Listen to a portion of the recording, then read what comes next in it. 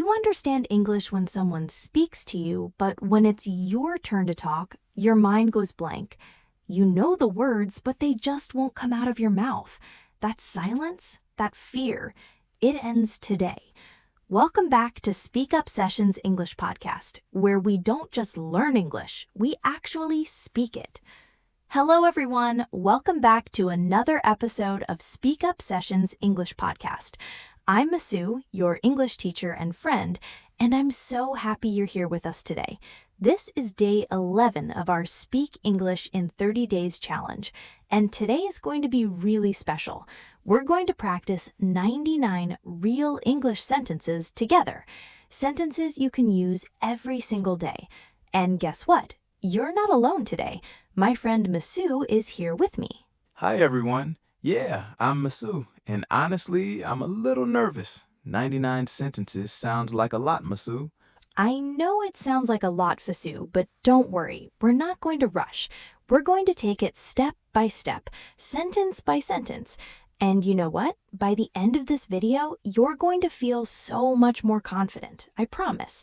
Today isn't about being perfect. It's about practicing, listening, and building your speaking skills naturally. Okay, I trust you, but what if I make mistakes? Then you're learning. Mistakes are proof that you're trying, and that's exactly what we want. So everyone watching right now, yes, you, I want you to relax, listen carefully, and repeat with us. Don't just watch passively. Speak out loud. Even if you're alone in your room, speak. That's how you get better. Are you ready, Fasu? I think so. Let's do this. Perfect. Let's start with something simple and build from there. All right, Fasu, let's begin with some very basic sentences. I want you to imagine you just woke up this morning. What's the first thing you usually say or think? Good morning? Exactly. Good morning. That's sentence number 1. Now, let's make it a little more natural. You don't just say good morning in your head, right? You might say it to someone, or you might think about your day. So let's try, good morning. It's a beautiful day today. Good morning. It's a beautiful day today. Perfect. Now, what if it's not a beautiful day? What if it's raining or cloudy? Oh, good morning. It's raining today. Yes, exactly. Good morning. It's raining today. Or you could say, good morning. It's a bit cloudy today. See? Same structure, different words. This is how we build fluency. We don't memorize one sentence. We learn to change it and use it in different situations. So I can just change one or two words. Exactly. That's the secret. Now let's keep going. After you wake up, maybe you're hungry. What do you say? I'm hungry? Yes, I'm hungry.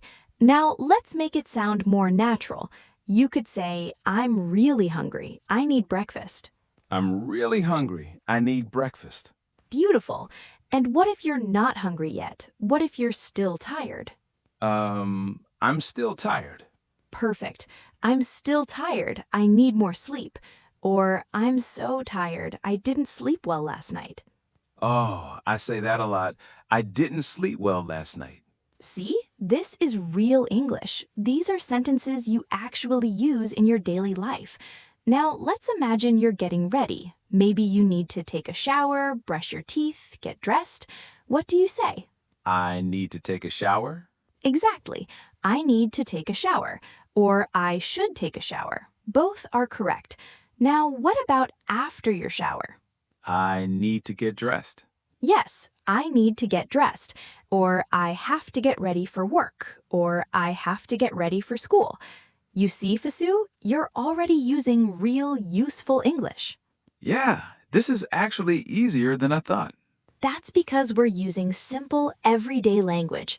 You don't need fancy words to speak English well. You just need the right sentences. Now, let's practice a few more morning sentences together, okay? Okay. Repeat after me. I woke up early today. I woke up early today. I woke up early today. I woke up early today. I slept really well last night. I slept really well last night. I had a strange dream. I had a strange dream. I feel great this morning. I feel great this morning. I feel a bit tired. I feel a bit tired. Excellent, Fasu. You're doing amazing. Now, everyone watching, did you repeat those sentences out loud? If not, go back and do it again. Seriously, speaking out loud is the only way to train your mouth and your brain to work together in English. Yeah, I can already feel my mouth getting used to the sounds. That's exactly what we want. All right, let's move to the next part of the day. Okay, Fasu, now let's imagine you're having breakfast. You're sitting at the table, maybe with your family or your roommate. What do you say? What's for breakfast? Perfect. What's for breakfast? Now, someone might answer you. They might say, we have eggs and toast, or we have cereal and milk. How do you respond? Maybe that sounds good. Yes, that sounds good. Or, I'd love some eggs, please. Let's practice that. Repeat after me. What's for breakfast? What's for breakfast? That sounds good. That sounds good. I'd love some eggs, please. I'd love some eggs, please. Can I have some coffee? Can I have some coffee? Do we have any juice? Do we have any juice? Great. Now, Fasu, let's have a little conversation. I'll be your roommate, okay? I'll say, good morning. What do you want for breakfast? Good morning. I'd love some eggs, please. Sure. Do you want toast with that? Yes, please. And can I have some coffee? Of course. Here you go. Thank you. You're welcome. See how natural that was, Fasu? Yeah, it felt like a real conversation. Because it is. This is how people actually talk in English. Now, let's keep going. After breakfast, you need to leave the house. Maybe you're going to work or school or meeting a friend. What do you say before you leave? I have to go now. Yes, I have to go now, or I need to leave, or I'm leaving now. Let's practice these. Repeat after me. I have to go now. I have to go now. I need to leave. I need to leave. I'm leaving now. I'm leaving now. See you later. See you later. Have a great day. Have a great day. Take care. Take care. Perfect. These are super common phrases, everyone. You'll use them almost every day. Now, Fasu, let's practice leaving the house. I'll say, are you leaving already? Yes, I have to go now. I don't want to be late. Okay, have a great day. Thanks. You too. See you later. Bye. That was easy. Right? Because we're practicing real life situations. Now let's imagine you're outside. Maybe you see your neighbor or a friend on the street. What do you say? Hi, how are you? Exactly. Hi, how are you? Now they might say, I'm good, thanks. How about you? What do you say? I'm good too, thanks. Perfect.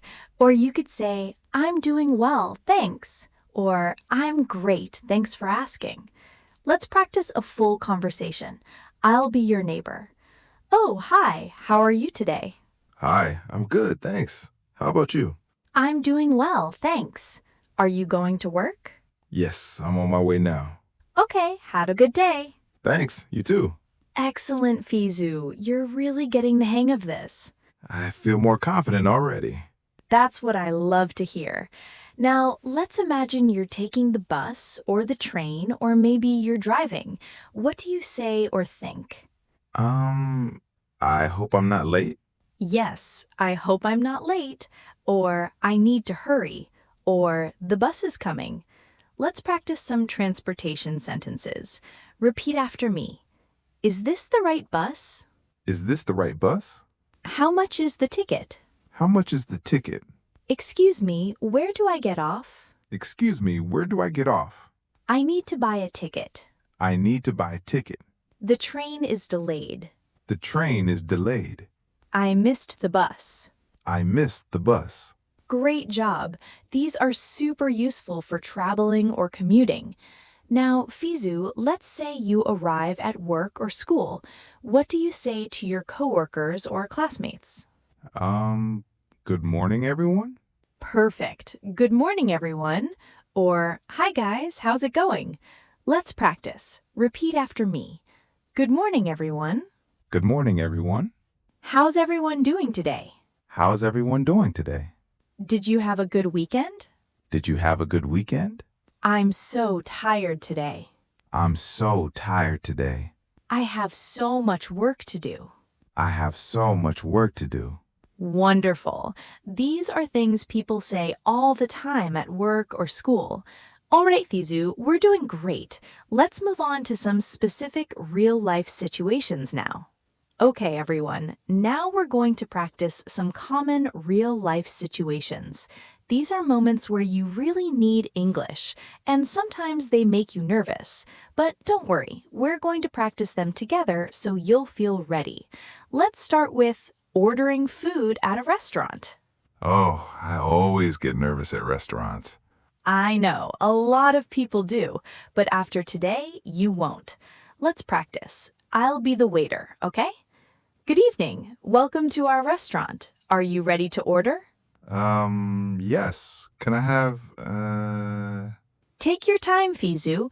You can say, yes, I'd like, or can I have? Try again. Yes, I'd like a chicken sandwich, please.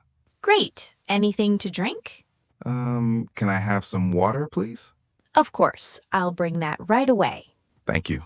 See, that wasn't so hard, was it? No, actually, that felt pretty natural. Exactly. Now let's practice some useful restaurant sentences. Everyone, repeat after me. Can I see the menu, please? Can I see the menu, please? I'd like to order now. I'd like to order now. What do you recommend? What do you recommend? Can I have the bill, please? Can I have the bill, please? This looks delicious. This looks delicious. Everything was great, thank you. Everything was great, thank you. Perfect. Now let's try another situation. Imagine you're shopping for clothes. You walk into a store and a salesperson comes up to you. What do they usually say? Can I help you? Exactly. Can I help you? Or are you looking for something? Now, how do you answer? Maybe you're just looking, or maybe you need help. If I'm just looking, I say, no, thank you. I'm just looking. Perfect. No, thank you. I'm just looking. Or if you need help, you can say, yes, I'm looking for a jacket. Let's practice. I'll be the salesperson. Hi, can I help you find something today? Yes, I'm looking for a blue shirt. Sure. What size are you? Medium. Great. Let me show you some options. Thank you. You're welcome. See how easy that was? Yeah, I think I can actually do this in real life now. You definitely can. Let's practice a few more shopping sentences. Repeat after me. How much is this? How much is this? Can I try this on? Can I try this on? Do you have this in a different color? Do you have this in a different color? This is too expensive. This is too expensive. I'll take it. I'll take it. Do you accept credit cards? Do you accept credit cards? Excellent. Now let's try one more situation. This is a big one. Talking on the phone. Oh, no. Phone calls are the worst. I know, a lot of learners feel that way, but we're going to practice and it's going to get easier. Let's say someone calls you. The phone rings, you answer. What do you say? Hello? Yes, hello? Now, the person might say, hi, is this Fizu? What do you say? Yes, this is Fizu. Who's calling? Perfect. Yes, this is Fizu. Who's calling? Or, yes, speaking. Let's practice. I'll call you, okay? Ring, ring. Hello? Hi, is this Fizu? Yes, this is Fizu. Who's calling? It's Masu. How are you? Oh, hi, Masu. I'm good. How are you? I'm great, thanks. Listen, are you free this weekend? Yes, I think so. Why? I wanted to see if you'd like to hang out. Sure, that sounds great. Awesome. I'll call you later with the details. Okay, sounds good. Talk to you later. Bye. Bye. See, that was a complete phone conversation, and you did great. Wow, yeah, that wasn't as scary as I thought. Exactly. Now let's practice some common phone sentences. Repeat after me. Can I speak to John, please? Can I speak to John, please? He's not here right now. He's not here right now. Can I leave a message? Can I leave a message? I'll call back later. I'll call back later. Sorry, wrong number. Sorry, wrong number. Could you speak a little slower, please? Could you speak a little slower, please? That last one is really important, Fizu. If someone is speaking too fast, it's totally okay to ask them to slow down. Yeah, I always forget I can do that. Don't be afraid to ask. People will understand. All right, let's do one more situation. Asking for help. Okay. Imagine you're lost. You need directions. What do you say? Excuse me, can you help me? Perfect. Excuse me, can you help me? Or, excuse me, I'm lost. Can you help me? Let's practice. I'll be a stranger on the street. You ask me for help. Excuse me, can you help me? I'm looking for the train station. Sure, go straight, then turn left at the traffic light. You'll see it on your right. Thank you so much. No problem. That was easy. Yes, people are usually very kind when you ask for help. Let's practice a few more sentences. Repeat after me. Where is the bathroom? Where is the bathroom? How do I get to the airport? How do I get to the airport? I don't understand. I don't understand. Can you repeat that, please? Can you repeat that, please? Thank you for your help. Thank you for your help. Wonderful. You're doing so well, Fizu. And everyone watching, you should be proud of yourselves. You're learning real, practical English that you can use immediately. All right, everyone. Now it's time for one of the most important parts of this video. Listen and repeat. I'm going to say some very useful daily English sentences. I want you to listen carefully and then repeat after me, out loud. Don't be shy. This is how you train your speaking muscles. Ready? Let's go. I'm fine, thank you. I'm fine, thank you. Everyone, repeat, I'm fine, thank you. I'm fine, thank you. Nice to meet you. Nice to meet you. Repeat, nice to meet you.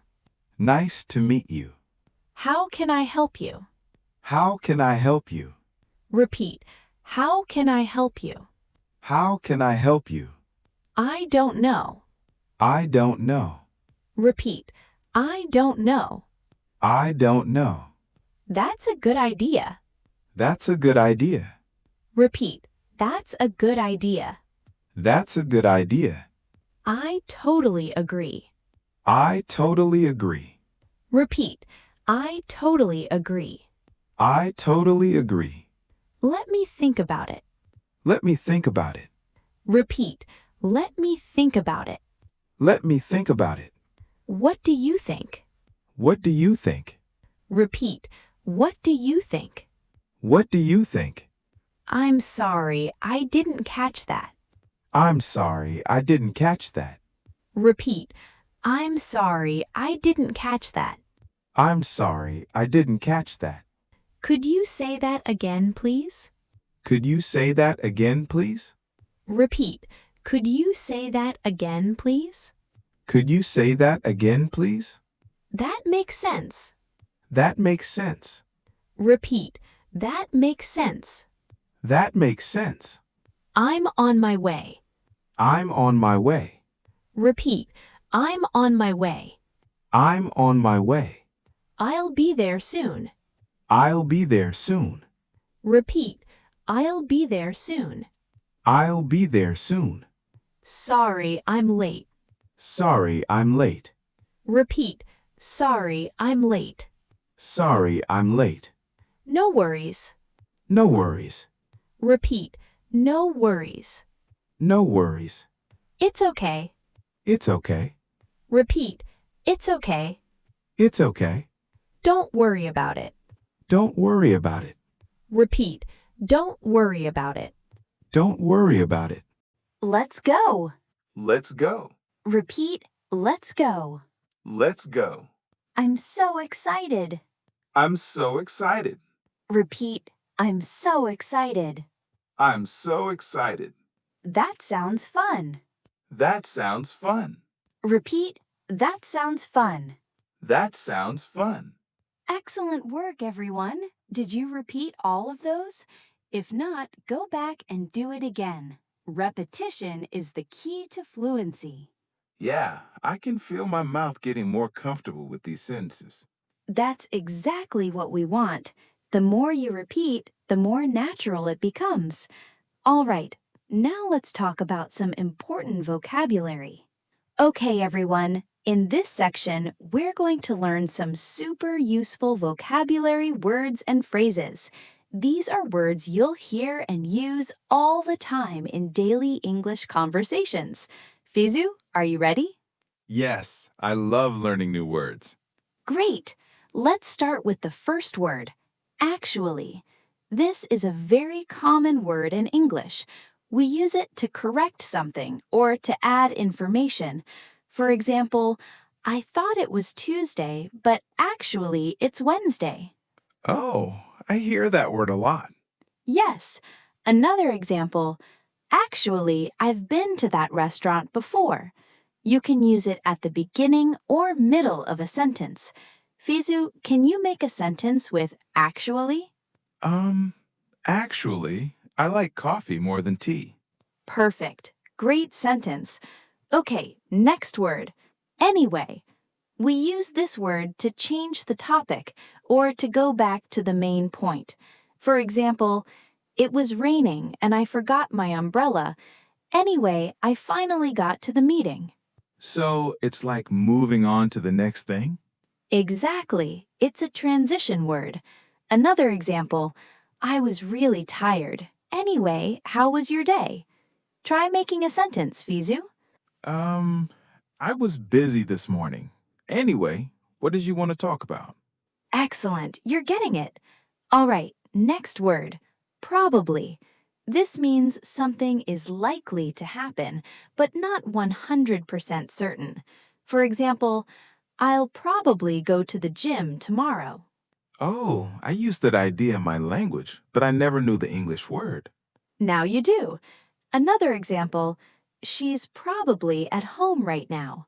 Fizu, your turn. It'll probably rain later. Perfect. Great job. Next word, definitely. This is the opposite of probably. It means you're very sure. For example, I'm definitely going to the party. So probably is maybe, and definitely is for sure. Exactly. Another example, that movie is definitely worth watching. Can you make a sentence?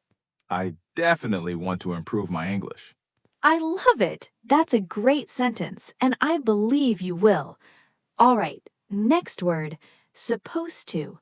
We use this to talk about expectations or plans. For example, I'm supposed to meet my friend at 3 o'clock. So it's like something you should do. Yes, exactly. Another example, you're supposed to turn off your phone in the library. Try it, Fizu. I'm supposed to finish my homework tonight. Perfect. Next word, kind of or sort of. These mean a little bit or somewhat. For example, I'm kind of tired today. Oh, so not very tired, just a little. Exactly.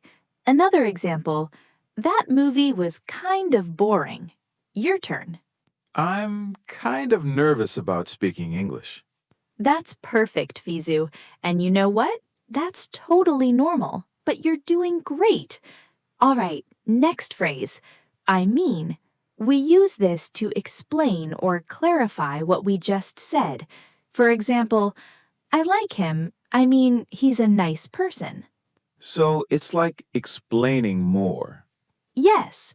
Another example, I'm busy today. I mean, I have a lot of work. Try it. I want to travel. I want to see new places. Excellent. Next phrase. By the way, we use this to add extra information or change the topic slightly. For example, I'm going to the store. By the way, do you need anything? Oh, that's useful. Yes. Another example. That was a great movie. By the way, have you seen his other films? Your turn. I've finished my homework. By the way, what are you doing tonight? Perfect. Last one. It depends. This means the answer changes based on the situation. For example, are you going to the party? It depends. If I'm not too tired, I'll go. So it's like maybe yes, maybe no? Exactly. Another example, it depends on the weather. Can you make a sentence? Will you go to the gym tomorrow? It depends. If I have time, I will. Perfect. Fizu, you did amazing with all of these words. Everyone, these are super useful in daily conversations. Practice using them. All right, everyone, now it's time for a fun little quiz. Don't worry, Fizu, this isn't a test, it's just practice. I'm going to ask you some questions and you try to answer using the English we've learned today. Ready? Okay, I'll try. Great. First question. What do you say when you meet someone for the first time? Nice to meet you. Perfect. Next question. You're at a restaurant. How do you ask for the bill? Can I have the bill, please? Excellent. Next one. Your friend asks if you're coming to the party. You're not sure. What do you say? It depends. Yes, great answer. Next question. You didn't hear what someone said. What do you say? Can you repeat that, please? Perfect. Or you could say, sorry, I didn't catch that. Next one, you're late to meet your friend. What do you say when you arrive? Sorry, I'm late. Exactly. And your friend might say, no worries, or it's okay. Next question, someone asks, how are you? What do you say? I'm fine, thank you. How about you? Beautiful. Very natural. Last question, you want to know where the train station is. What do you ask? Excuse me, where's the train station? Perfect. Or you could say, how do I get to the train station? Fizu, you got every single one right. Really? Wow. Yes, you should be so proud of yourself. And everyone watching, I hope you feel the same way. You built confidence today. All right, everyone. Before we finish today, I want to give you some very important speaking tips. These are things that will help you improve faster and feel more confident when speaking English. Ready? Let's go. Tip number 1. Speak out loud every day. You don't need a conversation partner. You can talk to yourself. Describe what you're doing. For example, I'm making breakfast. I'm pouring some coffee. I'm feeling good today. This trains your brain to think in English. I never thought of that. It works. Even 5 or 10 minutes a day makes a huge difference. Tip number 2, don't worry about mistakes. Seriously, mistakes are how you learn. Native speakers make mistakes too. If you say something wrong, it's okay. Just keep going. The more you speak, the better you get. That makes me feel better. Good, because it's true. Tip number 3, use simple sentences. You don't need to use big, complicated words to sound smart. Simple, clear sentences are better. For example, instead of trying to say something complex, just say, I like this, or I don't understand. Clear communication is the goal. Yeah, I always try to use difficult words and then I get stuck. Exactly. Keep it simple and you'll sound more natural. Tip number 4, repeat, repeat, repeat. Listen to English sentences and repeat them many times. This is called shadowing, and it's one of the best ways to improve your pronunciation and fluency. That's why today's video is so powerful. You're shadowing real sentences. I can already feel the difference. That's amazing. And finally, tip number 5, be patient with yourself. Learning a language takes time. You won't be perfect in one day, 1 week, or even 1 month. But if you practice every day, even a little bit, you will improve. Trust the process. Believe in yourself. Thank you, Masu. I really needed to hear that. We all do sometimes. And everyone watching, please remember this. You are doing great. Keep going.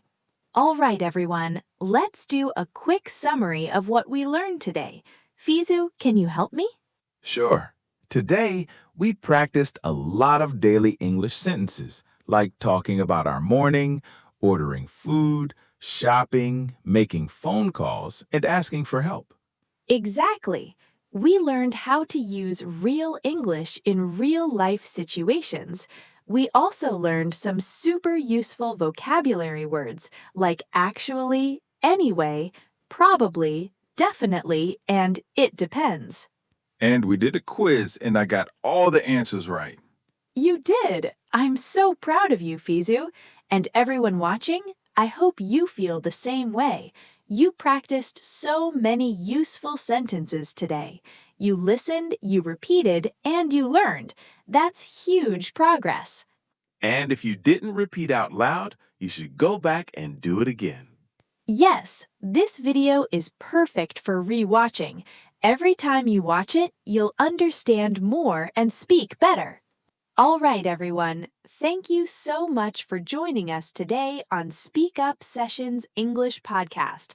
I'm Masu, and this is Fizu, and we're so happy you spent this time with us. Yeah, thank you for watching. I hope you enjoyed it as much as I did. Remember, learning English is a journey. It's not about being perfect. It's about making progress, little by little, every single day. And you know what? You're already doing it. Just by watching this video, just by practicing, you're improving. And don't forget, mistakes are okay. Actually, mistakes are good. Exactly. So keep practicing, keep speaking, and keep believing in yourself. If you enjoyed this video, please give it a thumbs up, subscribe to our channel, and turn on notifications so you never miss a new lesson. And if you want to practice more, watch this video again tomorrow. Repetition is the secret. Absolutely. All right, everyone. Until next time, keep speaking, keep learning, and keep improving. This is Speak Up Sessions English Podcast, and we'll see you in the next video. Bye, everyone. Goodbye, and remember, you can do this. Hello, my wonderful English learners. Welcome back to Speak Up Sessions English Podcast. I'm Masu, your English teacher and friend, and today is a very special day because we're on day 12 of our 30-day speaking challenge. How are you feeling, Fizu? Hi, Masu. Hi, everyone. To be honest, I'm feeling a little nervous, but also excited. We've already done 11 days together, and I can feel that my English is getting better, but sometimes I still feel shy when I speak. That's completely normal, Fizu. Actually, that's a very good sign. It means you're learning and growing. You know, when you feel uncomfortable, that's when real learning happens. So today, we're going to practice 99 useful sentences together. Yes, 99. But don't worry, we're not going to rush. We'll practice through real conversations, real situations, and I promise it will be fun and easy. 99 sentences? Wow, that sounds like a lot. But I trust you, Masu. Let's do this. That's the spirit. Now, before we start, I want all of our viewers to remember something important. Speaking English is not about being perfect. It's about being confident and communicating your ideas. Even if you make mistakes, even if your grammar isn't perfect, the most important thing is to keep speaking, okay? Okay, I'll try my best. Perfect. So let's start with some basic daily conversations, and then we'll move to more interesting situations. Are you ready, Fizu? Yes, I'm ready. All right, Fizu. Let's imagine it's a beautiful Monday morning. You wake up and you want to start your day with positive energy. What's the first thing you might say to yourself or to someone in your house? I think I would say, good morning today is good day. Great try, Fizu. You're almost there, but we need to add a small word. We say, good morning. Today is a good day. We need the article a before good day. Can you try again? Oh, I see. Good morning. Today is a good day. Perfect. Beautiful. You know, this is such a simple sentence, but it's so powerful. When you start your morning with positive words, your whole day becomes better. Let me give you a few more examples. You can say, good morning. I feel great today. Or you can say, good morning. I'm ready for a new day. Or even, good morning. Let's make today amazing. See? Simple, positive, and natural. I love that. So I can change the words but keep the same feeling, right? Exactly. That's what fluency is all about. It's not about memorizing one sentence. It's about understanding the pattern and then creating your own sentences. Now, let's continue. After you wake up and say good morning, what do you do next? Maybe you want to make some breakfast. Yes, I love breakfast. I usually say, I want make breakfast. Good, but we need to add a small word here too. We say, I want to make breakfast. After want, we always use to plus the base verb. So it's want to make, want to eat, want to go, want to learn. Can you try the sentence again? I want to make breakfast. Excellent. Now you've got it. And what kind of breakfast do you like, Fizu? I like eggs and toast. Sometimes I make coffee too. Wonderful. So you could say, I want to make eggs and toast. I also want to make some coffee. See how we used want to make twice? That's natural repetition. In English, we often repeat the same structure, and it sounds perfectly fine. Actually, it makes your speaking flow better. Oh, that's interesting. So I don't need to worry about repeating words? Not at all. Native speakers repeat words and structures all the time. It's completely natural. The important thing is that your message is clear. Now, let's imagine you're eating your breakfast and someone calls you. Maybe it's your friend. What would you say when you answer the phone? I would say, hello, how are you? Perfect. That's exactly right. Hello, how are you is one of the most common ways to answer the phone when you know who's calling. You can also say, hey, what's up, if it's a close friend. Or you can say, hi, good to hear from you. There are so many options. What if I don't know who calling? What should I say? Great question. If you don't know who calling, you can simply say, hello, with a question tone, or in a more formal way, you can say, hello, this is Fizu speaking. That sounds professional and polite. Hello, this is Fizu speaking. I like that. It does, and that's very useful, especially if you're speaking English at work or in formal situations. Now, let's practice a few more basic sentences before we move to longer conversations. I'll say a sentence, and I want you to repeat it naturally. Don't think too much. Just let the words flow. Ready? Ready. I'm learning English every day. I'm learning English every day. I feel more confident now.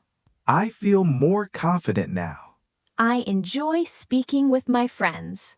I enjoy speaking with my friends. I make mistakes, but that's okay. I make mistakes, but that's okay. Excellent work, Fizu. Did you hear how natural you sounded? You're not thinking about every word. You're just speaking. That's real progress. Thank you, Masu. I actually do feel more confident. All right, now let's take it to the next level. I want us to have a longer, more realistic conversation. Imagine that you and I are old friends, and we haven't seen each other for a few weeks. We meet at a coffee shop. I'll start, and you respond naturally. Don't worry about mistakes, just enjoy the conversation, okay? Okay, I'll do my best. Hey, Fizu, Wow, it's been so long. How have you been? Hey, Masu. Yes, it's been really long time. I've been good.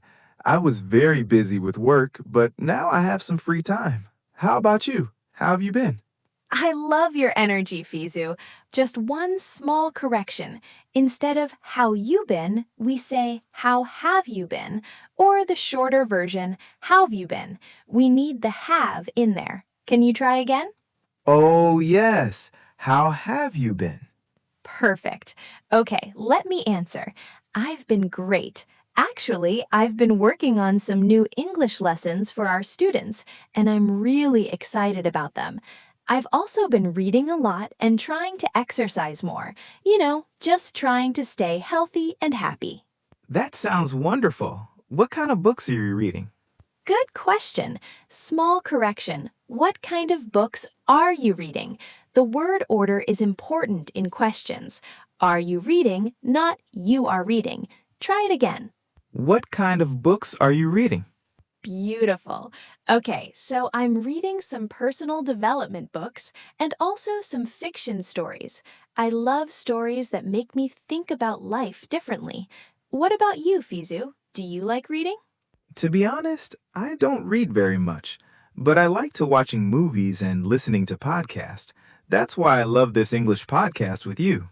Ah, I see. Small thing. Instead of I like to watching, we say I like watching or I like to watch. Both are correct, but we don't say to watching together. So I like watching movies or I like to watch movies. Both are perfect. Oh, I like watching movies and listening to podcasts. Yes, now it's perfect. Fizu, watching movies and listening to podcasts are actually excellent ways to learn English. You're doing great. What kind of movies do you enjoy? I enjoy action movies and comedies. Action movies are exciting, and comedies make me laugh. Sometimes I watch them with English subtitles to practice my English. That's a fantastic strategy. Using subtitles is really helpful. At first, you can use subtitles in your language. Then you can switch to English subtitles. And finally, you can try watching without any subtitles. It's a step-by-step process, and you're already doing it. I'm proud of you. Thank you, Masu. That makes me feel good. Sometimes I feel like my English is not improving, but then I remember that 12 days ago, I couldn't speak this much. Exactly. Progress is not always obvious day by day, but when you look back at where you started, you can see how far you've come. You're having a full conversation with me right now, and you're expressing your thoughts clearly. That's amazing. You always know how to motivate me, Masu. So what else is new with you? Do you have any plans for this weekend? Oh, great question.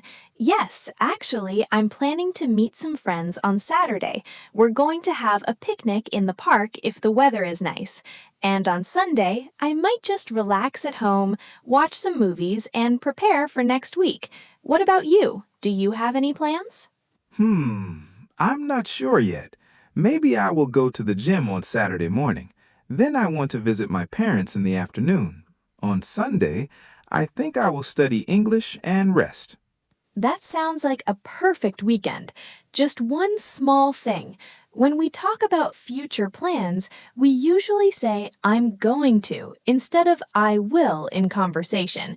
So you could say, maybe I'm going to go to the gym on Saturday morning, or I'm going to visit my parents. Of course, I will is also correct, but I'm going to sounds more natural for plans. Try it. Maybe I'm going to go to the gym on Saturday morning. Then I'm going to visit my parents. Perfect. That sounds so natural. You're really getting the hang of this, Fizu. Thank you. This conversation practice is really helping me. I feel like I'm talking to a real friend, not just practicing English. That's exactly the point. The best way to learn English is to use it in real, natural conversations. When you practice like this, your brain starts to think in English instead of translating from your native language, and that's when you become truly fluent.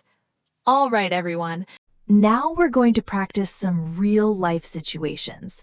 These are the kinds of conversations you'll have in daily life. Fizu and I will act them out, and I want you to listen carefully and even repeat along with us. Are you ready, Fizu? Yes, I'm excited for this part. Great. Let's start with our first situation. Okay, Fizu. Imagine you're at a restaurant and I'm the waiter. I'll start. Good evening. Welcome to Sunny Restaurant. How many people are in your party? Good evening. Just one person. Only me. Wonderful. Right this way, please. Here's your table. Can I get you something to drink? Yes, please. Can I have a glass of water and, maybe orange juice? Of course. 1 water and 1 orange juice. I'll be right back with those. Take your time with the menu. Thank you. Okay, Fizu, that was great. Very natural. Now, let me teach everyone some useful restaurant phrases. When you want to order food, you can say, "Can I have?" or "I'd like," or "Could I get?" All of these are polite and common. Let me give you examples. Can I have the chicken salad, please? I'd like a burger with fries. Could I get the pasta, please? Those are very useful. So I have many options to say the same thing. Exactly. And here's another important phrase. When you finish eating and you want to pay, you can say, "Can I have the check, please?" or "Could I get the bill, please?" In American English, we say check. In British English, they often say bill. Both are correct. Can I have the check, please? I like that. Perfect. Now let's move to situation number 2. Situation 2. Shopping for clothes. Fizu, now you're in a clothing store and I'm the shop assistant. Let's begin. Hello, welcome to Fashion Store. Can I help you find anything today? Hi. Yes, I'm looking for a jacket. Do you have jackets? We do. What size are you looking for? I think medium size. I'm not sure. No problem. We have medium size right here. Would you like to try it on? Yes, please. Where's the fitting room? The fitting room is right over there on your left. Take your time. Thank you very much. Excellent, Fizu. When you're shopping, these phrases are super helpful. Let's learn a few more. How much is this? Asking about price. Do you have this in a different color? Can I try this on? Where's the fitting room? I'll take it when you want to buy something. Do you accept credit cards? Wow, these are really practical. I always feel nervous when I shop in English, but now I have these phrases. Exactly. And remember, shop assistants are usually very friendly and patient. Don't be afraid to ask questions or ask them to repeat. They want to help you. Now, situation number 3. Asking for directions. Fizu, imagine you're lost in a new city and you need to find the train station. I'm a local person on the street. Go ahead and ask me. Excuse me. Can you help me? Of course. What do you need? I'm looking for the train station. Do you know where it is? Good try, but we say, "Do you know where it is?" not "Where is it?" in this kind of question. The word order changes. Try again. Do you know where it is? Perfect. Okay, let me answer. Yes, the train station is very close. Go straight for 2 blocks, then turn left at the traffic light. You'll see it on your right. You can't miss it. Go straight, then turn left at traffic light. Right side. Did I understand correctly? Yes, exactly right. You've got it. Thank you so much. I appreciate your help. You're very welcome. Have a great day. Wonderful job, Fizu. When asking for directions, these are super useful phrases. Excuse me, can you help me? I'm looking for... How do I get to... Is it far from here? Can you show me on the map? Thank you so much for your help. These are perfect. I always get nervous asking for directions, but now I feel more prepared. Situation 5. Talking to a friend about plans. All right, Fizu. Now let's imagine we're friends and we're making plans for the weekend. I'll start. Hey, Fizu, do you want to hang out this Saturday? Yes, I'd love to. What do you want to do? I was thinking maybe we could go to the movies or grab some food. What do you think? Both sounds great. Maybe we can watch a movie first and then we go to dinner. Almost perfect. Just say both sound great without the S on sounds because both is plural. And then we can go to dinner instead of we go. Try it. Both sound great. Maybe we can watch a movie first and then we can go to dinner. Perfect. I love that idea. What kind of movie do you want to see? How about an action movie or maybe comedy? I'm good with either. Let's check what's playing and decide later. Should we meet at 5 p.m.? Sounds perfect. Where should we meet? How about at the cinema entrance? Great. See you Saturday at 5 p.m. See you then. Beautiful conversation, Fizu. When making plans with friends, these phrases are gold. Do you want to hang out? What do you want to do? I was thinking we could... How about... Sounds good to me. Let's meet at... See you then. I love these. They're so casual and friendly. Situation 6. At the doctor's office. This one is important, Fizu. Imagine you don't feel well and you're at the doctor's office. I'm the doctor. Let's practice. Good morning. What brings you in today? Good morning, doctor. I don't feel very well. I have a headache and my throat hurts. I see. How long have you had these symptoms? Since yesterday morning. Also, I feel very tired. Okay. It sounds like you might have a cold or the flu. Are you taking any medication right now? No, I'm not taking anything. All right. I recommend that you rest, drink plenty of water, and take some pain medication for the headache. If you don't feel better in 3 days, come back and see me. Okay, thank you, doctor. Should I stay home from work? Yes, I think that's a good idea. Rest for at least 2 days. Thank you very much. Excellent, Fizu. Health is important, so knowing these phrases can really help. I don't feel well. I have a headache or stomachache or fever. My throat hurts.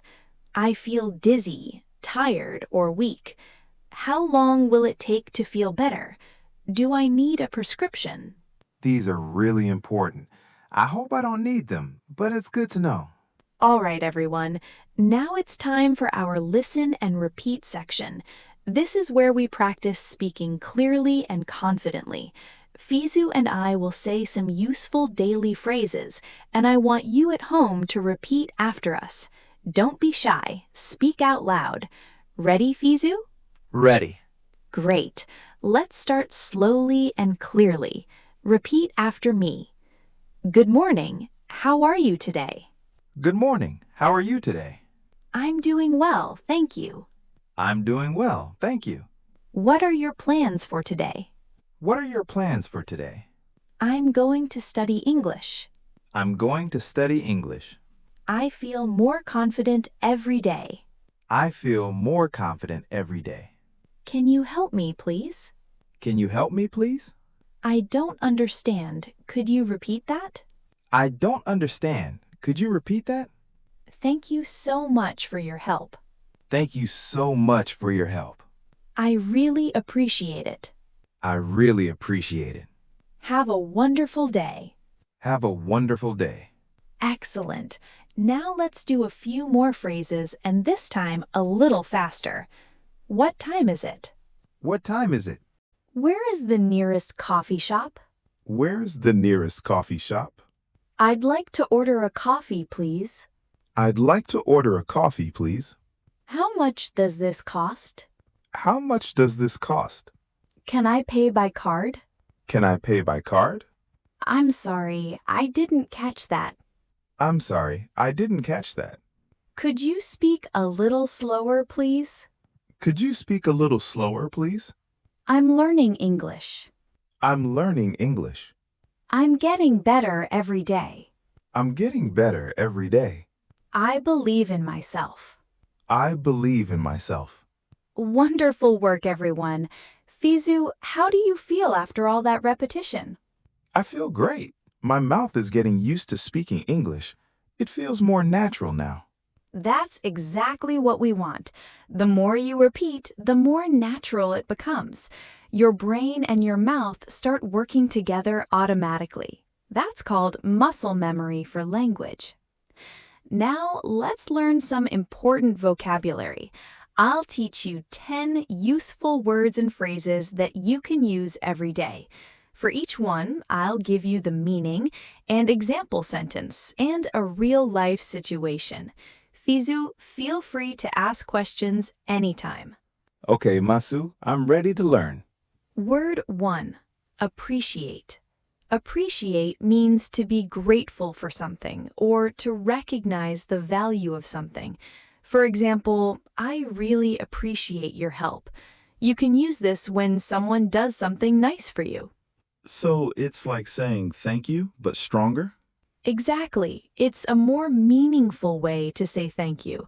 Another example, I appreciate your patience while I'm learning English. I appreciate this lesson.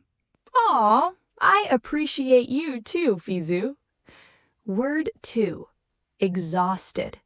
Exhausted means extremely tired, more than just tired. For example, after working 10 hours, I was exhausted. Oh, so it's like very, very tired? Yes, exactly. If you worked all day, studied all night, and didn't sleep, you would say, I'm exhausted. I sometimes feel exhausted after studying too much. That's a perfect use of the word. Word 3. Grab. Grab is a very casual word that means to take or to get something quickly. For example, let's grab some coffee. It doesn't mean you're violently taking the coffee, it just means let's quickly get some coffee in a casual way. Oh, like, let's grab lunch? Perfect. Yes. Let's grab lunch, let's grab dinner, let's grab a drink. Very casual. Word 4. Run into. Run into means to meet someone unexpectedly. For example, I ran into my old teacher at the supermarket. You didn't plan to meet them, it just happened by chance. So it's like a surprise meeting. Exactly. Another example, I ran into my friend on the street yesterday. That's interesting. In my language, we have a similar expression. Word 5. Hang out. Hang out means to spend time with someone in a relaxed way. For example, do you want to hang out this weekend? Oh, we used this earlier, like spending time with friends. Exactly. It's very casual. You can say, I'm just hanging out at home, or let's hang out sometime. Word 6. Figure out. Figure out means to understand something or to find a solution. For example, I need to figure out how to use this app. So it's like solving a problem. Yes, or understanding something that was confusing. I finally figured out how to pronounce this word. I'm trying to figure out English grammar. And you're doing a great job. Word 7. Keep in touch. Keep in touch means to stay connected with someone, usually by calling, texting, or messaging. For example, let's keep in touch after you move to a new city. So it means don't lose contact. Perfect, exactly. Even though we don't see each other often, we keep in touch by phone. I will use this. See you later. Take care. Perfect. Word 8. Make sense. Make sense means to be logical or understandable. For example, does this explanation make sense? Or your idea makes sense. So if I understand something, I can say it makes sense. Yes, exactly. And if you don't understand, you can say, it doesn't make sense to me. This vocabulary lesson makes sense. Ha! Perfect use. Word 9. On purpose. On purpose means intentionally or deliberately. For example, I didn't break it on purpose. It was an accident. So it means you did something intentionally. Exactly. She chose to ignore me on purpose means she chose to ignore you. It wasn't an accident. Word 10. Take care. Take care is a friendly way to say goodbye. It means stay safe and healthy. For example, okay, I have to go now. Take care. Oh, that's a nice way to say goodbye. It is. You can also say, take care of yourself. It shows you care about the person. I will use this. See you later. Take care. Perfect. All right, Fizu, now it's quiz time. I'm going to ask you some questions based on what we learned today. Don't worry if you make mistakes. This is just for practice. Ready? I'm a little nervous, but I'm ready. Don't be nervous. You'll do great. Here's question number 1. If someone helps you and you want to show deep gratitude, which word should you use? Thank you or appreciate? I think appreciate because it's stronger. Correct. Excellent. You can say, I really appreciate your help. Very good. Question 2. If you accidentally meet your friend at the store, what phrasal verb describes this? Is it run into? Yes, perfect. I ran into my friend at the store. Great job. Question 3. You're at a restaurant and you want to order water. What's a polite way to ask? Can I have a glass of water, please? Excellent. Very polite and natural. You could also say, could I get some water, please? Both are perfect. Question 4. Your friend invites you to spend time together this weekend. What casual phrase might they use? Do you want to hang out? Perfect. You're doing amazing, Fizu. Last question. If you're extremely tired after a long day, what word describes how you feel? Exhausted. Yes, 100% correct. Fizu, you got every question right. I'm so proud of you. Really? I did it? I can't believe it. You absolutely did. This shows that you're really learning and remembering. Great work. All right, everyone, before we finish today's lesson, I want to share 5 powerful speaking tips that will help you become more confident and fluent. These are tips that really work. Fizu, listen carefully, and everyone at home, please take notes. I'm listening. Tip 1. Don't translate in your head. The first tip is stop translating from your native language to English in your head. I know it's hard at first, but try to think directly in English. When you translate, it takes too much time and your speaking becomes slow and unnatural. Instead, start with simple thoughts in English. For example, when you wake up, think, I'm awake, instead of translating from your language. That's difficult for me. I always translate first.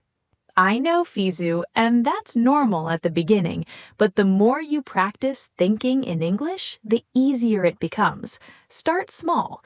Think about your daily activities in English. I'm eating breakfast. I'm walking. I'm happy. Simple thoughts in English. Okay, I will try this every day. Tip 2.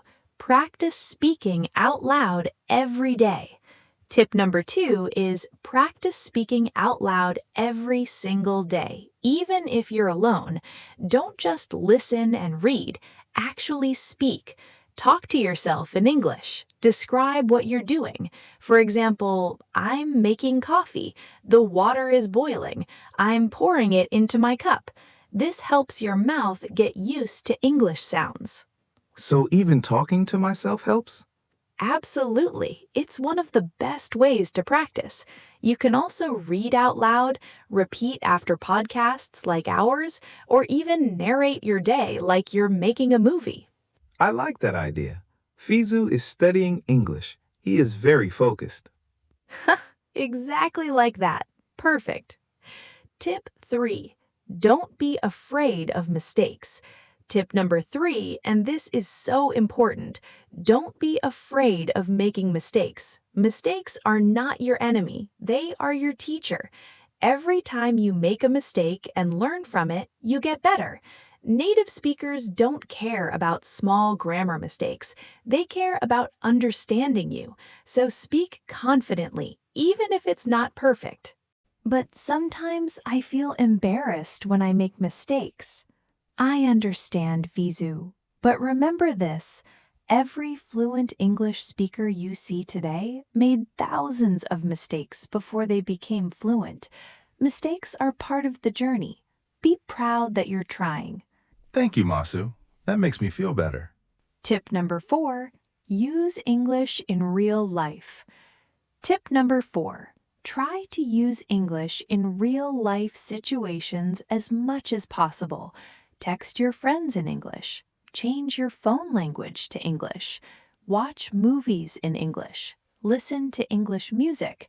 Join English-speaking groups online.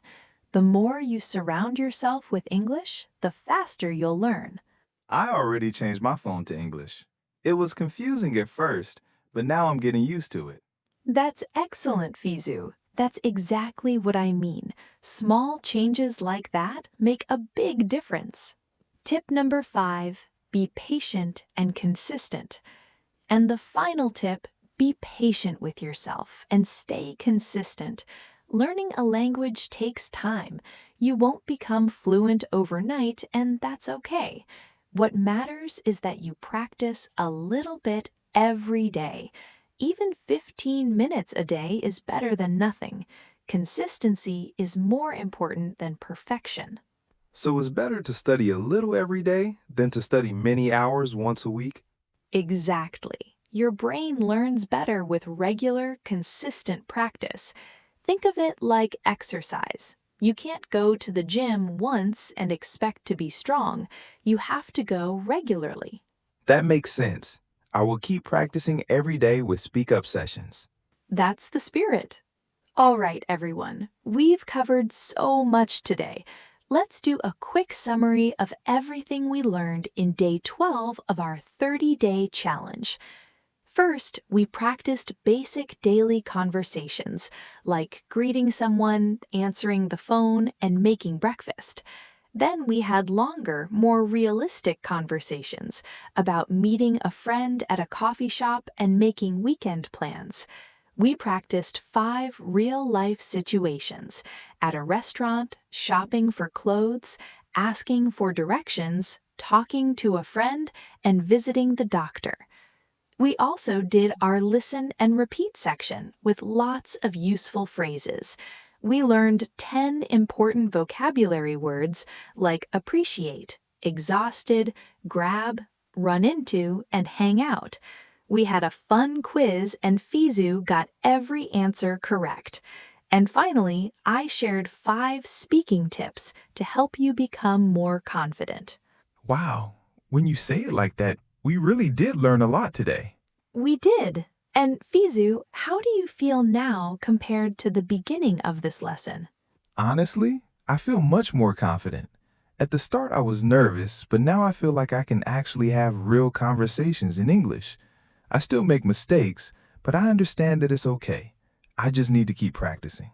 That's beautiful, Fizu. And that's exactly the mindset every English learner should have. You're not trying to be perfect. You're trying to communicate, to connect, and to improve a little bit every day. And you're doing an amazing job. Thank you, Masu. And thank you to everyone watching. Your support gives me confidence too.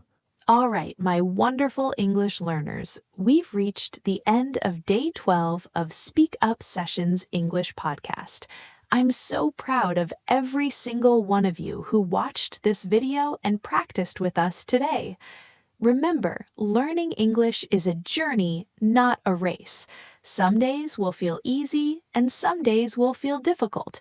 But as long as you keep showing up, keep practicing, and keep believing in yourself, you will get better. I promise you that. And don't forget, making mistakes is part of learning. I made mistakes today, and Masu helped me. That's how we learn. Exactly. So before you go, I want to give you a little challenge. Today, I want you to practice at least 3 sentences from this lesson out loud. Speak them with confidence. You can do it in front of a mirror or record yourself on your phone or just say them while you're walking. But please speak out loud. Yes, speaking out loud is so important. And if you enjoyed this lesson, please don't forget to subscribe to SpeakUp Sessions English Podcast. Hit that subscribe button, turn on notifications, and give us a thumbs up. It really helps us create more free content for you. And if you want to practice more, go back and watch day 1, day 2, day 3, all the way to today. The more you repeat, the better you get. That's perfect advice, Fizu. Also, share this video with your friends who are learning English. Let's help each other grow. So, what did you learn today? What was your favorite part? Leave a comment below and let us know. We love reading your comments, and it motivates us to create more lessons for you.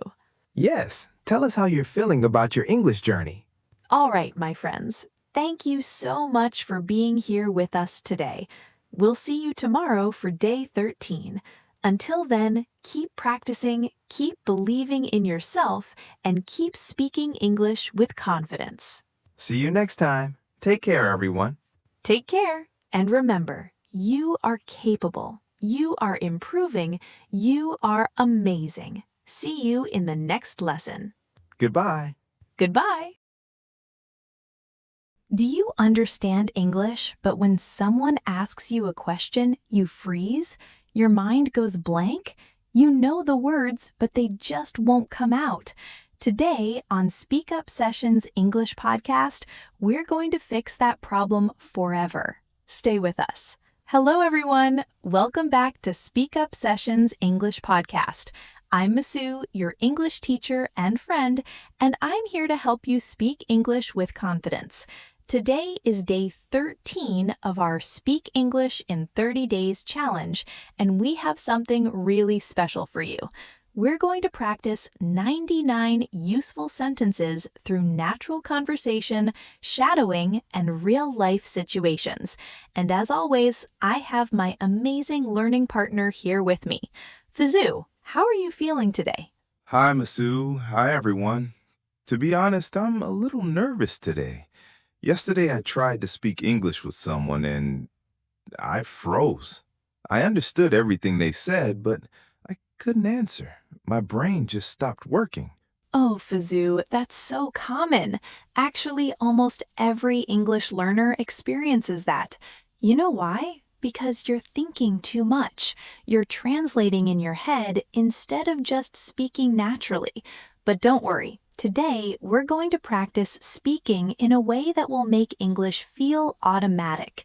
By the end of this episode, you'll feel much more confident. Are you ready? Yes, I really hope this works. I want to speak without thinking so much. Perfect. And to everyone watching, if you've ever felt the same way as Fizu, if you freeze when speaking English, this episode is exactly for you. Let's start with some basic conversation first. Then we'll move to more advanced practice.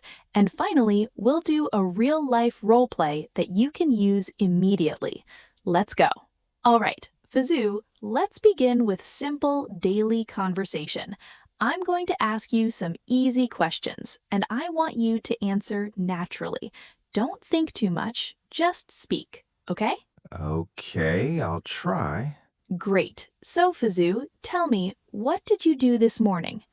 This morning, I woke up at 7 o'clock, then I brush my teeth, and I eat breakfast. Good. I understood you perfectly, but let me help you with something small. You said, I brush my teeth and I eat breakfast, right? That's present tense, but we're talking about this morning, which already happened, so we use past tense. Try again. I brushed my teeth and I ate breakfast. Oh, right. So I woke up at 7 o'clock, Then I brushed my teeth and I ate breakfast. Perfect. See how natural that sounds? Now, let me ask you another question. What did you have for breakfast? I had bread with butter and a cup of coffee. Excellent. That's a great answer. You said I had bread with butter and a cup of coffee. Very natural. And you know what? You used past tense correctly without even thinking about it. That's progress, Fazoo. Really? I didn't even notice. Exactly. That's the goal. When you practice enough, grammar becomes automatic. You don't need to think about rules. You just speak. Now, let me ask you one more thing. How was the coffee? Was it good? Yes, it was very good. Actually, I love coffee. I drink it every morning. Wonderful. Now you're mixing past and present naturally. It was very good. That's past. I love coffee. That's present. I drink it every morning. Also present, because it's a habit. See, you're already speaking like a natural English speaker. Wow, I didn't realize I was doing that. That's the beauty of conversation practice, Fazoo. You learn by doing, not by studying rules. And everyone watching, I want you to notice something. Fazoo made a small mistake at the beginning, but he didn't stop. He kept speaking. That's exactly what you should do. Don't let small mistakes stop you. Just keep talking. Thank you, Masu. I feel a little more confident now. Good. Now let's take this to the next level. All right, Fazoo, now we're going to have a longer conversation. I want you to speak more, use complete sentences, and try to express your feelings and opinions. This will help you build fluency. Ready? Yes, I'm ready. Perfect. So, Fazoo, let me ask you this. What do you usually do on weekends? On weekends, well, usually I like to relax at home. Sometimes I watch movies or I read books, and sometimes I meet my friends. That sounds nice. So you're someone who enjoys quiet time at home, but you also like spending time with friends. That's a good balance. Now, tell me more about your friends. What do you usually do together? We usually go to a cafe, and we talk. Sometimes we talk about work, sometimes about movies or sports. It's very fun. I love that. You said we usually go to a cafe. Perfect use of a cafe there. And you also said it's very fun. That's great. But in English, we usually say it's a lot of fun or it's really fun. Both sound more natural. Oh, okay. So it's really fun. Exactly. Now, let me ask you something a bit deeper. When you're at the cafe with your friends, do you ever speak English with them or do you speak your native language? Actually, we speak our native language. I want to practice English with them, but I feel shy. I'm afraid they will laugh if I make mistakes. Fazoo, this is such an important point, and I know so many people watching right now feel exactly the same way. You're afraid of making mistakes in front of your friends. But let me tell you something. Real friends will never laugh at you for trying to improve yourself. And actually, making mistakes is the only way to learn. If you never make mistakes, it means you're not trying anything new. You're right, Masu. I never thought about it that way. And here's another thing. When you practice English, even if you make mistakes, people usually understand you. Communication is not about perfect grammar. It's about connection. It's about sharing your ideas and your feelings. That's what language is for. So next time you're with your friends, try speaking just 1 or 2 sentences in English. See how they react. I think you'll be surprised. Okay, I will try.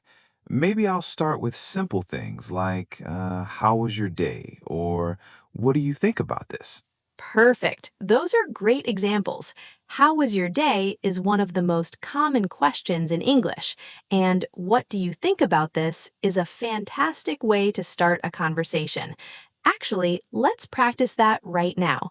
Fazoo, imagine I'm your friend. Ask me, how was your day? Okay. Masu, how was your day? My day was really good. Thank you for asking. I taught 3 English classes this morning, and then I had lunch with a colleague. How about you? How was your day?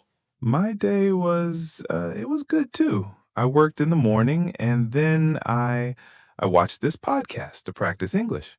Excellent. See how natural that was? You asked a question, I answered, and then I asked you back. That's how real conversations work. It's like a tennis game. You hit the ball, I hit it back, you hit it back again. Back and forth, back and forth. Oh, I like that. It's like a tennis game. That makes sense. Exactly, and the more you practice, the easier it becomes. Now, let's keep going. Fizu, tell me about something you're looking forward to. What's something exciting that's coming soon in your life? Something exciting. Well, actually, next month I'm going to visit my cousin.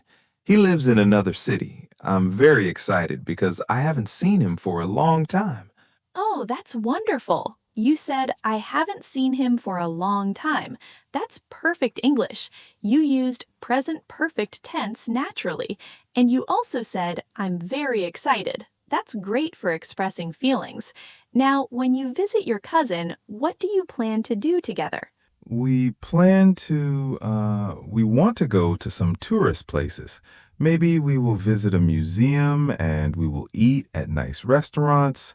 Also, we want to just spend time together and talk. That sounds amazing. I love how you're using different phrases here. We plan to, we want to, maybe we will. These are all natural ways to talk about future plans. And you said spend time together and talk. That's beautiful. Quality time with family is so important. Yes, I really miss him. We used to play together when we were children. Oh, that's so sweet. You said we used to play together when we were children. Do you know how advanced that sentence is, Fizu? Used to is something many learners find difficult, but you just used it naturally. Really? I just said what I was thinking. Exactly, and that's the secret. When you stop thinking about grammar rules and just focus on expressing your thoughts, English becomes so much easier. Everyone watching, please remember this. The goal is not to speak perfect English. The goal is to communicate, to share your ideas, your feelings, your stories. That's what language is for. Thank you, Masu. I'm feeling more and more confident now. I'm so glad. And now we're going to take everything we've practiced and use it in a real-life situation. This is going to be exciting. All right, everyone. Now we're going to do something very practical. We're going to role play a real-life situation that many of you might experience. Buying a train ticket at a train station. This is super useful, especially if you travel or if you plan to visit an English-speaking country. Fizu, have you ever bought a train ticket in English? No, never. Actually, I'm a little scared to do that. What if I don't understand the person at the ticket counter? That's a very common fear, Fizu, but after today, you'll feel much more prepared. Let me explain the situation first. Imagine you're at a train station. You need to buy a ticket to go to another city. You walk up to the ticket counter and there's a staff member there. You need to tell them where you want to go, what time, and whether you want a one-way ticket or a round-trip ticket. Does that make sense? Yes, I think so. But what's the difference between one way and round trip? Great question. A one-way ticket means you travel from one place to another. For example, from city A to city B. Round trip means you go to city B and then come back to city A. Round trip is also called a return ticket in British English. Oh, okay. So if I'm visiting my cousin and coming back home, I need a round trip ticket. Exactly. Now, let's do the role play. I'll be the ticket staff and you'll be the traveler. Try to ask for a ticket naturally. Don't worry about making mistakes. I'll help you. Ready? Okay, I'll try. Good morning. How can I help you today? Good morning. I want to buy a ticket. Sure. Where would you like to go? I want to go to Manchester. Okay, great. Let me stop here for a moment, Fizu. You said, I want to buy a ticket, and I want to go to Manchester. That's correct, but it sounds a little direct. In English, we often use I'd like instead of I want because it sounds more polite. Try saying, I'd like to buy a ticket to Manchester. Oh, okay. I'd like to buy a ticket to Manchester. Perfect. That sounds much more natural and polite. Let's continue. So, I'd like to buy a ticket to Manchester. When would you like to travel? I'd like to travel tomorrow morning. Okay. And would you like a one-way ticket or a round-trip ticket? Round trip ticket, please. Great. And when would you like to return? I'd like to return on Sunday. Perfect. So that's a round-trip ticket to Manchester, leaving tomorrow morning and returning on Sunday. Is that correct? Yes, that's correct. All right. The total is £45. How would you like to pay? Cash or card? By card, please. Great. Please insert your card here. Thank you. Here's your ticket. Have a great trip. Thank you very much. Excellent, Fizu. You did a fantastic job. Let's review what just happened. First, you said, I'd like to buy a ticket to Manchester. Very polite. Then you answered questions about when you want to travel and when you want to return. And finally, you paid by card. This is exactly how a real conversation at a train station works. Wow, it wasn't as scary as I thought. Right, and that's because we practiced it step by step. Now, let me teach you some key phrases you must know for this situation. Everyone, listen carefully and repeat after me. Number 1, I'd like to buy a ticket to London. I'd like to buy a ticket to London. Good. Number 2, when is the next train to Birmingham? When is the next train to Birmingham? Excellent. Number 3, how much is a round-trip ticket? How much is a round-trip ticket? Perfect. Number 4, what time does the train arrive? What time does the train arrive? Great. And number 5, can I pay by card? Can I pay by card? Wonderful. Now, Fizu, let's do one more quick role play, but this time you start the conversation. Imagine you walk up to the counter. What do you say? Okay. Excuse me. I'd like to buy a ticket to London, please. Sure. When would you like to travel? I'd like to travel this afternoon. What time is the next train? The next train is at 3:30 p.m. Okay, perfect. And how much is a one-way ticket? A one-way ticket is £30. All right. Can I pay by card? Of course. Go ahead. Thank you. Fantastic, Fizu. You sounded so natural and confident. Did you notice how smooth that conversation was? Yes, I actually enjoyed it. That's the power of practice. And everyone watching, I want you to practice this situation too. Imagine yourself at a train station. Speak out loud. Repeat the phrases. The more you practice, the easier it becomes in real life. All right, everyone. Now it's time for our listen and repeat section. This is one of the most important parts of the episode because it helps you practice pronunciation and build muscle memory for speaking. I'll say a sentence and I want you to repeat after me out loud. Fizu will join us too. Ready? Let's go. Number 1. I'd like to buy a ticket, please. I'd like to buy a ticket, please. Number 2. When is the next train? When is the next train? Number 3. How much does it cost? How much does it cost? Number 4. Can I pay by credit card? Can I pay by credit card? Number 5, what time does the train arrive? What time does the train arrive? Number 6, I'd like a round-trip ticket, please. I'd like a round-trip ticket, please. Number 7, do I need to change trains? Do I need to change trains? Number 8, excuse me, where is platform 5? Excuse me, where is platform 5? Number 9, is this seat taken? Is this seat taken? And number 10, thank you for your help. Thank you for your help. Excellent. Now let's practice some everyday conversation sentences. Number 11, how was your day? How was your day? Number 12, I'm really excited about this. I'm really excited about this. Number 13, I haven't seen you for a long time. I haven't seen you for a long time. Number 14, what do you usually do on weekends? What do you usually do on weekends? Number 15, I'd like to improve my English. I'd like to improve my English.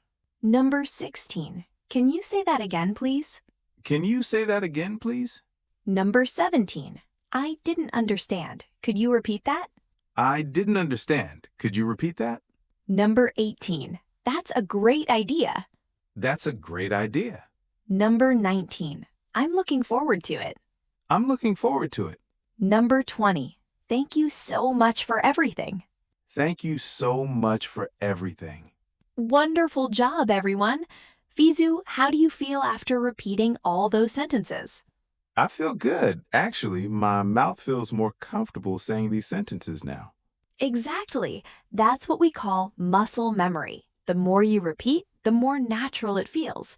And everyone watching, please don't just listen, actually speak out loud. That's the only way to improve your speaking. Now let's learn some important vocabulary from today's lesson. I'm going to teach you 8 useful words and phrases, and for each one, I'll give you the meaning, an example sentence, and a real-life situation where you can use it. Fizu, are you ready to learn? Yes, I love learning new words. Great, let's start. Word number 1, freeze. This means to suddenly stop moving or stop speaking because you're scared or nervous. For example, I froze when the teacher asked me a question. Fizu, have you ever frozen when speaking English? Yes, many times, especially when I talk to native speakers. That's very common, but the more you practice, the less you'll freeze. Remember that. Word number 2, one-way ticket. This is a ticket that takes you from one place to another, but you don't come back. For example, I bought a one-way ticket to Paris because I'm moving there. Fizu, when would you buy a one-way ticket? Maybe if I'm moving to a new city and I'm not coming back? Exactly. Or if you're not sure when you'll return. Word number 3, round-trip ticket. This is a ticket that includes going and coming back. For example, I need a round-trip ticket because I'm only visiting for the weekend. Fizu, can you make a sentence with round trip? I bought a round-trip ticket to visit my cousin. Perfect. Great sentence. Word number 4, platform. This is the place at a train station where you wait for the train. For example, the train to London leaves from platform 3. Fizu, what do you do when you arrive at the platform? I wait for the train? Exactly. You wait for your train to arrive. Word number 5, confident. This means you believe in yourself and your abilities.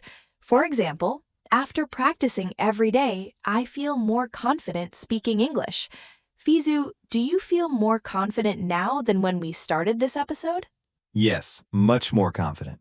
I'm so happy to hear that. Word number 6, polite. This means kind and respectful in the way you speak or act. For example, it's polite to say please and thank you. Fizu, why is it important to be polite when speaking English? Because people will like you more and they will want to help you? Exactly. Being polite makes communication smoother and more pleasant. Word number 7, muscle memory. This is when your body or mouth remembers how to do something because you practiced it many times. For example, if you repeat English sentences every day, you'll develop muscle memory. Fizu, how do you build muscle memory for speaking? By repeating sentences many times? Perfect. Repetition is the key. Word number 8, looking forward to. This means you're excited about something that will happen in the future. For example, I'm looking forward to my vacation next month. Fizu, what are you looking forward to? I'm looking forward to speaking English fluently. I love that. And you will, Fizu. Just keep practicing. All right, everyone. Now it's time for a mini quiz. I'm going to ask Fizu some questions based on what we learned today. Fizu, are you ready? Yes, I hope I can answer correctly. Don't worry, just try your best. Here's question number 1. What's the difference between a one-way ticket and a round-trip ticket? A one-way ticket is only going to one place. A round-trip ticket is going and coming back. Perfect. That's exactly right. Question number 2.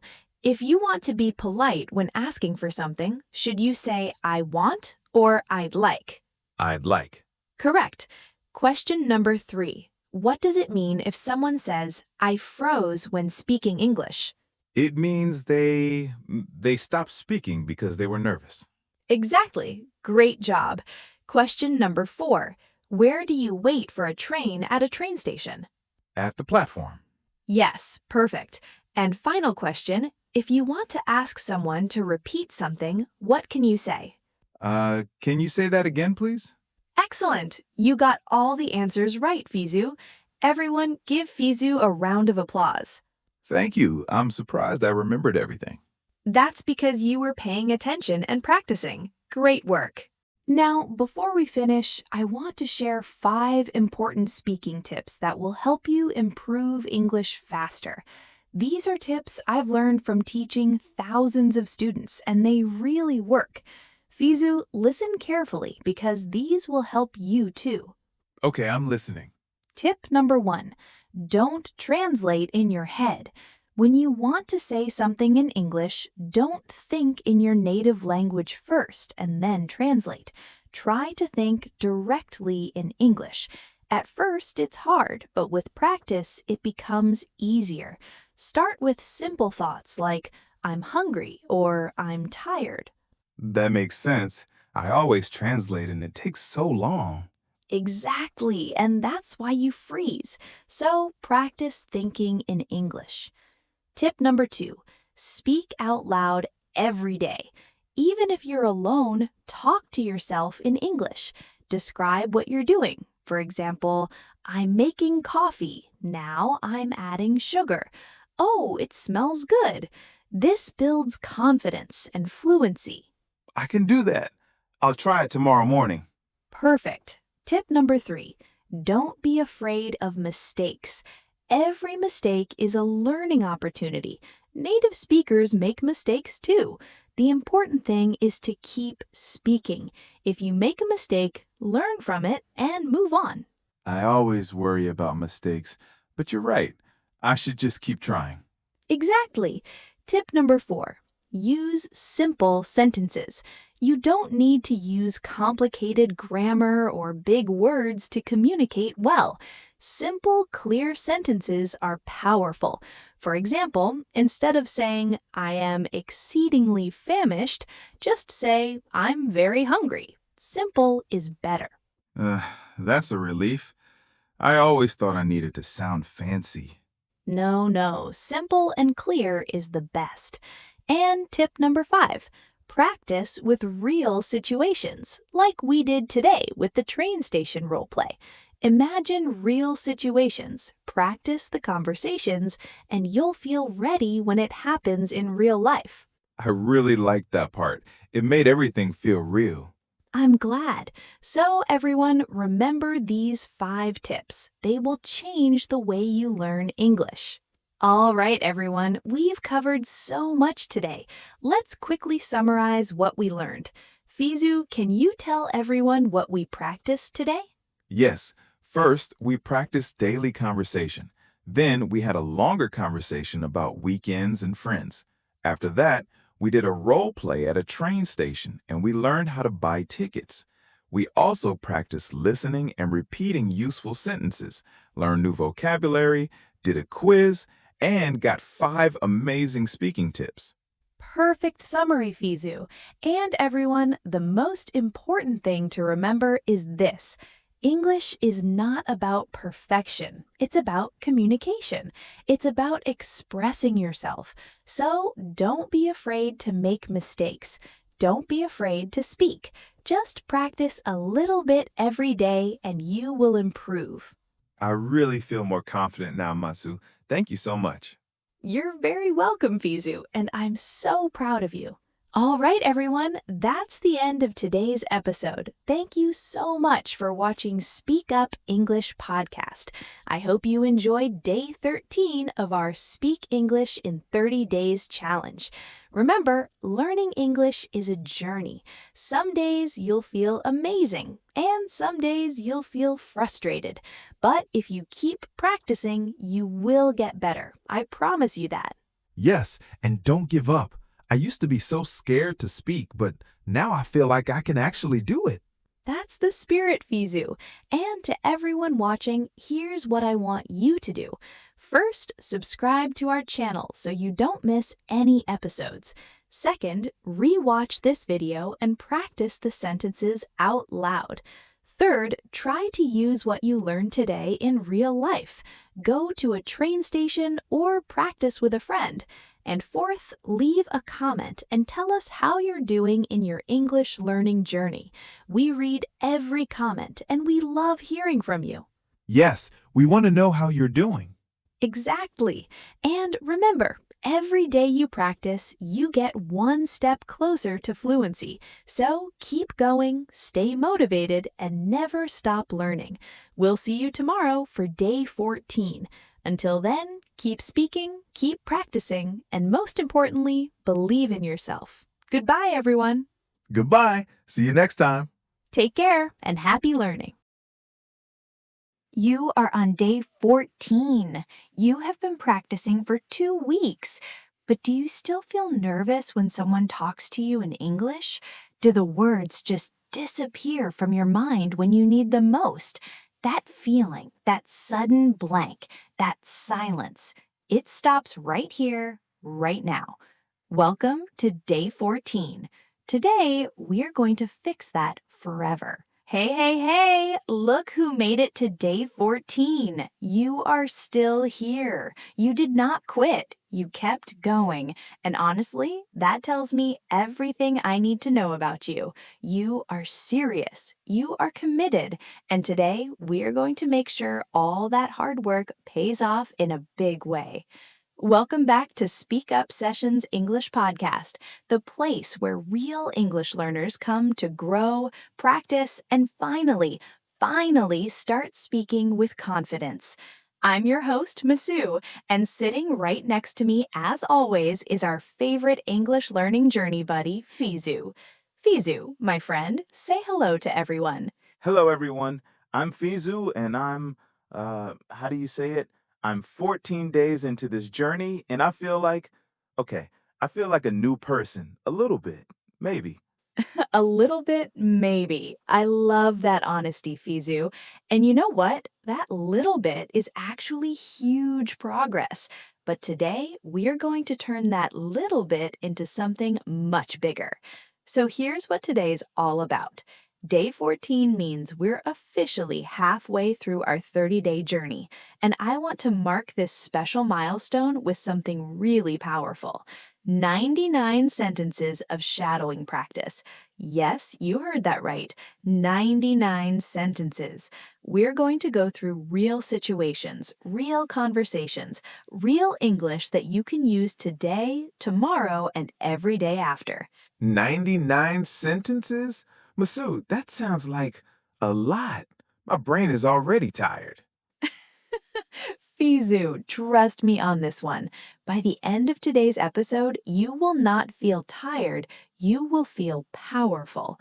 Because here's the secret about shadowing practice. When you repeat real sentences in real contexts, your brain starts to store them automatically. You stop thinking, you start speaking. That's the goal. Okay. I trust you. Let's do this. Perfect. Let's jump right in. Learners, get comfortable, grab something to drink, and get ready to speak, because today we're not just listening, we're practicing.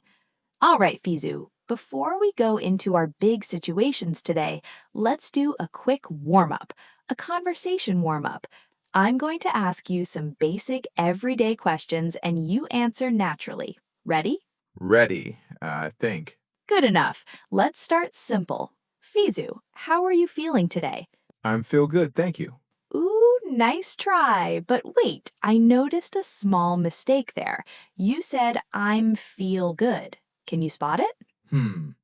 I'm feel? Is that wrong? Yes, after I am, we don't use the base form of the verb. We say I'm feeling good, or even simpler, just I feel good. Both are correct. Can you try again? I feel good, thank you. Or I'm feeling good today. Perfect. Beautiful. See, that was a very common mistake and you fixed it immediately. Learners, remember, I'm feel is wrong. We say I feel or I'm feeling. Simple but important. Now, Fizu, what did you do this morning? I was wake up at 7 o'clock and I ate breakfast. Good content, but again, a small grammar point.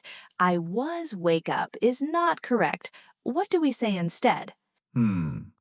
I woke up. Exactly right. I woke up at 7 o'clock. You don't need was there. Try the whole sentence again.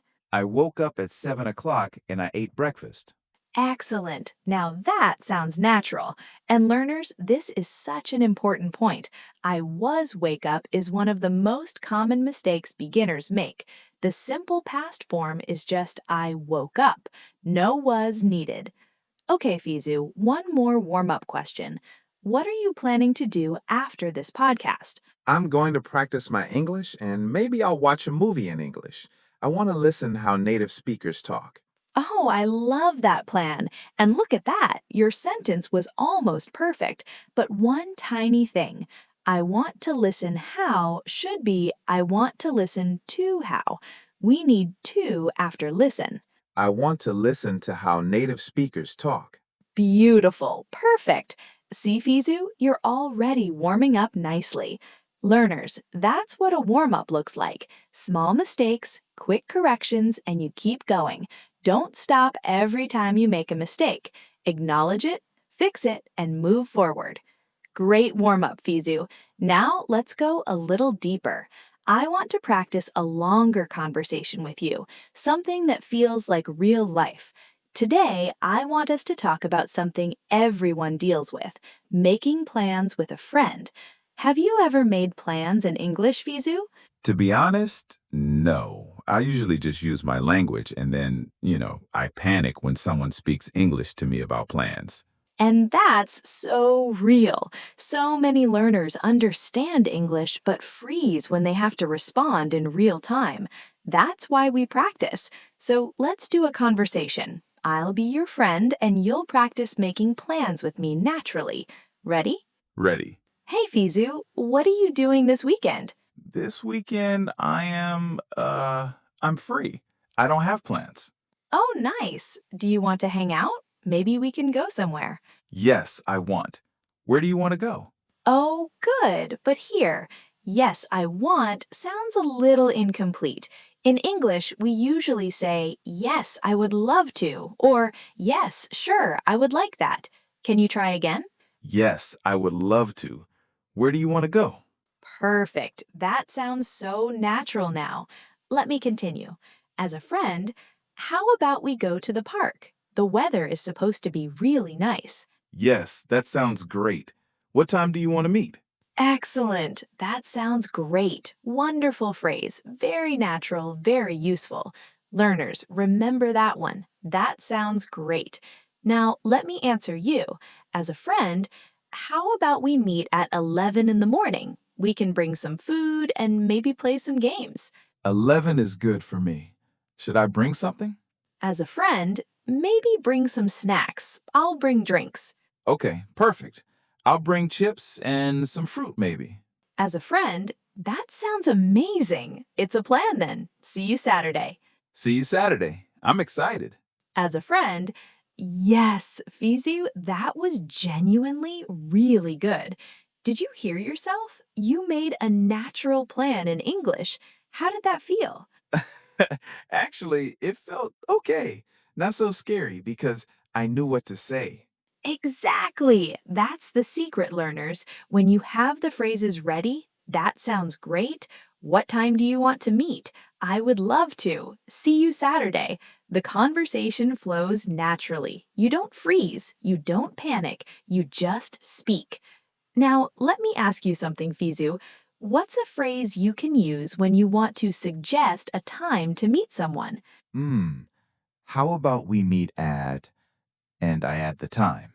Perfect. Or you can also say, how about we meet at and add the time? Both are great. All right, learners, we're now moving into our 3 real-life situations, and these situations have been chosen very carefully for day 14. Situations you might face in your daily life where English is essential. Our first situation today is at a bank. Specifically, you want to open a bank account. This is something many of you will deal with, especially if you're traveling, studying, or living in an English-speaking country.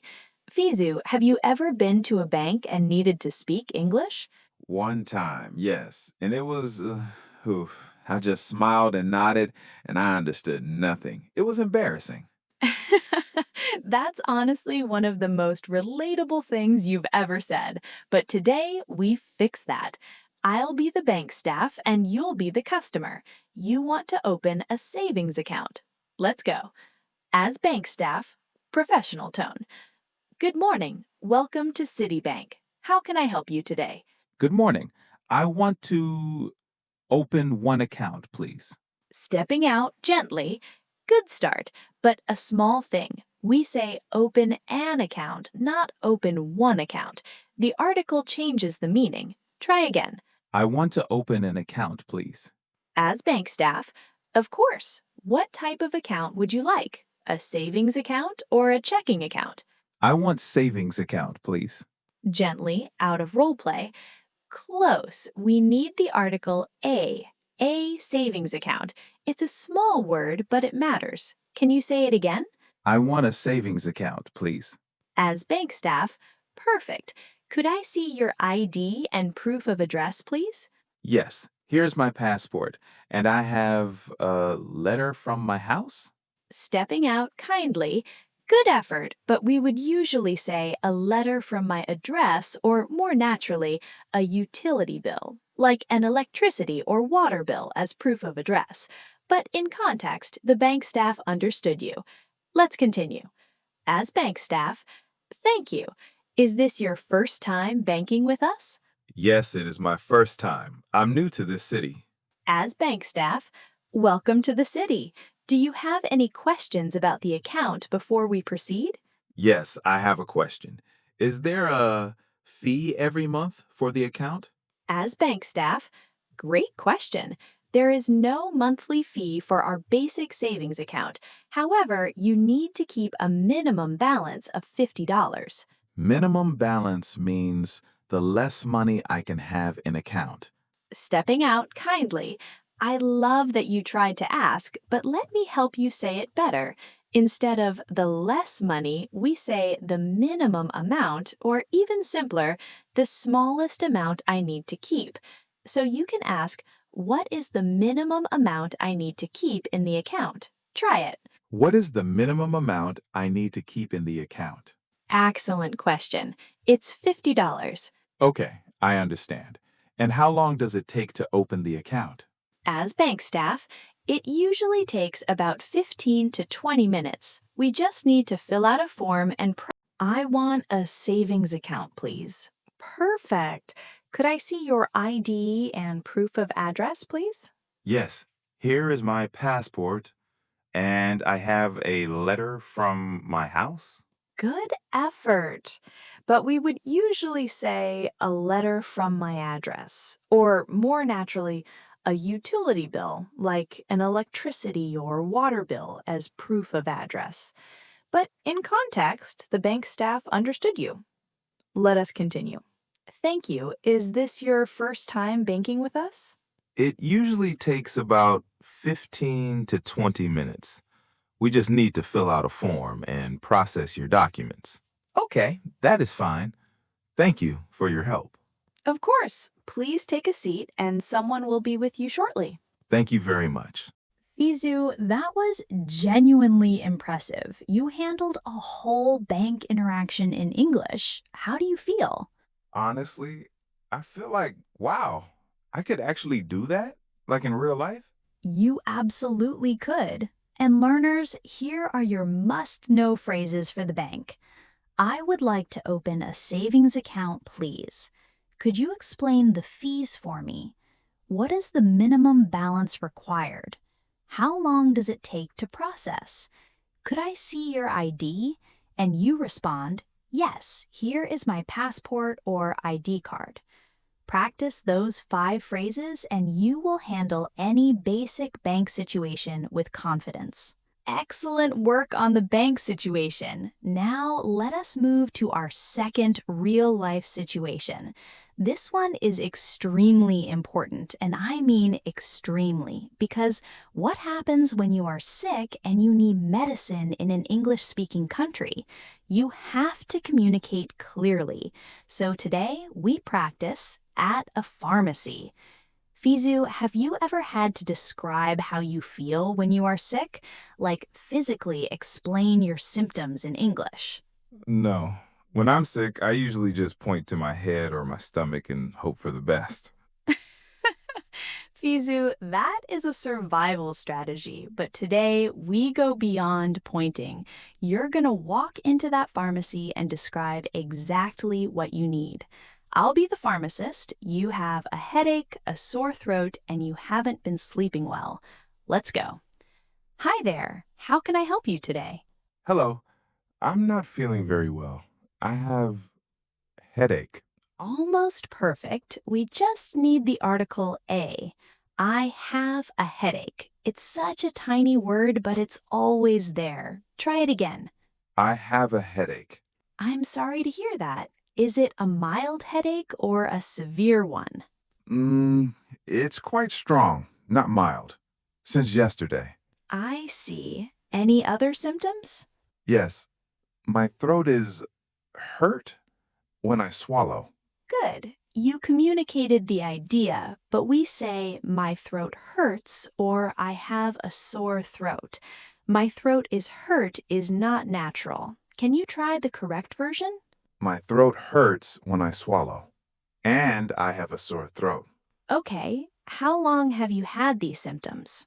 Since yesterday night, yesterday evening. Have you taken any medicine already? No, not yet. I didn't know what to take. That's totally fine. I would recommend a pain reliever for the headache, something like ibuprofen or paracetamol. And for the sore throat, we have some lozenges that will help soothe it. Lozenges. What is that, please? Lozenges are small tablets that you suck on, like a candy. They coat your throat and reduce the pain. Oh, like a throat candy. I understand. And is it safe? I'm allergic to... How do I say I'm allergic to? Great question from a learner's perspective. You just say, I'm allergic to, and then the thing. So, for example, I'm allergic to penicillin, or I'm allergic to aspirin. Can you try it? I'm allergic to aspirin. Is this medicine safe for me?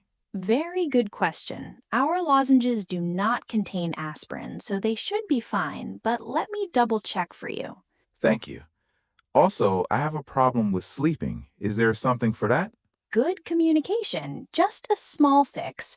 I have a problem with sleeping. We need the article a. And actually, very naturally, you can say, I've been having trouble sleeping lately. Try it. I've been having trouble sleeping lately. Oh, I understand. For that, I would suggest some chamomile tea or a mild sleep supplement. Nothing too strong for now. Let's see if your symptoms improve first. Okay. How much is the total for all of this? For the ibuprofen and the lozenges, that comes to $12.50. Here you go.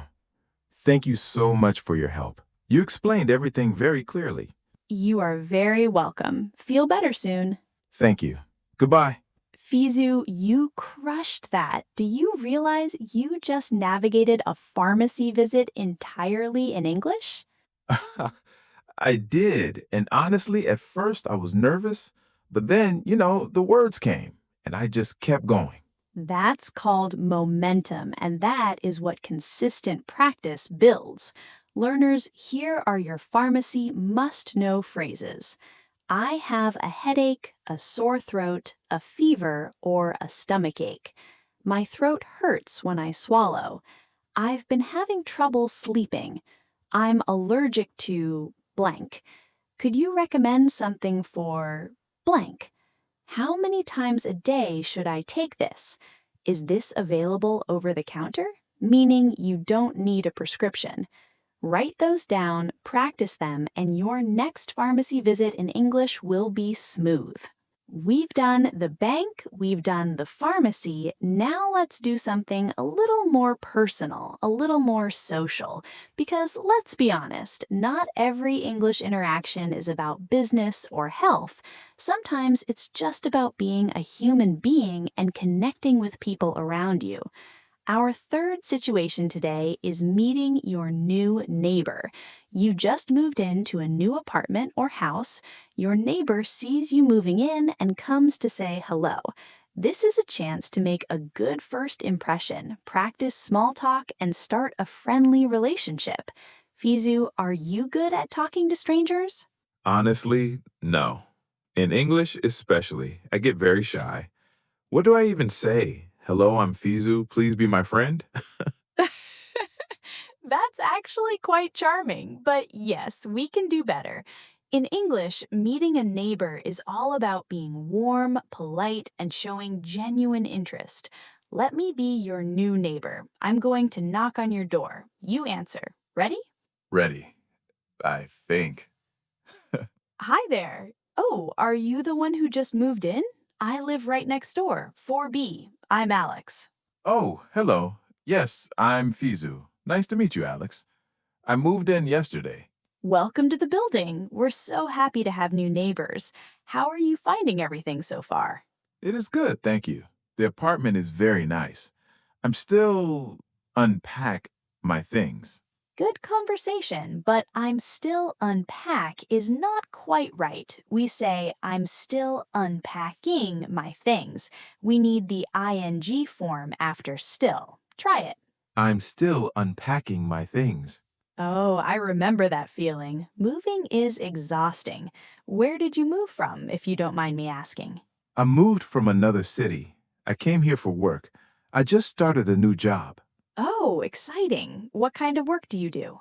I work in the technology sector. Software things. Oh, wow, that sounds impressive. Well, if you need anything, directions, recommendations for restaurants, anything, please do not hesitate to knock on my door. Thank you so much. That is very kind from you. Almost. We say, that's very kind of you, not from you. This is a very common mistake. Kind of you is the correct phrase. Can you say it? That's very kind of you.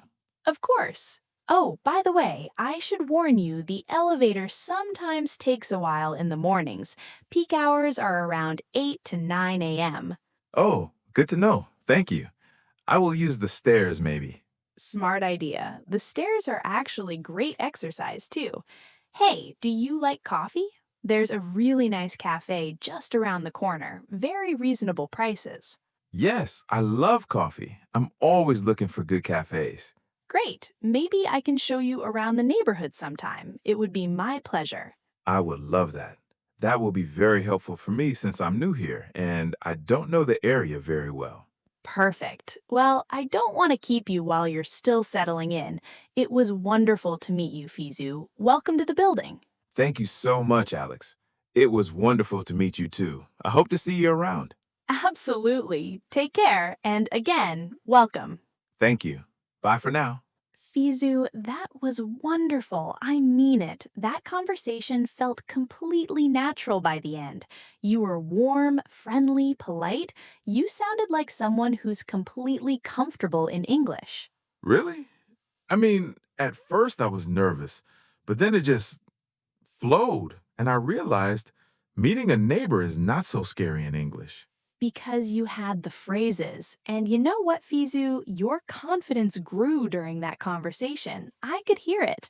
Learners, did you hear how Fizu's energy changed from the beginning to the end of that role play? That is what practice does. Your must-know phrases for meeting a neighbor. Hi, I just moved in. I live right next door. Upstairs, downstairs. It's so nice to meet you. How long have you been living here? Thank you. That's very kind of you. I would love that. That sounds great. If you ever need anything, feel free to knock. I'm still settling in, but I love it here so far. All right, learners, now it is time for our favorite section, listen and repeat. This is your shadowing practice. This is how you build fluency. Hear it, say it, own it. Fizu, you ready to repeat with our learners? Born ready. Love that confidence. Okay, here we go. I will say the sentence, then Fizu will repeat it, and then you at home repeat it too. Do not be shy. Say it out loud. That is the only way this works. I would like to open a savings account. I would like to open a savings account. Great. Again, nice and clear. I would like to open a savings account. Could you explain the fees, please? Could you explain the fees, please? Perfect. Good pronunciation on fees. Could you explain the fees, please? I have been having trouble sleeping lately. I have been having trouble sleeping lately. Beautiful. Notice how Fizu paused naturally? That is called natural rhythm. I have been having trouble sleeping lately. My throat hurts when I swallow. My throat hurts when I swallow. Excellent. Very natural. I am allergic to aspirin. I am allergic to aspirin. Good.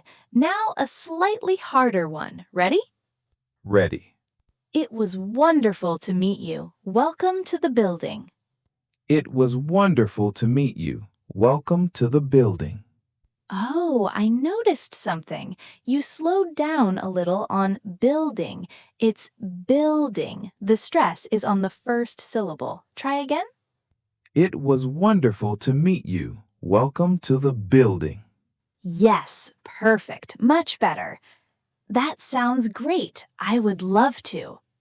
That sounds great. I would love to. Natural and fluent. Beautiful. I'm still unpacking my things. I'm still unpacking my things. Excellent. What is the minimum balance required? What is the minimum balance required?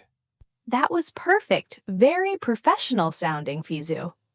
Could you recommend something for a sore throat? Could you recommend something for a sore throat? Beautiful. Learners, repeat that one twice. It's so useful. I do not know the area very well yet. I do not know the area very well yet. Natural and honest. I love it. Please do not hesitate to contact me if you need anything. Please do not hesitate to contact me if you need anything. Wow, Fizu, that sounded like a native speaker right there. Did it? I surprised myself. That's the power of shadowing, learners. When you repeat enough, the sentence stops being a sentence and starts becoming a part of you. It just comes out naturally. Keep repeating, keep practicing every day. Okay, time for vocabulary. We're going to look at some key words and phrases from today's situations. Fizu, I want you to guess the meaning before I explain. Sound good? Okay, I'll try. Word 1, minimum balance. Fizu, what does minimum balance mean? The maximum money you can save? Not quite. Actually, it's the opposite. Minimum means the smallest amount. So a minimum balance is the smallest amount of money you must keep in your bank account. If you go below that amount, the bank may charge you a fee. Clear? Oh, so minimum balance is the smallest money I must always keep. Got it. Exactly. Example sentence. The minimum balance for this account is $100.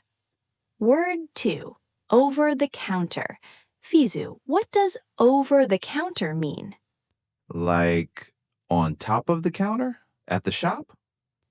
I understand why you thought that, but actually, over the counter, or OTC, means medicine you can buy without a prescription.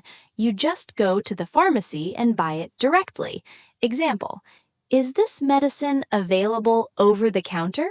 Meaning, do I need a prescription or can I just buy it? Oh, so over the counter means no prescription needed. Useful. Word 3, settle in. Fizu, what does settle in mean somewhere? To sit down, like make yourself comfortable? Very close. Settle in means to start feeling comfortable in a new place, a new home, a new job, a new city. It suggests you're getting used to everything, organizing your things, and starting to feel at home. Example, I just moved here and I'm still settling in, meaning I'm still getting used to everything. So settle in is like becoming comfortable in a new place. I like that phrase.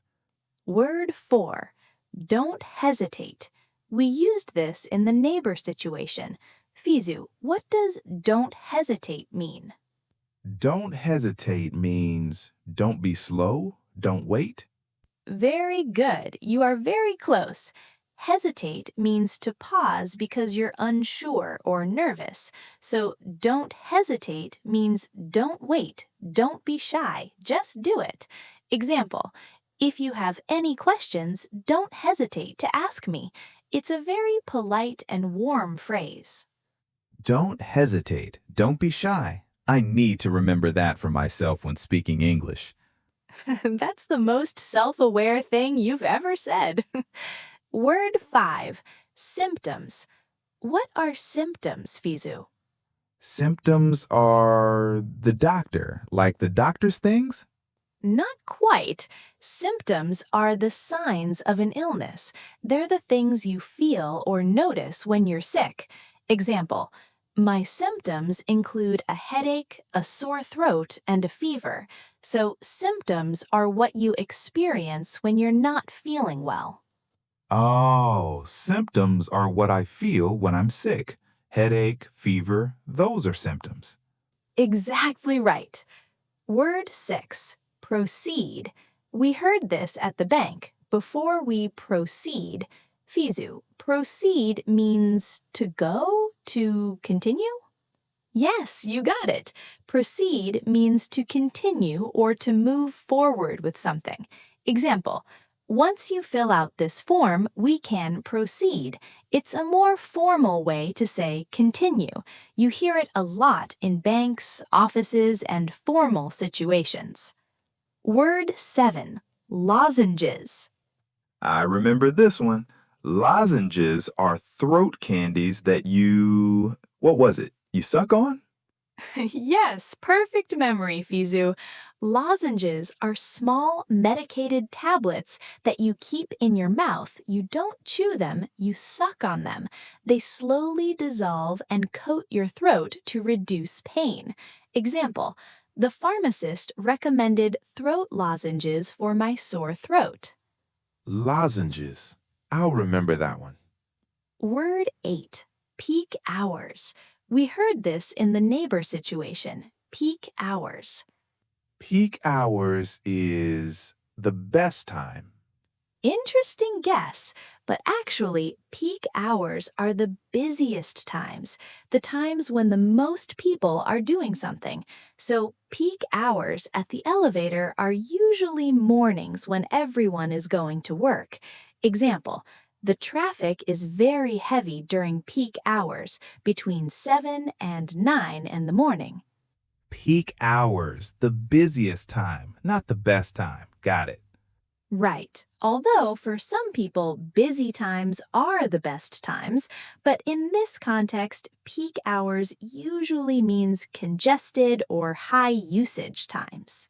Quiz time. And Fizu, I need your honest answers. No peeking, no thinking too long, just answer naturally. Learners at home, you try to answer too before Fizu says his answer. Question 1. Fizu, if you go to a bank and you want to put your money in an account to save it over time, what kind of account do you ask for? A checking account. Not quite. A checking account is more for daily spending. If you want to save money, you ask for a savings account. I would like to open a savings account, please. Can you repeat that? I would like to open a savings account, please. Perfect. Question 2. Okay, you are at the pharmacy. You are feeling sick and you want the pharmacist to suggest something. What do you say? I am sick. Help me, please. That works in an emergency, but a more polite and natural way is, could you recommend something for a sore throat? Or could you recommend something for a headache? See how we use recommend and something for? Try it. Could you recommend something for a sore throat? Beautiful. That is the phrase. Question 3. You're meeting your new neighbor for the first time. They tell you their name and welcome you to the building. What do you say? Hi, good morning. That is a greeting, but it is missing the key part, the connection. A great response would be, "It is so nice to meet you. I just moved in." This shows you are friendly and gives them information about you. Try the whole thing. It is so nice to meet you. I just moved in. Wonderful, natural, and warm. Question 4. What does do not hesitate mean in everyday English? Do not stop. Very close. Do not hesitate means don't pause out of shyness or uncertainty. Just go ahead and do it. It's used to encourage someone, like, don't hesitate to ask if you have any questions, meaning please feel free to ask. What's a sentence you can make with it? If you need help, please do not hesitate to call me. Excellent! That was perfect, Fizu. Totally natural. Last one. You wake up with a headache and a fever. How do you describe this in English to a pharmacist? I have headache and I have fever since this morning. Almost, just missing the article. I have a headache. We always need a before headache and fever. Try again. I have a headache and I have a fever since this morning. Perfect. Great job, Fizu. Learners, how many did you get right? Let us know in the comments. Before we wrap up, let me give you 5 powerful speaking tips. Tips that will actually change how you practice English every single day. Tip 1. Speak out loud every single day, even alone. This is the most important tip. Many learners read English, listen to English, study English, but they never speak. You have to use your mouth. Talk to yourself. Narrate your day in English. I'm making coffee. The coffee smells good. Today I have a meeting. It sounds silly, but it builds fluency faster than any textbook. I actually tried this. I narrated my morning routine in English, and honestly, it was fun. And I noticed I was remembering more words. Exactly, because when you use words in context, even in imaginary context, your brain stores them much more effectively. Tip 2, don't translate in your head, think in English. When you think in your native language and then translate to English, there's always a delay.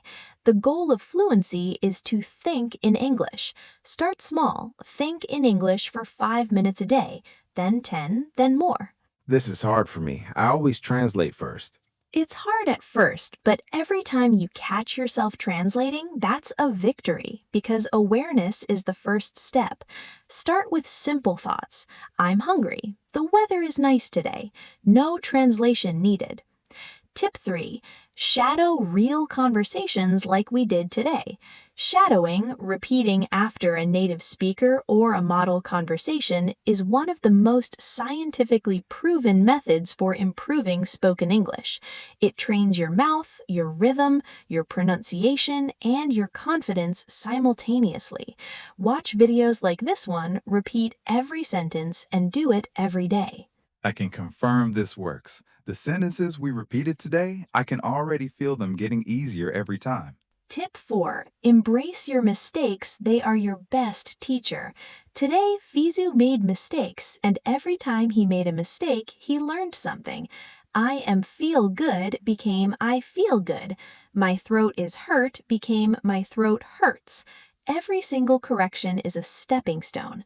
Don't be afraid of being wrong. Be afraid of never trying. At first, when I make a mistake, I feel embarrassed, but now I think, oh, good, I learned something new. That's actually a good feeling. That mindset change is everything, Fizu, seriously. Tip 5, use real phrases, not just single words. Don't just memorize headache, memorize I have a headache since this morning.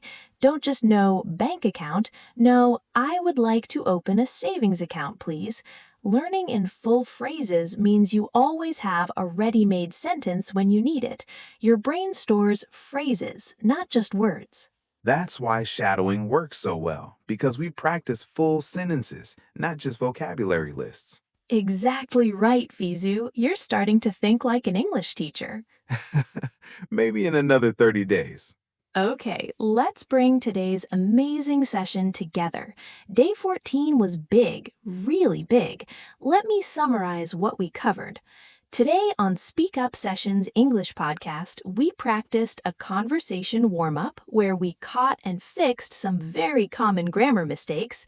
I am feel became I feel, and I was wake up became I woke up. We had an extended practice conversation about making plans with a friend using phrases like, that sounds great, I would love to, and what time do you want to meet? We went through 3 detailed real-life situations. At the bank, opening a savings account, asking about fees and minimum balance. At the pharmacy, describing symptoms, asking for recommendations, mentioning allergies. Meeting a new neighbor, introducing yourself, making small talk, being warm and friendly. We did shadowing practice with key sentences from all 3 situations.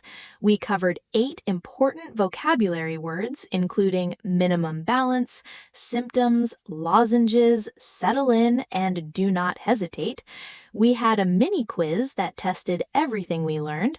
And finally, 5 powerful speaking tips to transform your daily practice. Fizu, how are you feeling right now? What was your biggest takeaway from today? Honestly, I feel strong. Like 2 hours ago, going to a bank or a pharmacy in English felt impossible. But now I have real sentences. I know what to say. And the biggest mistake I made today was I am feel, and I will never make that mistake again. Every mistake teaches me something. That's my biggest takeaway. That's absolutely beautiful, Fizu. And learners, I hope you feel the same way because you just completed day 14. You're halfway there. You're not the same person who started this journey 14 days ago. You have vocabulary, you have phrases, you have confidence. Even if you can't feel it fully yet, it's building every single day. And that's a wrap on day 14 of SpeakUp Sessions English Podcast. I want to say something from the heart before we go. Learning English is not easy. It takes courage to keep going when it feels slow, when you make mistakes, when you feel like you're not improving fast enough. But you're here on day 14. That courage, that persistence, that's what separates people who dream of speaking English from people who actually do. So here's your challenge for today. Take 3 sentences from this video, just 3, and use them in real life today. Say them out loud. Say them to a friend, to a mirror, to your dog, to your coffee cup.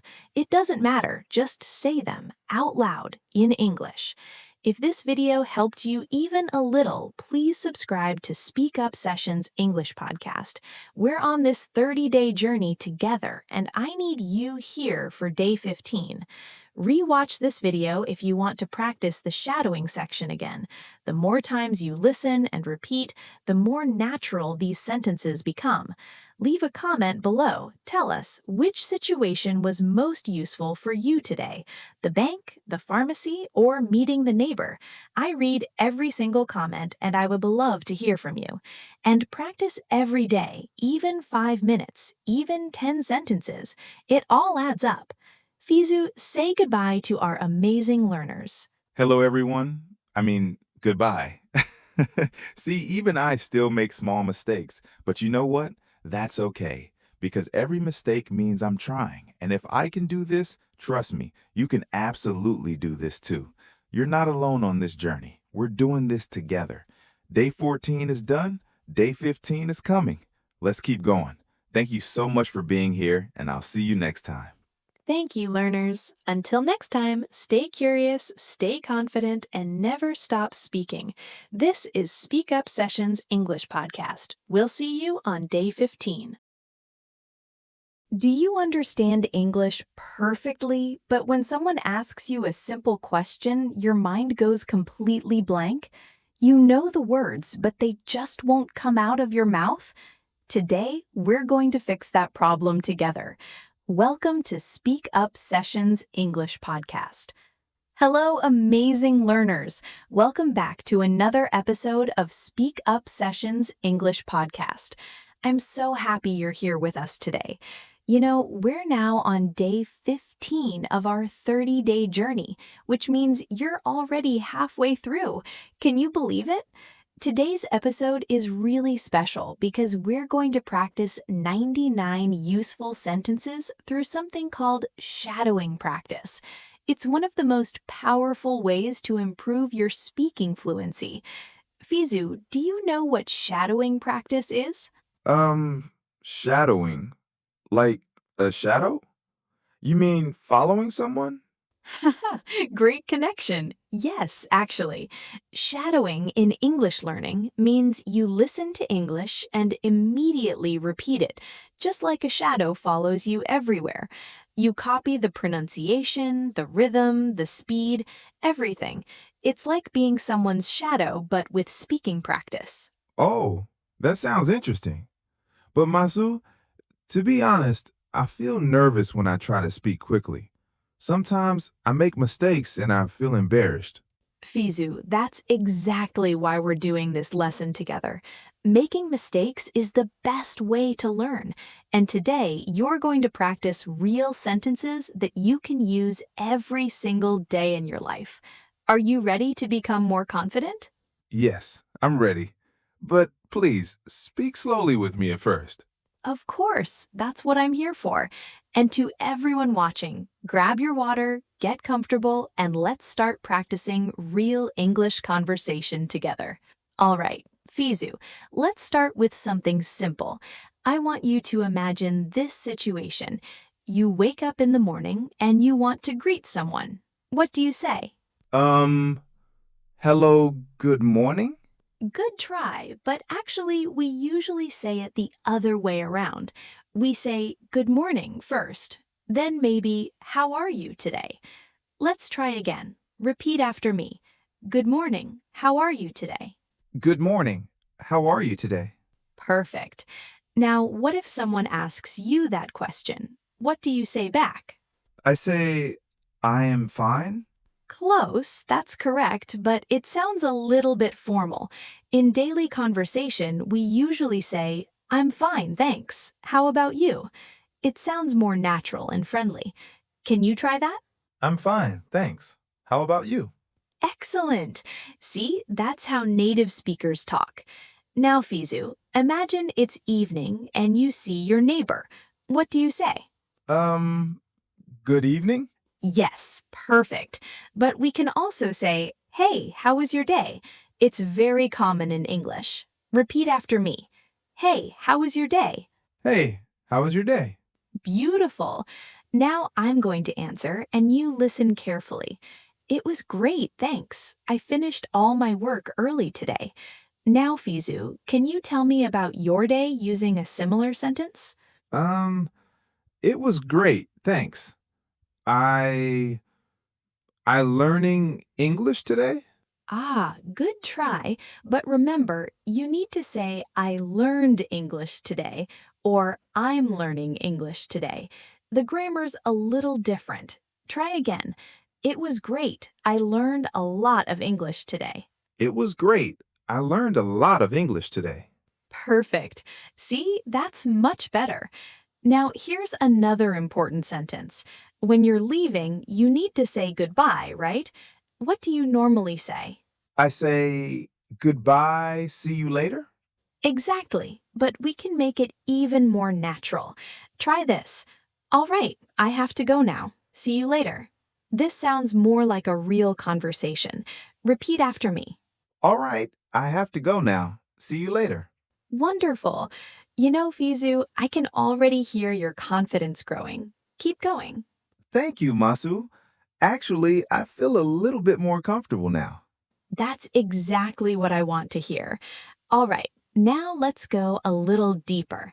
I'm going to ask you some questions, and I want you to answer naturally. Don't think too much. Just answer from your heart, okay? Okay, I'll try. Great. So, Fizu, what did you eat for breakfast this morning? I eat bread and tea? Ah, good try. But remember, this morning is in the past, so we say I ate bread and drank tea. Try again. I ate bread and drank tea. Perfect. See how important that small grammar change is? Now, here's another question. What do you usually do on weekends? I usually relax at home and watching movies. Close, but we need to keep the verb form the same. We say, I usually relax at home and watch movies. Can you say that? I usually relax at home and watch movies. Excellent. Now tell me, do you prefer watching movies at home or going to the cinema? I prefer watch movies at home because it's more comfortable. Great answer, but let's fix the grammar a little. We say, I prefer watching movies at home because it's more comfortable. You need watching after prefer and it's instead of is. Try again. I prefer watching movies at home because it's more comfortable. Beautiful. You're improving so fast.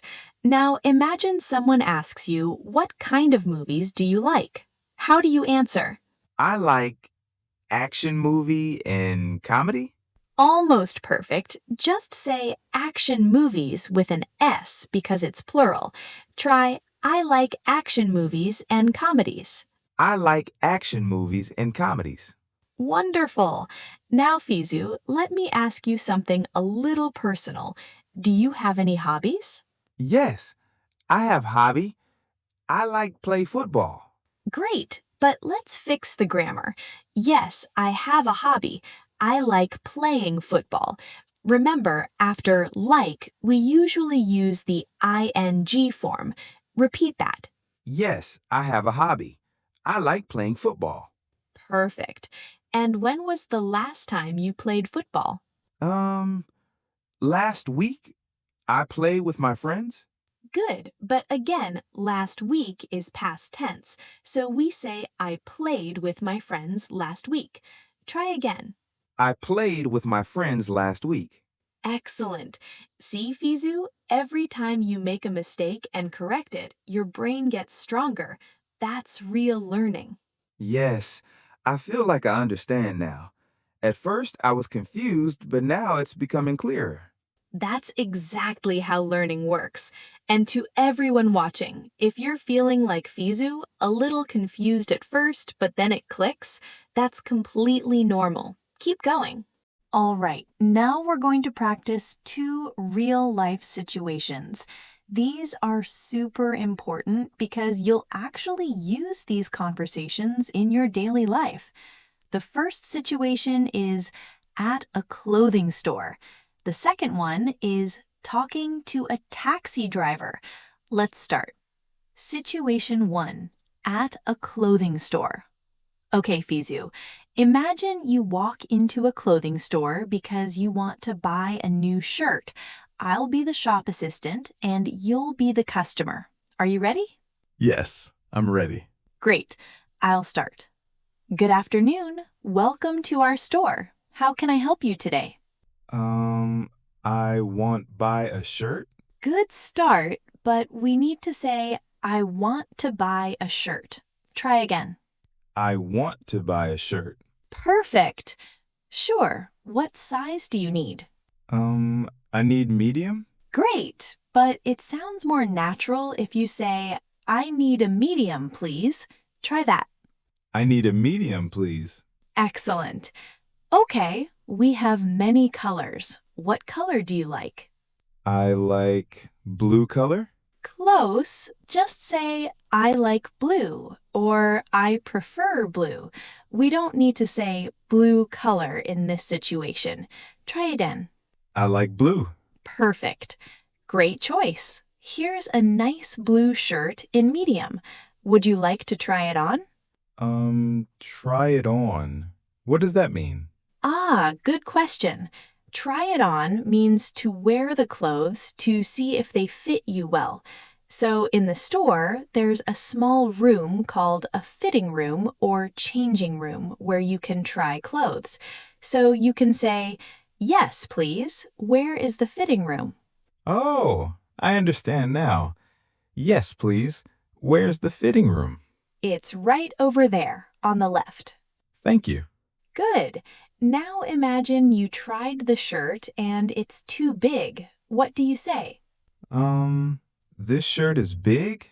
Almost. You can say, excuse me, this shirt is too big. Do you have a smaller size? Try that. Excuse me, this shirt is too big.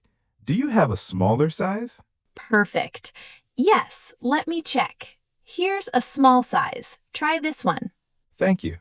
Now imagine the small one fits perfectly. What do you say? This one is good. I take it? Great, but we usually say, this one is perfect. I'll take it. Repeat that. This one is perfect. I'll take it. Wonderful. Great. That'll be $25. How would you like to pay? I pay by card? Good try. Say, I'll pay by card or I'll pay with my card. Try again. I'll pay by card. Perfect. All right. Please insert your card here. Thank you. Here's your receipt. Have a great day. Thank you. You too. Excellent, Fizu. Now, let me highlight some super important phrases from this situation. I want to buy a shirt. Use this when you're shopping. Do you have a smaller or bigger size? Use this when the clothes don't fit. Can I try it on? Use this when you want to wear something before buying. I'll take it. Use this when you decide to buy something. I'll pay by card. Use this when paying. Wow, these are really useful. I will use them next time I go shopping. Exactly. And to everyone watching, practice these sentences out loud right now. Don't be shy. Situation 2. Talking to a taxi driver. All right, Fizu, now let's practice situation number 2. Imagine you're traveling in a new city and you need to take a taxi to your hotel. I'll be the taxi driver and you're the passenger. Ready? Yes, let's do it. Okay. You open the taxi door and get in. I'll start. Good evening. Where are you going? I go to Grand Hotel? Close, but we need to say, I'm going to Grand Hotel, or could you take me to Grand Hotel, please? That's more polite. Try again. Could you take me to Grand Hotel, please? Perfect. Sure, no problem. Do you know the address? No, I don't know, but I have on my phone. Good try. Say, no, but I have the address on my phone. Try that. No, but I have the address on my phone. Excellent. Okay, you can show me. Okay, here it is. Got it. It will take about 15 minutes. Is that okay? Yes is okay? Almost. Say, yes, that's fine, or yes, that's okay. Try again. Yes, that's fine. Great. Now imagine you're in the taxi and you want to ask the driver a question. How do you say, how much will it cost? How much is it cost? Close. Just say, how much will it cost? Or how much is it? Try again. How much will it cost? Perfect. It'll be around $20. Okay, thank you. Good. Now imagine you're almost at the hotel and you want the driver to stop. What do you say? Stop here? You can say that, but it's more polite to say, could you stop here, please? Or you can drop me off here, please. Try that. Could you stop here, please? Wonderful. Sure, here we are. That's $20, please. Okay, I pay by cash. Here you are. Perfect. And if the driver gives you change, what do you say? Keep the change? Exactly. That's a great phrase if you want to give a tip. Or you can say, thank you, here's your change. But keep the change is very common. Oh, thank you so much. Have a nice stay. Thank you. You too. Excellent work, Fizu. Now, let me highlight the key phrases from this situation. Could you take me to place, please? Use this to tell the driver where you want to go. How much will it cost? Use this to ask about the price. Could you stop here, please? Use this when you want to get out. I'll pay by cash or card. Use this when paying. Keep the change. Use this when you want to tip the driver. These are so helpful. I always feel nervous talking to taxi drivers, but now I feel more prepared. That's wonderful. And remember, everyone watching, the more you practice these situations, the easier they become. You don't need to be perfect. You just need to start speaking.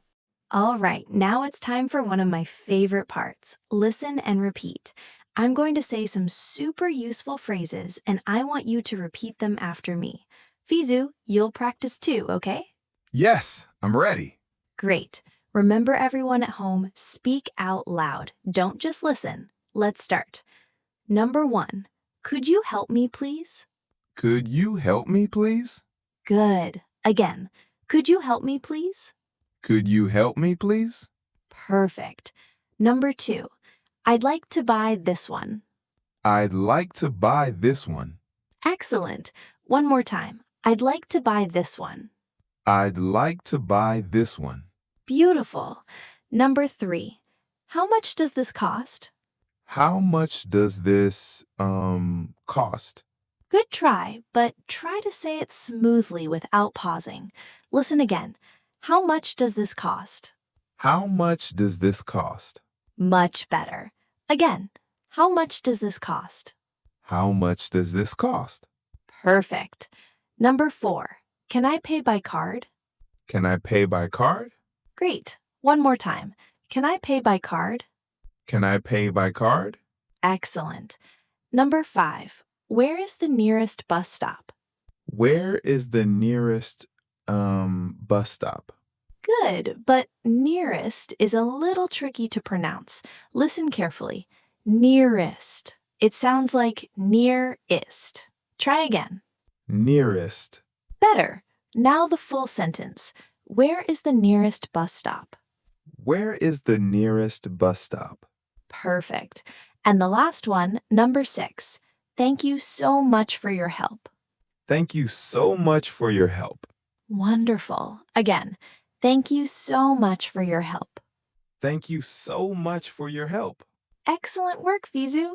And everyone watching, I want you to rewind this section and practice these phrases at least 3 times. Repetition is the key to fluency. Now, let's learn some important vocabulary words from today's lesson. Fizu, are you ready to learn some new words? Yes, but sometimes I forget new words easily. Don't worry, that's normal. The more you use them, the easier it gets. Let's start. Word number 1, fitting room. This is the place in a clothing store where you try on clothes. For example, excuse me, where is the fitting room? Oh, so that's the small room in the shop. Exactly.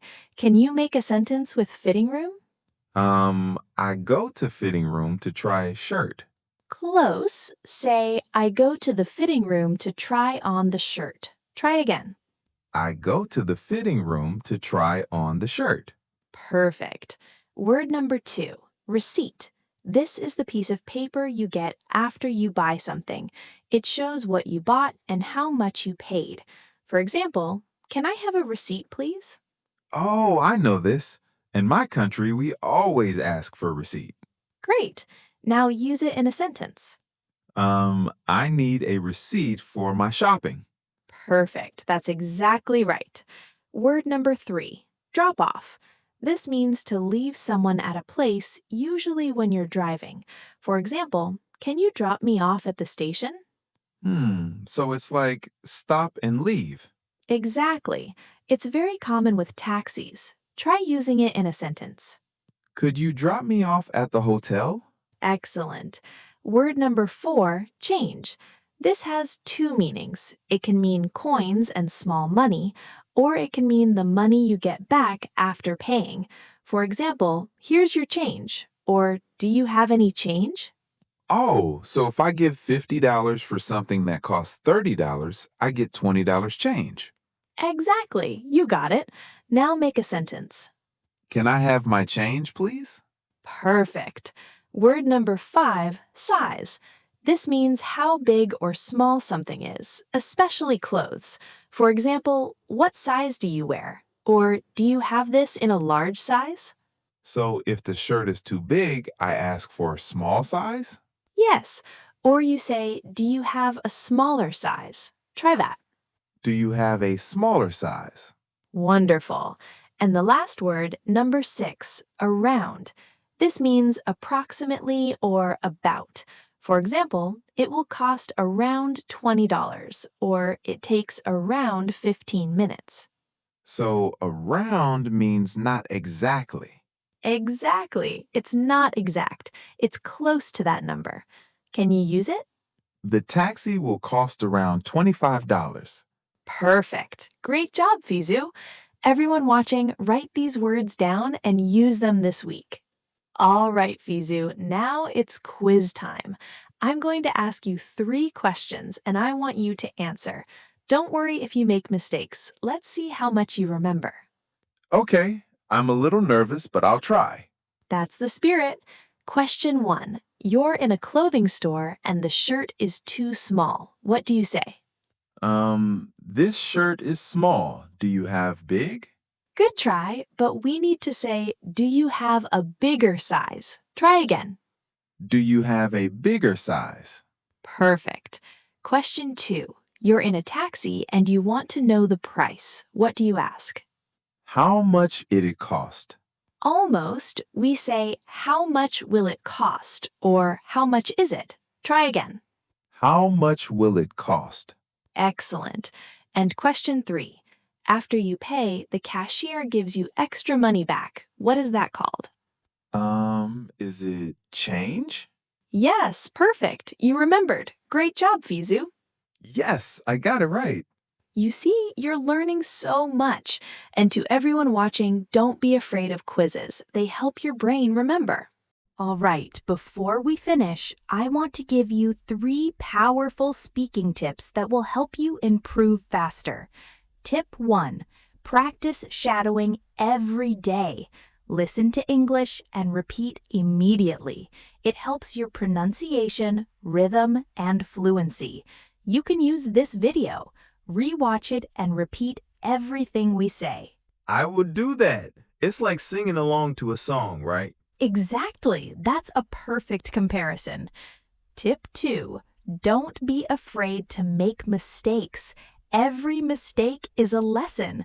Today, Fizu made small mistakes, and look how much he improved. Mistakes make you better. Yes, at first I was scared, but now I understand that mistakes are okay. That's the right mindset. Tip 3. Use real-life situations to practice. Go to a store, take a taxi, order food. Use English in real life, even if it's just one sentence. Real practice is the best practice. I would try to speak English when I go shopping this weekend. That's amazing. I'm so proud of you. All right, amazing learners, that's the end of today's episode of Speak Up Sessions English Podcast. I'm so proud of every single one of you for watching until the end. Remember, English is a journey. Some days are easy, some days are hard, but every single day you're getting better. Yes, and don't forget, mistakes are your friends. I made so many today, but I learned from all of them. Exactly. So here's what I want you to do. First, subscribe to our channel if you haven't already. Second, re-watch this video and practice the listen and repeat section. Third, try to use at least one phrase from today in real life. And finally, leave a comment below and tell us which situation was most useful for you, shopping or taking a taxi. Yes, we love reading your comments. It makes us so happy. Absolutely. All right, everyone. Thank you so much for joining us today. Keep practicing, keep speaking, and remember, English is not about being perfect. It's about being brave enough to try. See you in the next episode. Keep speaking, keep learning, and stay confident. Goodbye, everyone. Bye-bye. Do you understand English but freeze when someone asks you a simple question? You know the words, but they just don't come out of your mouth fast enough? Today, we're fixing that problem together. Welcome to Speak Up Sessions English Podcast. Let's break that fear right now. Hey there, amazing learners. Welcome back to another episode of Speak Up Sessions English Podcast. I'm Masu, your English guide, and I'm so happy you're here today. You know what? Today is day 16 of our 30-day English speaking journey, and we're doing something really special. We're going to practice 99 useful English sentences together using a technique called shadowing practice. Now, Fizu, have you ever heard about shadowing before? Shadowing? Like, a shadow? I'm a little confused, Masu. Is it about standing in the dark or something? That's a fun guess, Fizu, but no, not that kind of shadow. Shadowing in English learning means you listen to sentences and immediately repeat them, almost like you're copying someone's words right after they say them. It helps your brain think faster in English. Does that make sense? Oh, so I listen and repeat quickly. That sounds a little scary, to be honest. What if I make mistakes? That's totally normal, Fizu. Actually, making mistakes is the best part because that's how you learn. And guess what? Today, we're focusing on 2 really important real-life situations, talking to a taxi driver and handling a situation at a hotel. These are super practical, and by the end of this episode, you'll feel so much more confident. Are you ready? Yes, I'm a little nervous, but I'm ready. Perfect. And to all our listeners, get comfortable, grab a notebook if you want, and let's speak English together today. All right, Fizu, let's start with something simple. Imagine it's morning and you want to greet someone. What would you say? Good morning? Exactly. Good morning is perfect, but let's make it a bit more natural. You can say, good morning, how are you today? Try that, Fizu. Good morning. How are you today? Beautiful. Now, what if someone asks you, how are you? What would you say back? I say, I'm fine. Yes, that's correct. But you know what, Fizu? Native speakers usually add a little more. They say, I'm fine, thank you. How about you? Or, I'm doing well, thanks. And you? Let's try the second one. I'm doing well, thanks. And you? Perfect pronunciation. Now, Fizu, imagine I ask you, what did you do yesterday? How would you answer? I go to the park yesterday. Good try, Fizu, but not exactly. We need to use past tense here. Yesterday tells us it's in the past, so instead of go, we say went. Can you try again? Oh, I went to the park yesterday. Yes, exactly right. I went to the park yesterday. Notice how much more natural that sounds? And this is exactly why practicing sentences like this is so important. It trains your brain to use the correct grammar automatically without thinking too much. That makes sense. I always forget about past tense. Don't worry, Fizu. The more you practice, the easier it becomes. Now let's go a bit deeper. All right, Fizu, let's have a longer conversation now.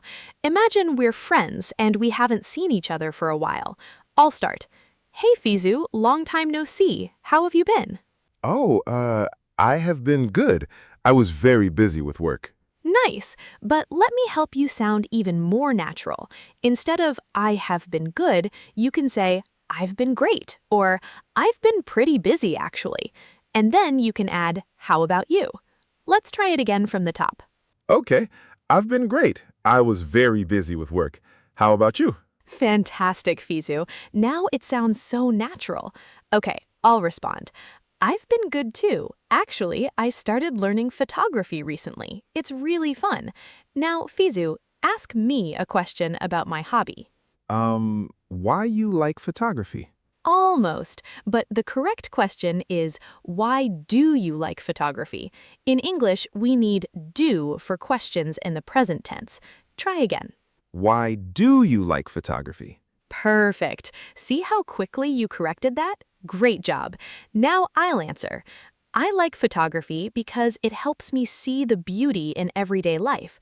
Plus, I love capturing special moments. Fizu, can you tell me about something you enjoy doing? I enjoy to play football with my friends. Good sentence, but there's a small mistake.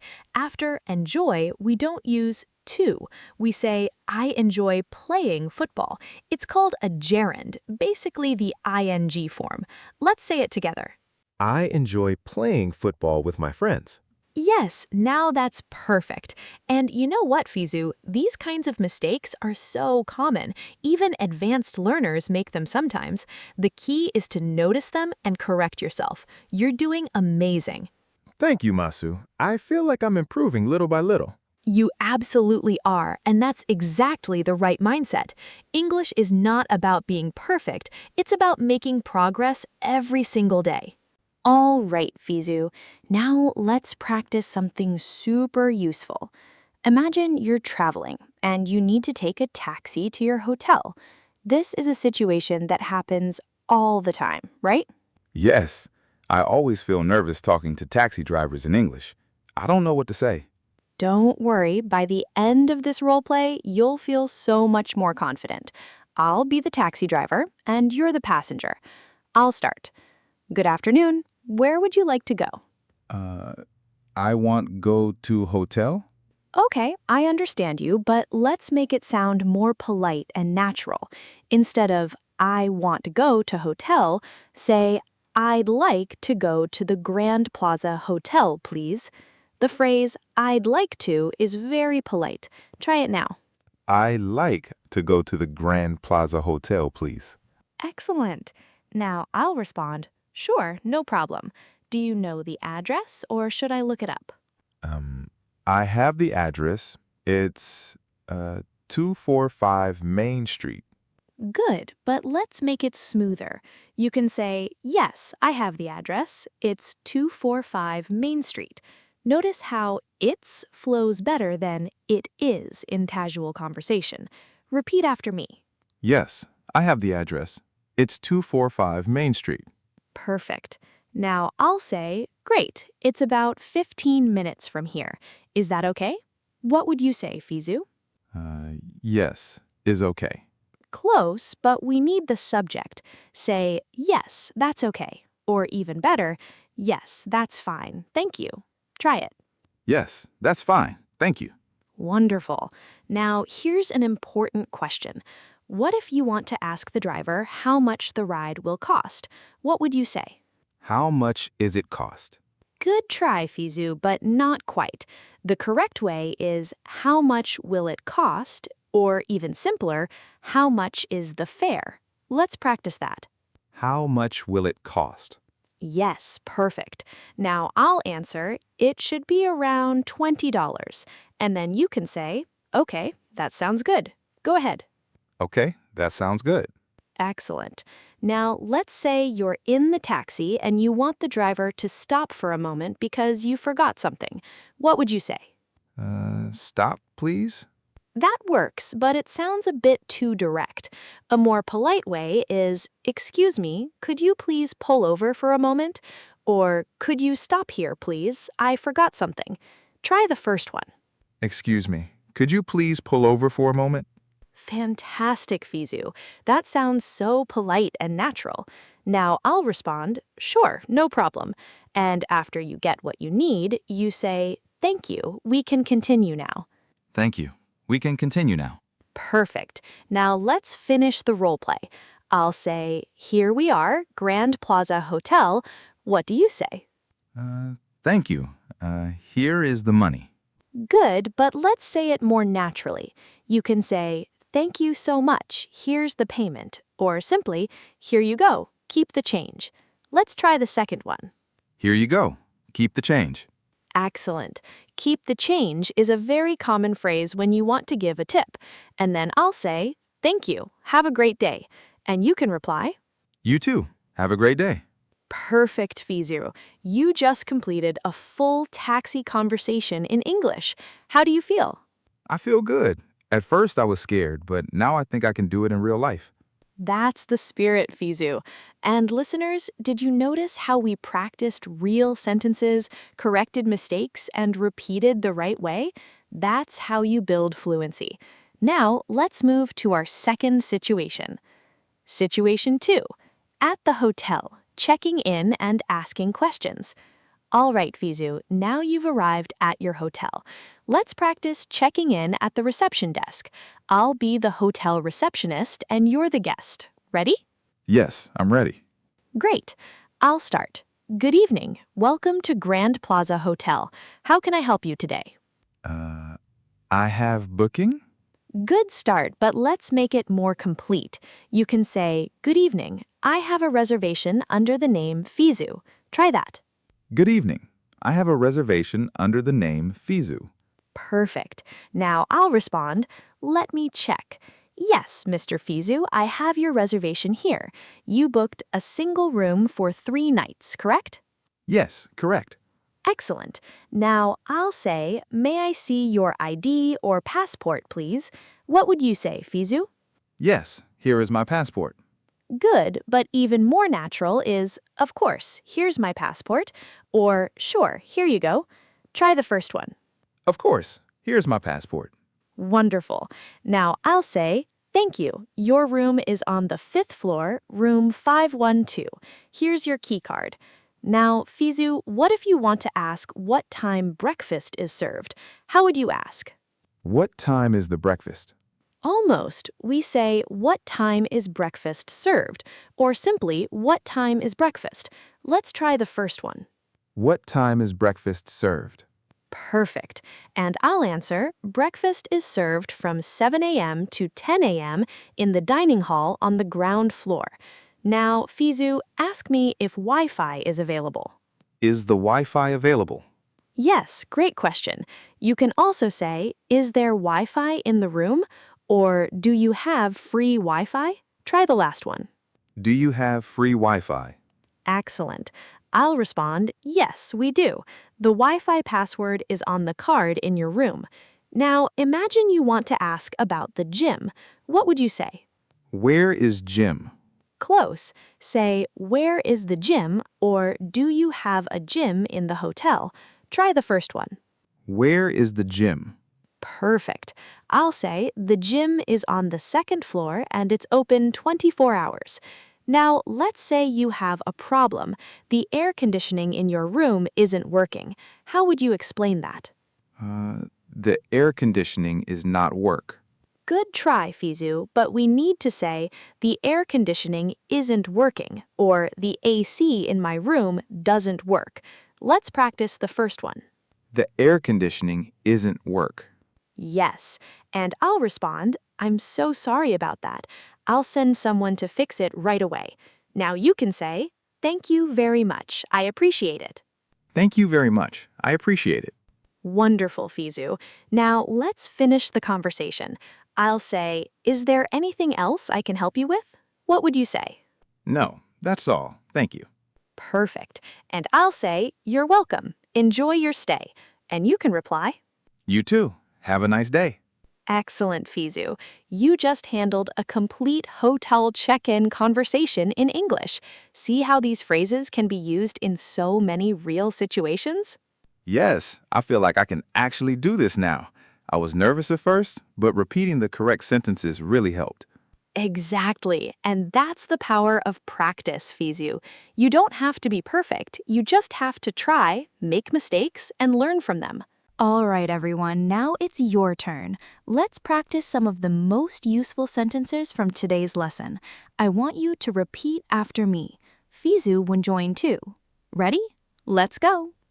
I'd like to go to the Grand Plaza Hotel, please. I'd like to go to the Grand Plaza Hotel, please. Great. Next one, how much will it cost? How much will it cost? Perfect. Now, could you please pull over for a moment? Could you please pull over for a moment? Excellent. Next one, I have a reservation under the name Fizu. I have a reservation under the name Fizu. Wonderful. Now, what time is breakfast served? What time is breakfast served? Yes, and one more, the air conditioning isn't working. The air conditioning isn't working. Fantastic, Fizu. Now, listeners, I want you to rewind and repeat these sentences at least 3 times. Repetition is the secret to fluency. Yes, I'm going to practice these every day. Now, let's learn some really important vocabulary from today's lesson. Fizu, are you ready? Yes. Great. First word, reservation. Fizu, what do you think reservation means? Is it when you, save something? Good guess, Fizu. You're close. A reservation is when you book something in advance, like a hotel room, a table at a restaurant, or a flight. For example, I made a reservation at the hotel for this weekend. Does that make sense? Oh, yes. So it's like booking. Exactly. Reservation and booking are very similar. Try using it in a sentence. I have a reservation for tonight. Perfect. Next word, fare. This one is a little tricky. Fizu, what do you think it means? Is it like fair? Like something is fair? That's a good thought, but no. They sound similar but mean different things. Fare means the price you pay for a ride, like a taxi, bus, or train. For example, the taxi fare was $20. Try it. The taxi fare was $20. Excellent. Next word, pull over. Fizu, any idea? Pull something over? I see why that's confusing. Pull over means to move your car to the side of the road and stop. For example, the police asked the driver to pull over. Try it. The police asked the driver to pull over. Great. Now, check in. What do you think this means? Is it when you arrive at a hotel? Yes, exactly. Check-in means to register your arrival at a hotel, airport, or event. For example, I need to check in at the hotel before 3 p.m. Your turn. I need to check in at the hotel before 3 p.m. Perfect, Fizu. And the last one, appreciate. This is a beautiful word.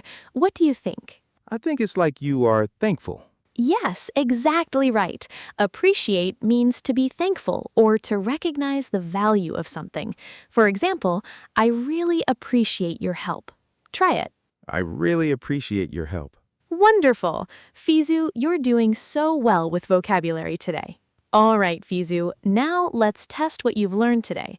I'll ask you 3 questions. Ready? Yes, I'm a little nervous, but let's do it. Don't worry, just try your best. Question 1. How do you politely ask a taxi driver to take you to a hotel? I want to go hotel, please. Not quite, Fizu. We need to say, I'd like to go to the hotel, please. Remember, I'd like to is more polite than I want. Can you try again? I'd like to go to the hotel, please. Perfect. Question 2. What do you say when you arrive at a hotel and you have a booking? I say, I have booking? Close, but we need the article a. Say, I have a reservation or I have a booking under the name Fizu. Try it. I have a reservation under the name Fizu. Excellent. And last question. How do you ask what time breakfast is served at a hotel? What time is the breakfast? Almost. Just remove the. Say, what time is breakfast served? Or simply, what time is breakfast? Try again. What time is breakfast? Yes, perfect, Fizu. See, you got all 3 correct after a little help. That's exactly how learning works. Thank you, Masu. I was confused at first, but now I understand better. All right, Fizu and everyone listening, let me share 3 powerful speaking tips with you today. Tip 1. Don't be afraid to make mistakes. Seriously, mistakes are not your enemy, they're your teacher. Every time you make a mistake and correct it, your brain learns faster. Fizu made mistakes today, and look how much he improved. Yes, at first I said, I won't go to hotel, but now I know to say, I'd like to go to the hotel, please. It feels so much better. Exactly. Tip 2. Practice real-life situations. Don't just memorize grammar rules. Practice sentences you'll actually use, like talking to a taxi driver, checking in at a hotel, ordering food, asking for directions. This makes your English practical and useful. I agree. Today's practice felt like real life, not just a lesson. Exactly.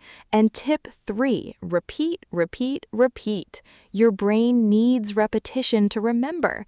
Listen to these sentences again, repeat them out loud, and don't be shy. Even if you're alone in your room, speak English every day. I'm going to practice in front of the mirror every morning. I love that, Fizu. That's a fantastic habit.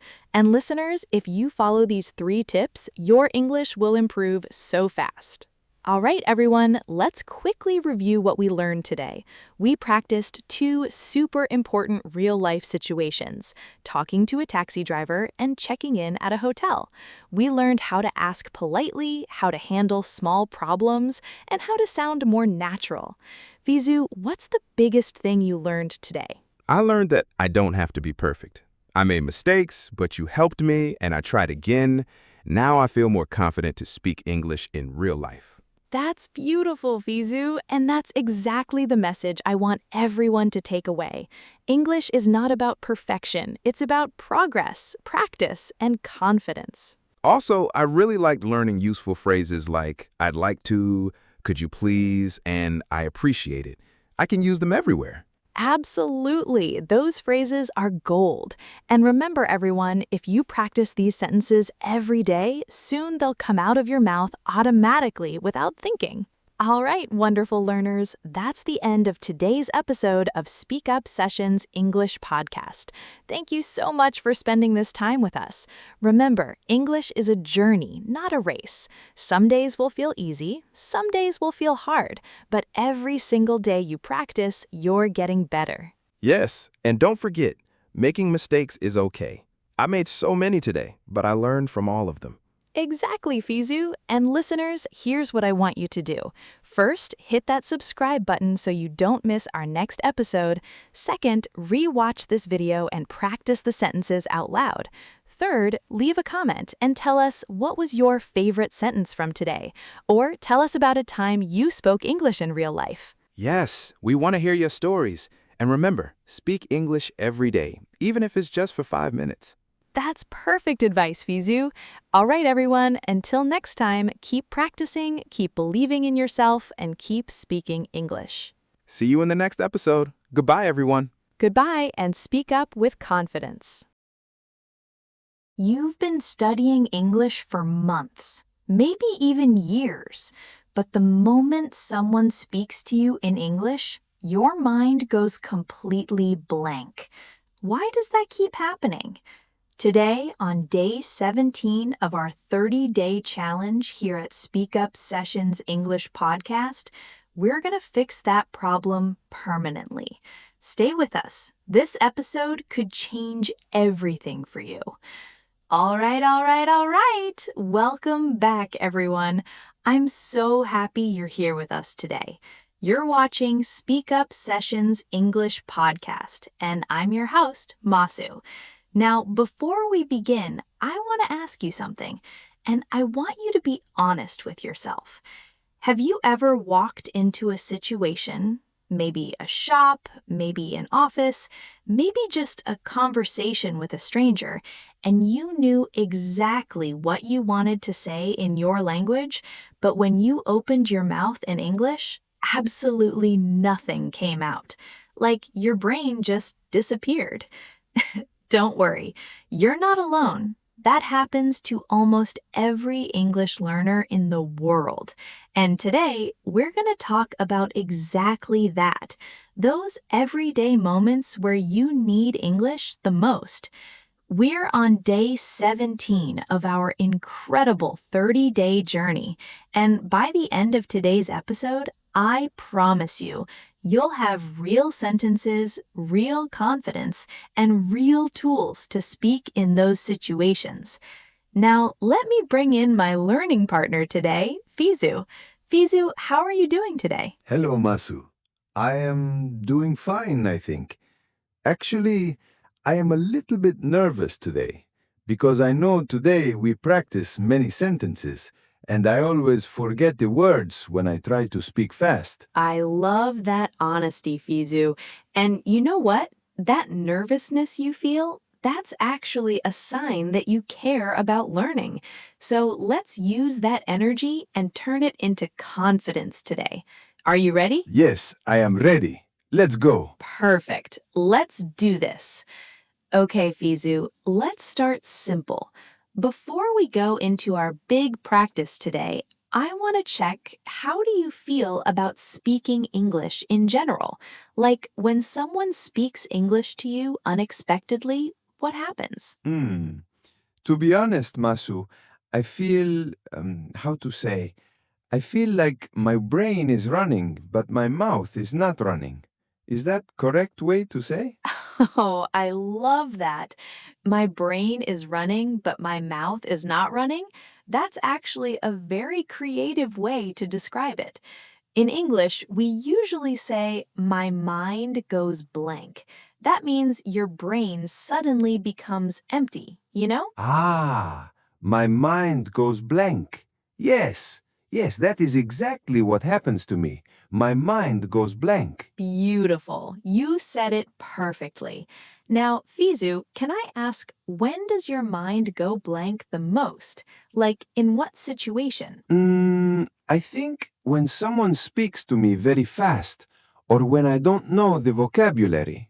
And also, sometimes I am translating from my language to English, and it takes too long time. Yes, that is one of the biggest problems for English learners. You translate from your native language first, and by the time you find the English words, the conversation has already moved forward. That's very common, Fizu. Almost every beginner does this. Now, the good news is, today's shadowing practice is going to help your brain think directly in English. Instead of translating, you start recognizing phrases and using them automatically. Does that make sense? I think so. But, Masu, what is shadowing? I hear this word many times, but I don't understand completely. Great question. Shadowing means you listen to a sentence and you repeat it immediately. Like a shadow follows a person, you follow the English speaker. You copy the rhythm, the speed, the pronunciation, everything. It trains your mouth and your brain to work together. Okay? Oh, like copy the sound. Exactly. Copy the sound, the emotion, the speed, everything. And the more you do it, the more natural your English becomes. Are you ready to try? Yes, I want to try. Wonderful. Let's first do a small warm-up conversation. Fizu, imagine you meet someone new today, a stranger, at a cafe. What's the first thing you would say? I would say, hello, what is your name? Good start, but in natural English, when you meet someone at a cafe, we usually say something a little more relaxed and friendly. We might say, hey, how's it going? Or, hi there, nice to meet you. Something casual and warm. What is your name sounds a little bit formal, like an interview. Does that make sense? Ah, I see. So, what is your name is too serious. In casual situations, yes. You can say, I'm Fizu, by the way. What's your name? It's softer, more friendly.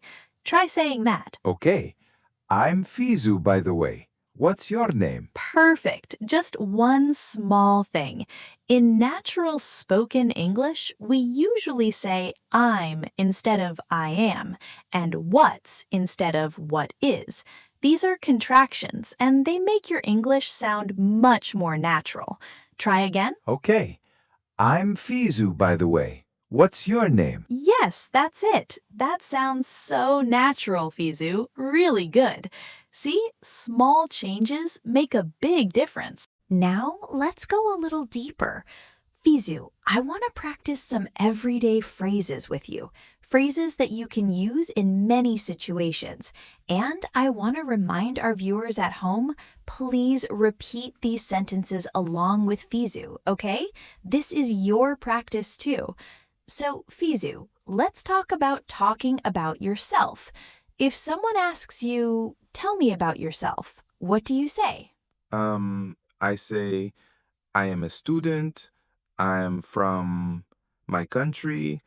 I like English. That's a good start. Very simple and clear. But let's make it a little richer. Try this. I'm a student and I'm really passionate about learning English. I want to speak it fluently one day. Can you try that? I'm a student and I'm really passionate about learning English. I want to speak it fluently one day. Excellent! You said passionate really well. Now, Fizu, what does passionate mean? Do you know? Passionate means very happy? Not exactly. Good try, though. Passionate means you have a very strong feeling or love for something. So if you're passionate about English, it means English is not just something you study, it's something you love and really care about, like a fire inside you. Oh, a fire inside. Okay, I understand. Passionate means strong feeling of love for something. Perfect. And using words like passionate makes your English sound so much more advanced. Viewers, remember that word, passionate. Now, Fizu, what are you passionate about besides English? I am passionate about music and also cooking. I like to cook food for my family. That's wonderful. Cooking is such a universal skill, and it's perfect for our next section because today's real-life situations are going to be very practical. But first, let me ask you, Fizu, what's one sentence you want to be able to say confidently in English? Just one.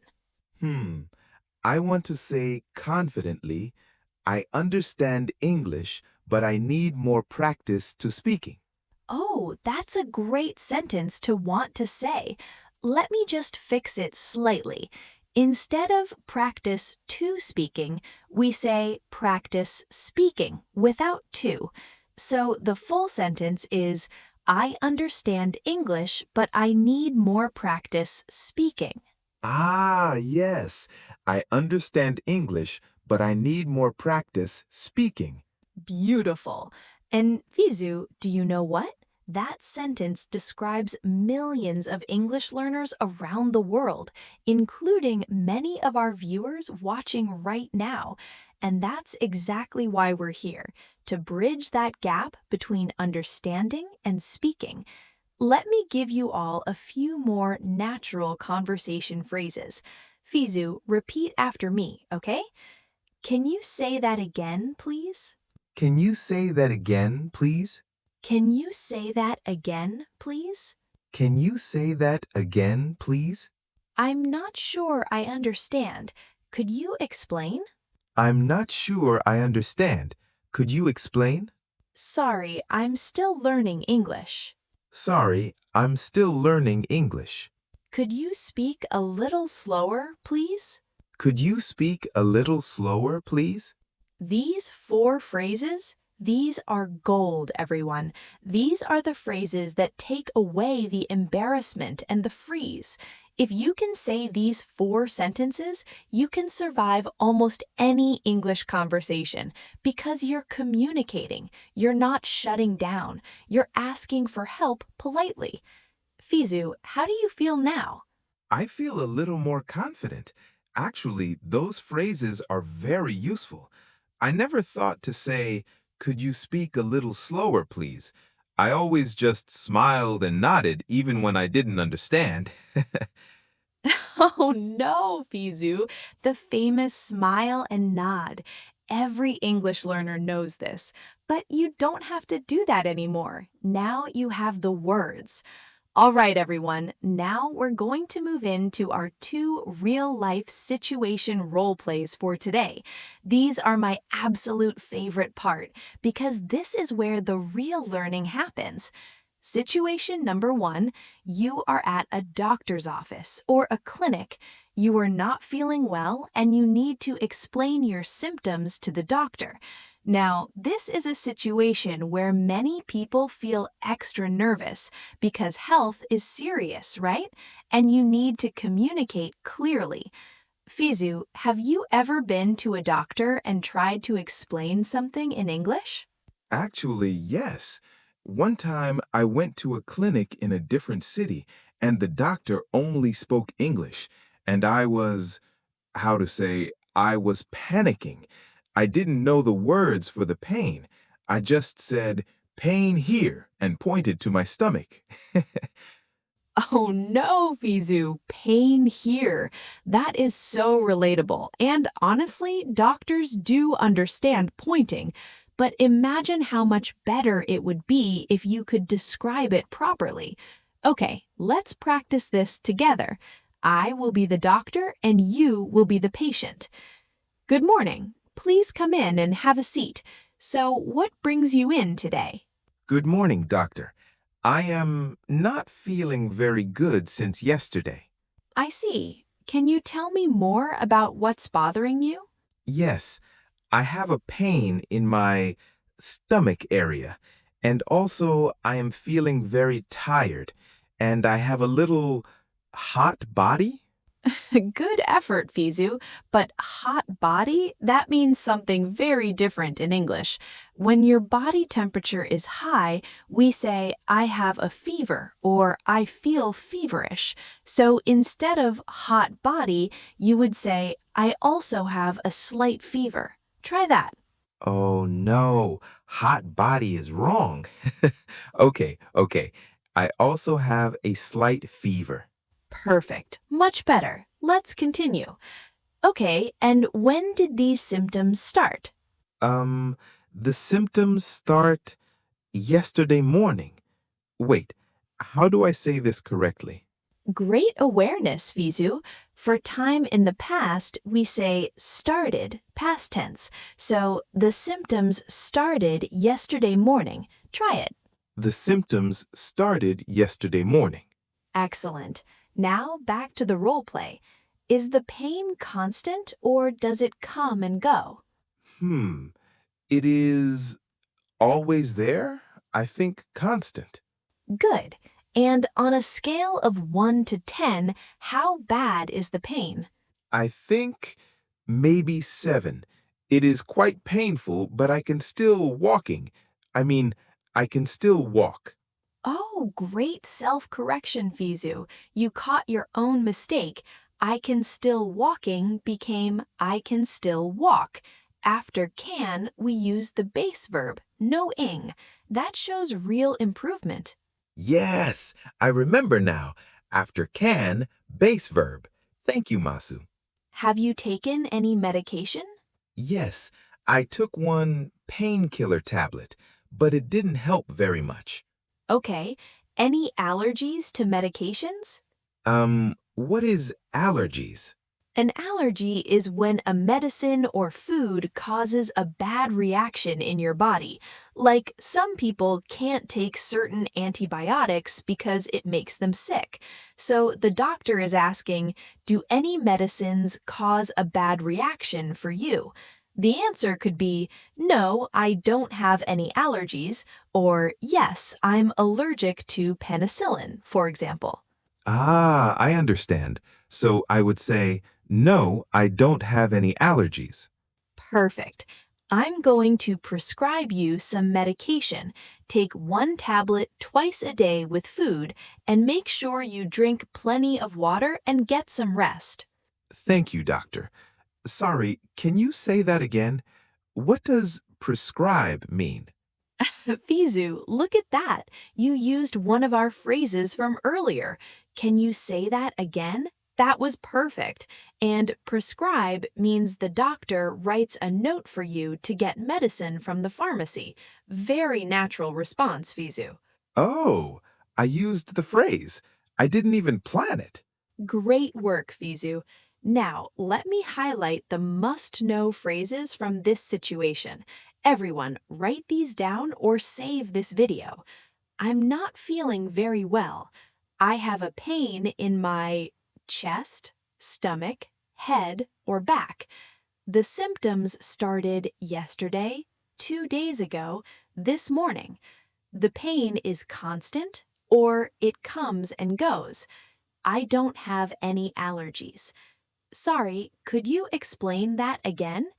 These 6 phrases can get you through almost any doctor's visit in English. Practice them daily. Wonderful! Now, let's move to situation 2. This one is very practical, and honestly, a lot of people avoid this situation because they don't know what to say. You bought something from a store. Maybe a shirt, maybe a phone case, maybe a pair of shoes, and it doesn't fit, or it's broken, or it's the wrong color. You want to return it or exchange it. What do you say? Fizu, have you ever returned something to a shop? Yes, one time I bought a jacket and it was too big, but I didn't know how to return it in English, so I just kept the big jacket. Fizu, no, you didn't have to suffer in a big jacket. Today, that problem is solved forever. Let me play the store employee and you be the customer trying to return a jacket. Hi there, welcome back. How can I help you today? Hello, I want to give back this jacket. I bought it 3 days ago. Good, you communicated the main idea, but in English, the natural phrase is, I'd like to return this jacket, or I'd like to exchange this jacket.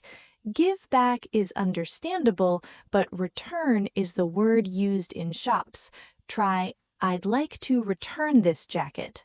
I'd like to return this jacket. Of course. Could I ask why you'd like to return it? Yes, it is too big for me. I think I need a smaller number? Close, but in English for clothing we say size, not number. So I think I need a smaller size. Try it. I think I need a smaller size. No problem at all. Do you have your receipt? Receipt? What is receipt? Good question. A receipt is the paper or digital proof that you bought the item. It shows the price, the date, the store name. Always keep your receipt. In the role play, let's say you have it. So you'd say, yes, I have the receipt right here. Yes, I have the receipt right here. Perfect. Would you like to exchange it for a different size, or would you prefer a refund? What is the difference? Excellent question. Exchange means you swap the product for another one, maybe a different size or color. Refund means you give the product back and get your money returned. So if you just want a smaller jacket, you'd say, I'd like to exchange it for a smaller size, please. Try that. I'd like to exchange it for a smaller size, please. Of course. Let me check if we have that in stock. What size are you looking for? I am looking for medium size, I think. Almost. Naturally, we say a medium or a medium size. Very small change, but very natural. Good job, though. You're communicating clearly. I'm looking for a medium, please. Great. Here you go. Would you like to try it on? Yes, please. Where is the room for trying clothes? Nice try. The word is fitting room or changing room. Both are correct. So, where is the fitting room, please? Where is the fitting room, please? It's right at the back, on your left. Take your time. Thank you very much. You are very helpful. My pleasure. Let me know if you need anything else. Back to normal. Fizu, that was so much better than keeping an oversized jacket at home. Let me give everyone the must-know phrases for returning or exchanging in a store. I'd like to return or exchange this, please. It doesn't fit, or it's the wrong size, or it's damaged. I have the receipt right here. I'd like a refund, please, or I'd like to exchange it for a different size. Where is the fitting room, please? Thank you. You've been very helpful. Keep these phrases in your mind. These are real, everyday English you will use. Okay, everyone, now it's time for our favorite section, listen and repeat. This is pure shadowing practice. Fizu, you repeat too, okay? And viewers at home, please say these sentences out loud, not in your head, out loud. That's the only way it works. Ready?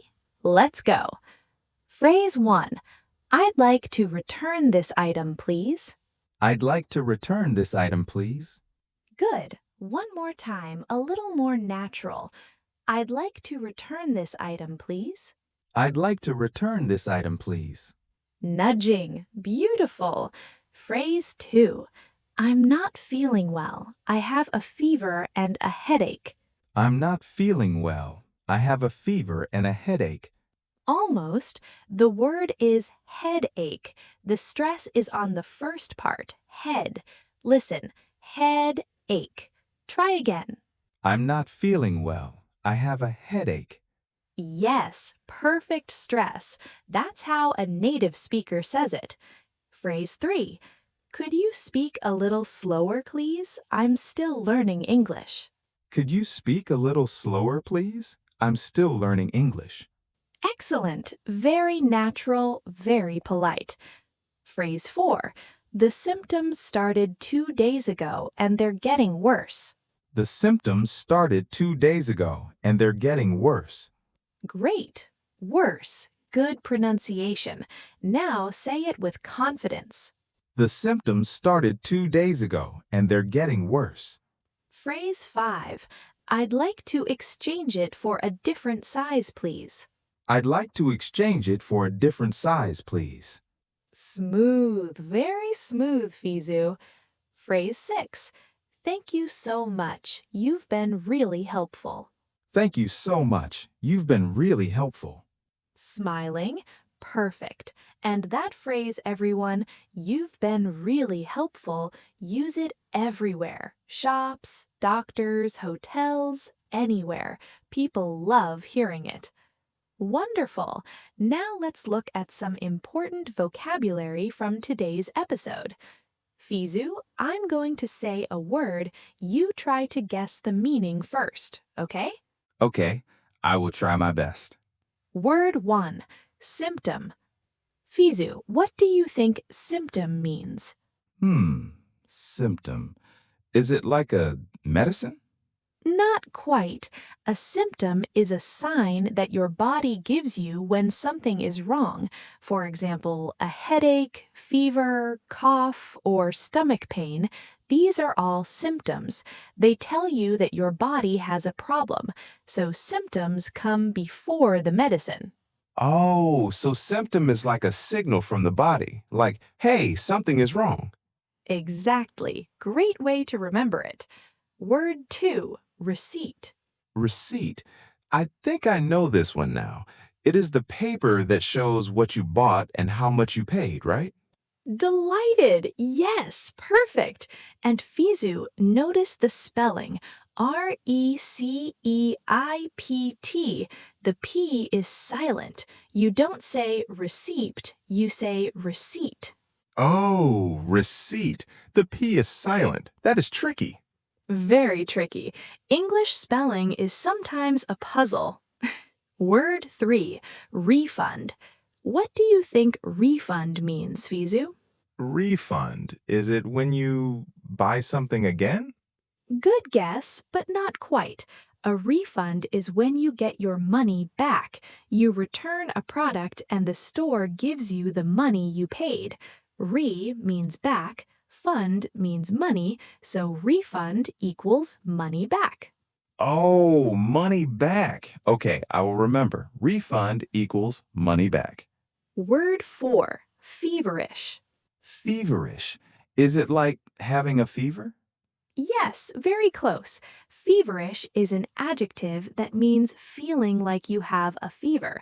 Your body feels hot, you feel weak, and you're not well. You can say, I feel a bit feverish today. It sounds more natural than I have a hot body. Yes, no more hot body. I will say feverish now. Word 5, exchange. Exchange. I know this one. Exchange means to swap one thing for another, right? Brilliant! Yes! Exchange means to give one thing and receive another in return. You can exchange products, exchange ideas, exchange phone numbers. It's a very useful word in many situations. Exchange. I like this word. It is useful. And our final word, word 6, prescription. Prescription. Is it the same as prescribe? Great connection, Fizu. Yes, when a doctor prescribes medicine, they write a prescription. It's the official document that tells the pharmacy exactly what medicine to give you, how much, and how often. You take the prescription to the pharmacy and they give you the medicine. Oh, so the doctor gives you the prescription and you give it to the pharmacy. Got it. Exactly. Perfect understanding. Okay, everyone, quiz time. This is fun, I promise. Fizu, are you ready? I am ready, but also a little scared. Don't be scared, just try your best. Question 1. You go to a store to return a shirt. What do you say to the store employee first? I say, I want to give back this shirt? Not quite. Remember what we practiced? Give back is not the natural expression in a store. The correct phrase is, I'd like to return this shirt, please. That's the natural, polite, professional way to say it. Can you say that? I'd like to return this shirt, please. Perfect. Remember, in shops, always use return, not give back. Question 2. The doctor asks about your symptoms. You have a headache and a sore throat. What do you say? I say I have a headache and My throat is sore. That's actually not bad at all. Very understandable. But the most natural, smooth way is, I have a headache and a sore throat. Simple, clear, direct. The structure is, I have a symptom and a symptom. Try the full sentence. I have a headache and a sore throat. Beautiful, clear, direct, and natural. Doctors will understand you perfectly. Okay, question 3, the last one. This is a little tricky. What is the difference between a refund and an exchange? I think exchange is when you get money back, and refund is when you swap the product. You mixed them up, which is very common. Don't worry. Let me remind you. A refund is when you get your money back. An exchange is when you swap the product for another one. So the money goes back equals refund. The product swaps equals exchange. Can you try telling me the difference now? Okay, a refund is when you get your money back. An exchange is when you swap the product for a different one. Fizou, that was absolutely perfect. Give yourself a round of applause. All right, we're almost at the end of today's episode, but before we go, I want to share 3 very important speaking tips. These are tips that have helped thousands of English learners, and I really want you to remember them. Tip number 1, speak in chunks, not single words. Many learners try to think of every single word separately. Instead, learn common phrases as one unit. For example, don't think, I want to return. Think, I'd like to return as one complete chunk. Your brain processes it faster and you speak more naturally. Oh, that is so helpful. I always think word by word, and it slows me down. Exactly. Phrases are your best friends. Learn them together, use them together. Tip number 2, talk to yourself in English. This sounds strange, but it works. Every day when you're alone, in the bathroom, in the kitchen, walking outside, describe what you're doing in English. I'm making breakfast. I'm putting the coffee on. I'm opening the window. This trains your brain to think in English without a translator. Oh, I can practice even when nobody is around. I like that. I will practice talking to myself starting tonight. Yes, and don't worry, it doesn't make you strange, it makes you fluent. Tip number 3, make mistakes on purpose, out loud. This is my favorite tip. Most learners are afraid to speak because they're afraid to make mistakes. But here's the truth. Mistakes are how your brain learns. Every mistake you make and then correct becomes a stronger memory. So tomorrow, try to use 3 new phrases in real or imaginary conversations. Even if you get them wrong, say them out loud. Correct yourself. Try again. That's how Fizou improved today. Yes, I made so many mistakes today, but I learned from all of them. And now I feel confident about things I was afraid of before. And that's the whole point, Fizou. That's the whole point. All right, beautiful learners, let's do a quick summary of everything we covered today on day 17 of Speak English in 30 Days. Today, we practiced 99 sentence-style shadowing through real conversations.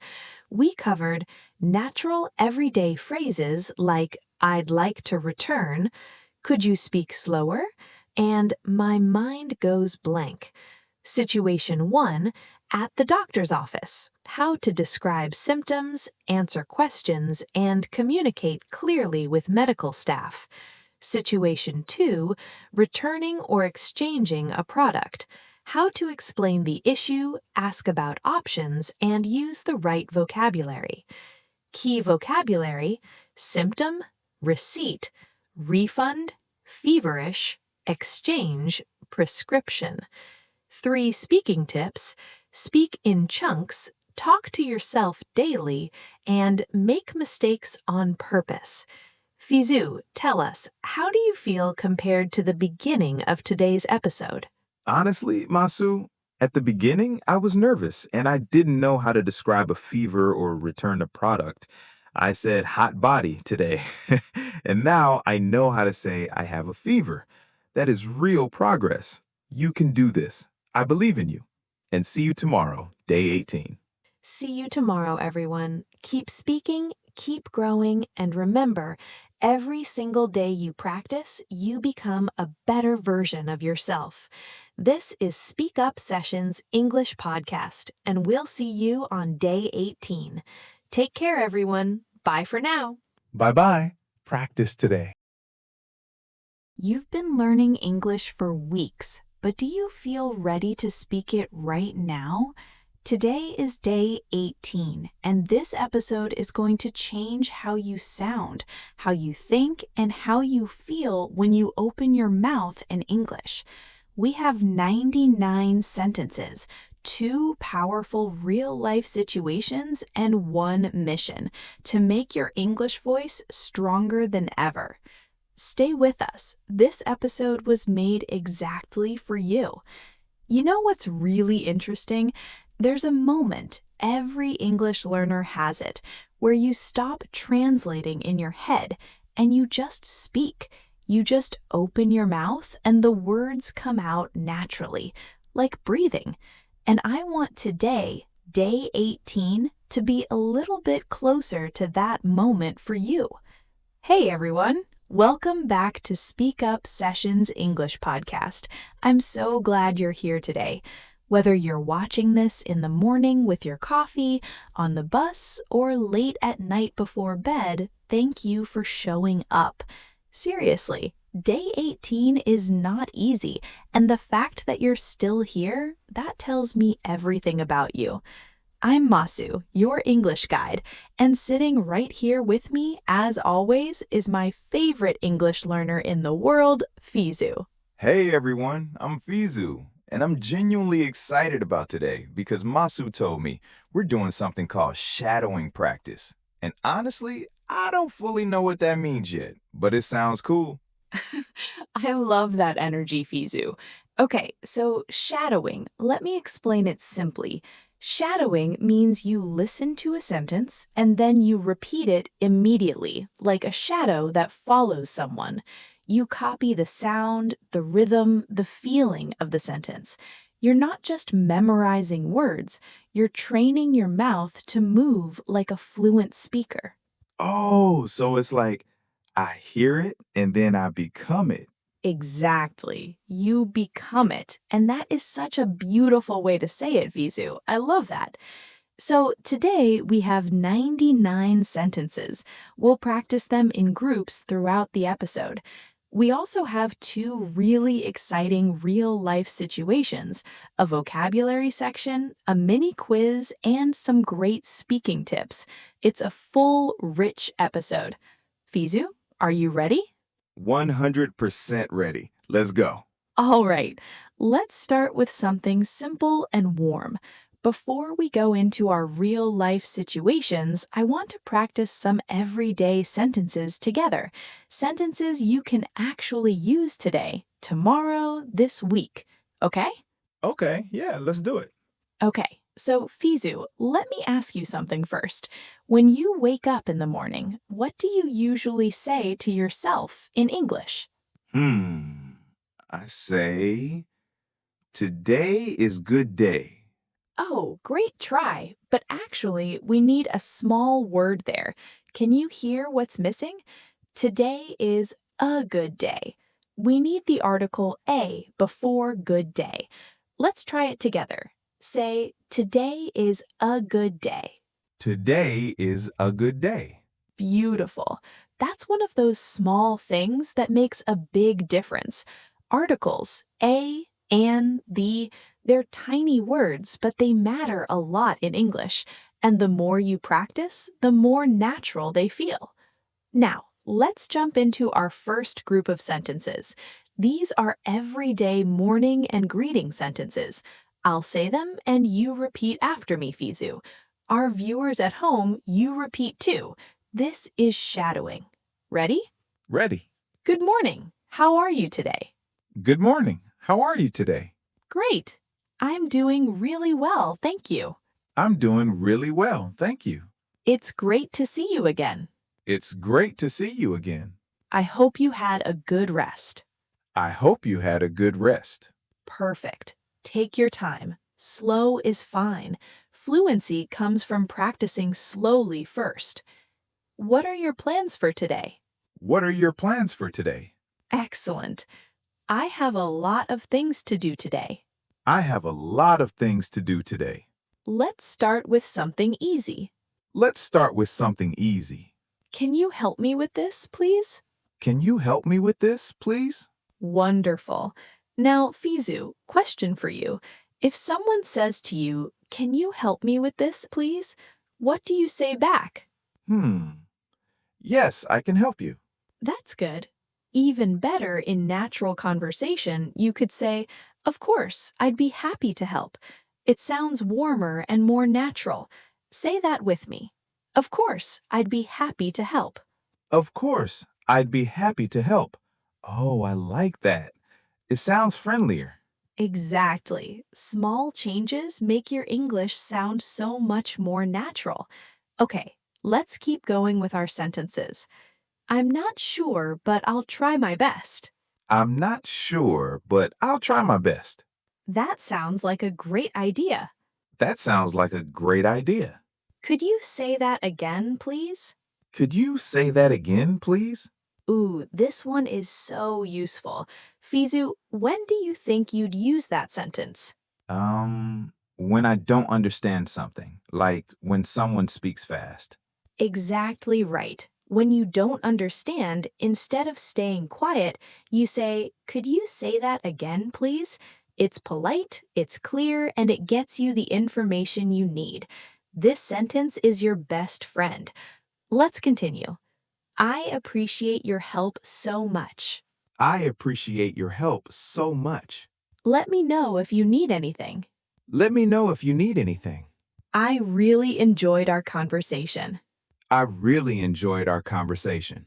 Take care and have a wonderful day. Take care and have a wonderful day. You know what, Fizu? You're doing really, really well. Can everyone at home feel the energy? These sentences are simple, but when you say them confidently, they sound amazing. Let's keep the energy going into part 2.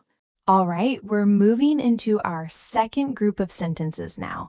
Sentences about feelings, opinions, and everyday life topics. These are the sentences that come up when you're talking with friends, coworkers, or even strangers. Let's go. To be honest, I wasn't expecting that. To be honest, I wasn't expecting that. Actually, I think I understand now. Actually, I think I understand now. You know, it wasn't as difficult as I thought. You know, it wasn't as difficult as I thought. I've been thinking about this a lot lately. I've been thinking about this a lot lately. Excellent.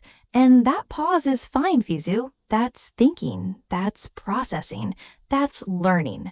Now, let me ask you something. Have you been practicing your English every day?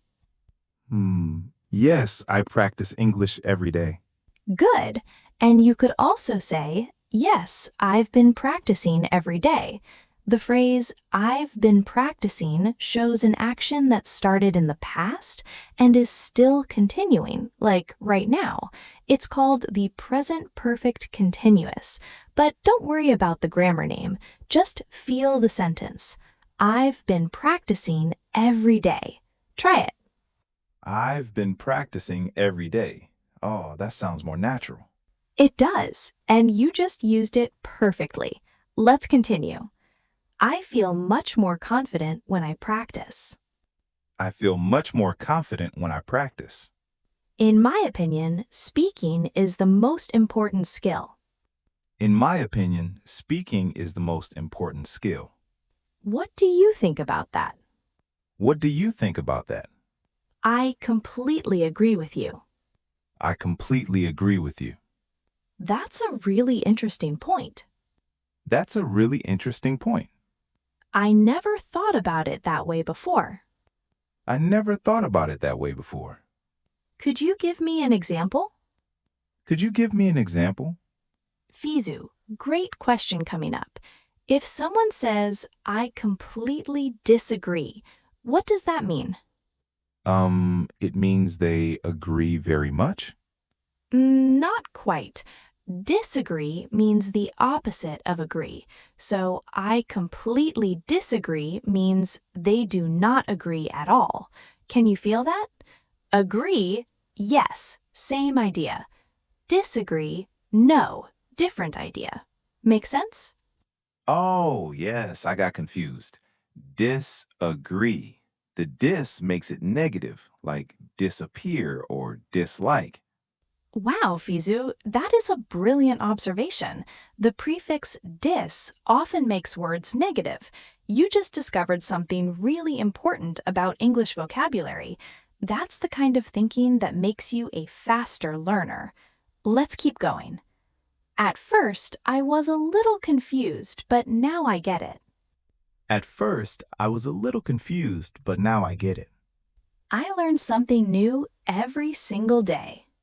I learn something new every single day. Practice makes progress. Practice makes progress. Wait, I always thought it was practice makes perfect. Both are great.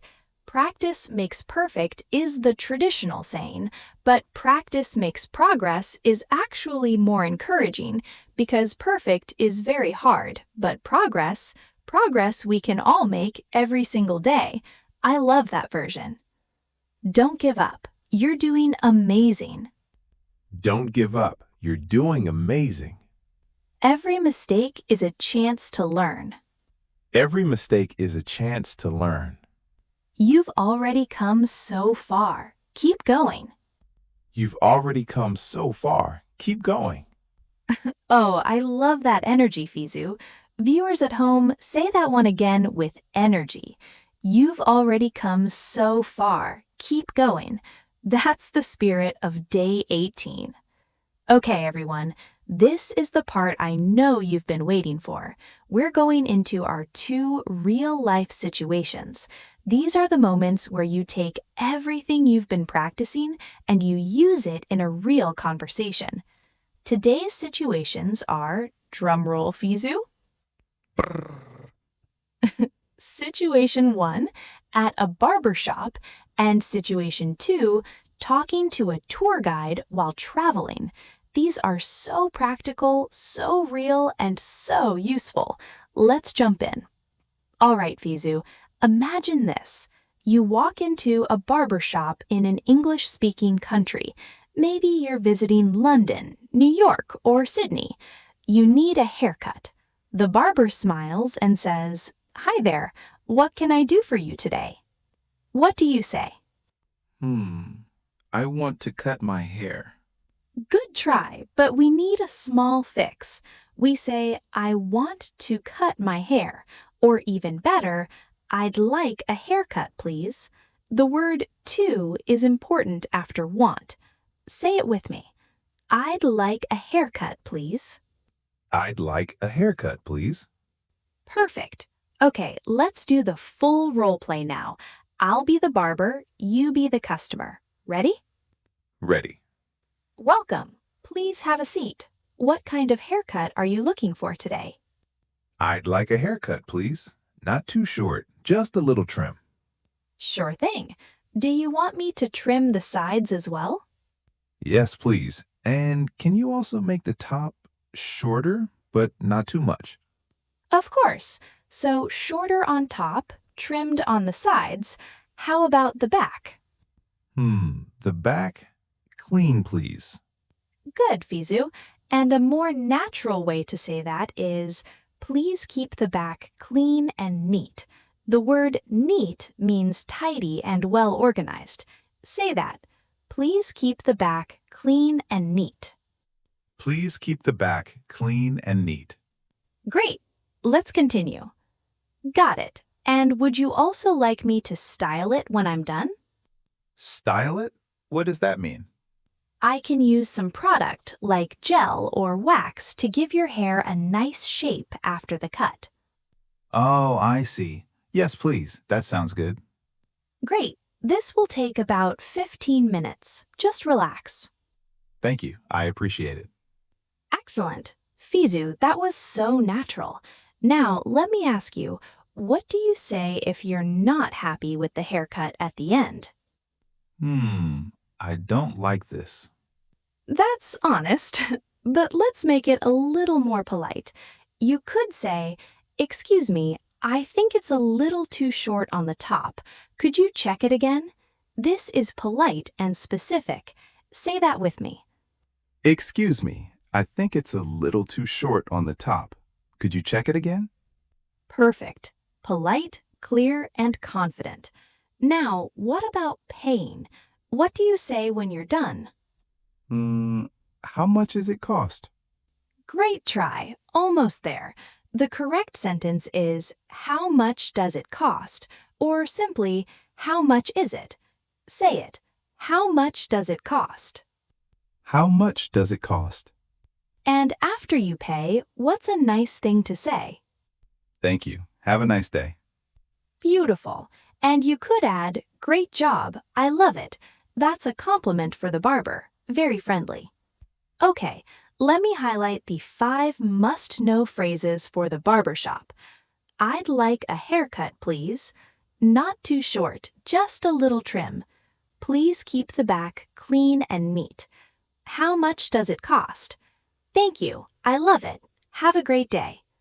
Fizu, say all 5 with me. I'd like a haircut, please.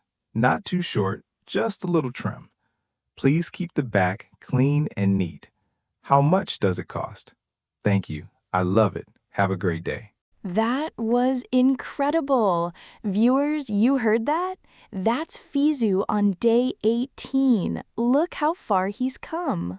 Okay, situation 2. And this one is so exciting because it's about travel. Imagine you're visiting a beautiful city, maybe Rome, Tokyo, or Cape Town, and you're on a guided tour. The tour guide is explaining things to the group, and you want to ask questions, understand the history, and have a great time. Let's practice. Fizu, you're the tourist. I'll be the tour guide. Ready? Yes, this is exciting. I love travel. Welcome, everyone. My name is Alex, and I'll be your guide today. We're going to visit some of the most beautiful places in this city. Please stay close to the group and feel free to ask me any questions along the way. Excuse me, Alex. Is it okay if I take photos? Oh, great question, Fizu. Just a small correction. Say, "Is it okay if I take photos?" We need the word "it" in there. Is it okay if I take photos? Try. Is it okay if I take photos? Absolutely. Please feel free to take as many photos as you like. Thank you. And how old is this building? Great question. This building was constructed over 400 years ago. It's one of the oldest structures in the city. Wow, that is amazing. What is this building for? That's a wonderful question. This was originally used as a royal palace where the kings and queens of the region would live. Oh, incredible. And can we go inside? Yes, we'll be going inside in just a few minutes. Stay close. How long is the tour today? The full tour takes about 2.5 hours. We'll make a few stops along the way. Perfect. And is there a place to buy water or snacks? I am a little thirsty. Of course. There's a small cafe just around the corner. We'll stop there in about 20 minutes. Thank you so much, Alex. You are very helpful. That was great, Fizu. You were so natural. Now, I have a question.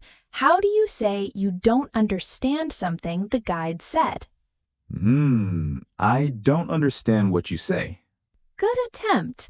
Let's make it more natural. I'm sorry, I didn't quite catch that. Could you explain it again? This is very polite and natural. The phrase, "I didn't quite catch that," means I didn't fully hear or understand. Say it. I'm sorry, I didn't quite catch that. Could you explain it again? Wonderful. And one more. What if you want to know the name of something you see? What is name of this? Almost. Say, what is the name of this? We need the before name. Try again. What is the name of this? Yes, perfect. Simple, polite, and useful. That one sentence can help you in museums, on tours, in cities, everywhere. Here are your 5 must-know phrases for talking to a tour guide. Is it okay if I take photos? Is it okay if I take photos? How old is this building? How old is this building? How long is the tour? How long is the tour? I'm sorry, I didn't quite catch that. Could you explain it again? I'm sorry, I didn't quite catch that. Could you explain it again? What is the name of this? What is the name of this? Wonderful, Fizu. Everyone at home, you're doing amazing. These sentences cover so many different situations. Let's do the final stretch. Thank you for being so patient with me. Thank you for being so patient with me. I'm still learning, but I'm improving every day. I'm still learning, but I'm improving every day. I believe in myself and my progress. I believe in myself and my progress. Day by day, I'm getting better. Day by day, I'm getting better. Today was a great day for my English. Today was a great day for my English. See you tomorrow. Let's keep going. See you tomorrow. Let's keep going. That was 99 sentences, everyone. How do you feel, Fizu? I feel amazing. My mouth is working faster, I think. Like by the end, I wasn't even thinking. I was just saying it. That is exactly what shadowing does. That's the magic of it. Beautiful. All right, let's slow down just a little and look at some key vocabulary from today's episode. These are words you heard today, and I want you to really understand them. Word 1, trim. Fizu, what do you think trim means? Like cutting a lot of hair? Close. Actually, trim means cutting just a little bit to make something neater. So at the barber shop, if you say just a trim, it means don't cut much, just clean it up a little. Example, can you give me a trim, please? It's different from a full haircut. Oh, so trim is gentle, small cutting. Got it. Word 2, neat. What does neat mean to you, Fizu? Maybe beautiful? Good guess, but neat actually means tidy, clean, and well organized. For example, please keep the back clean and neat, or your notes are very neat. It's about being orderly, not about beauty. Oh, okay. Neat. Tidy and organized. I'll remember that. Word 3, constructed. This word came up in our tour guide situation. The tour guide said the building was constructed 400 years ago. Fizu, what's another word for constructed? Made? That's right. Constructed means built or made, especially for buildings or structures. This bridge was constructed in 1920. It sounds more formal and professional, great for travel conversations. Word 4, appreciate. We used this several times today. I appreciate your help. Fizu, what does appreciate mean? I think to say thank you or to feel thankful. Excellent. Yes. Appreciate means to recognize the value of something and feel grateful for it. I really appreciate your patience. It's stronger and warmer than just saying thank you. Use it when you truly feel grateful. Word 5, fluency. And our last word for today, fluency. Fizu, take a guess. What is fluency? Is it speaking English very fast? Interesting guess. Actually, fluency is not about speed.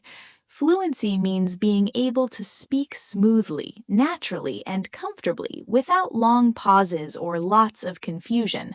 A fluent speaker doesn't need to stop and translate every word.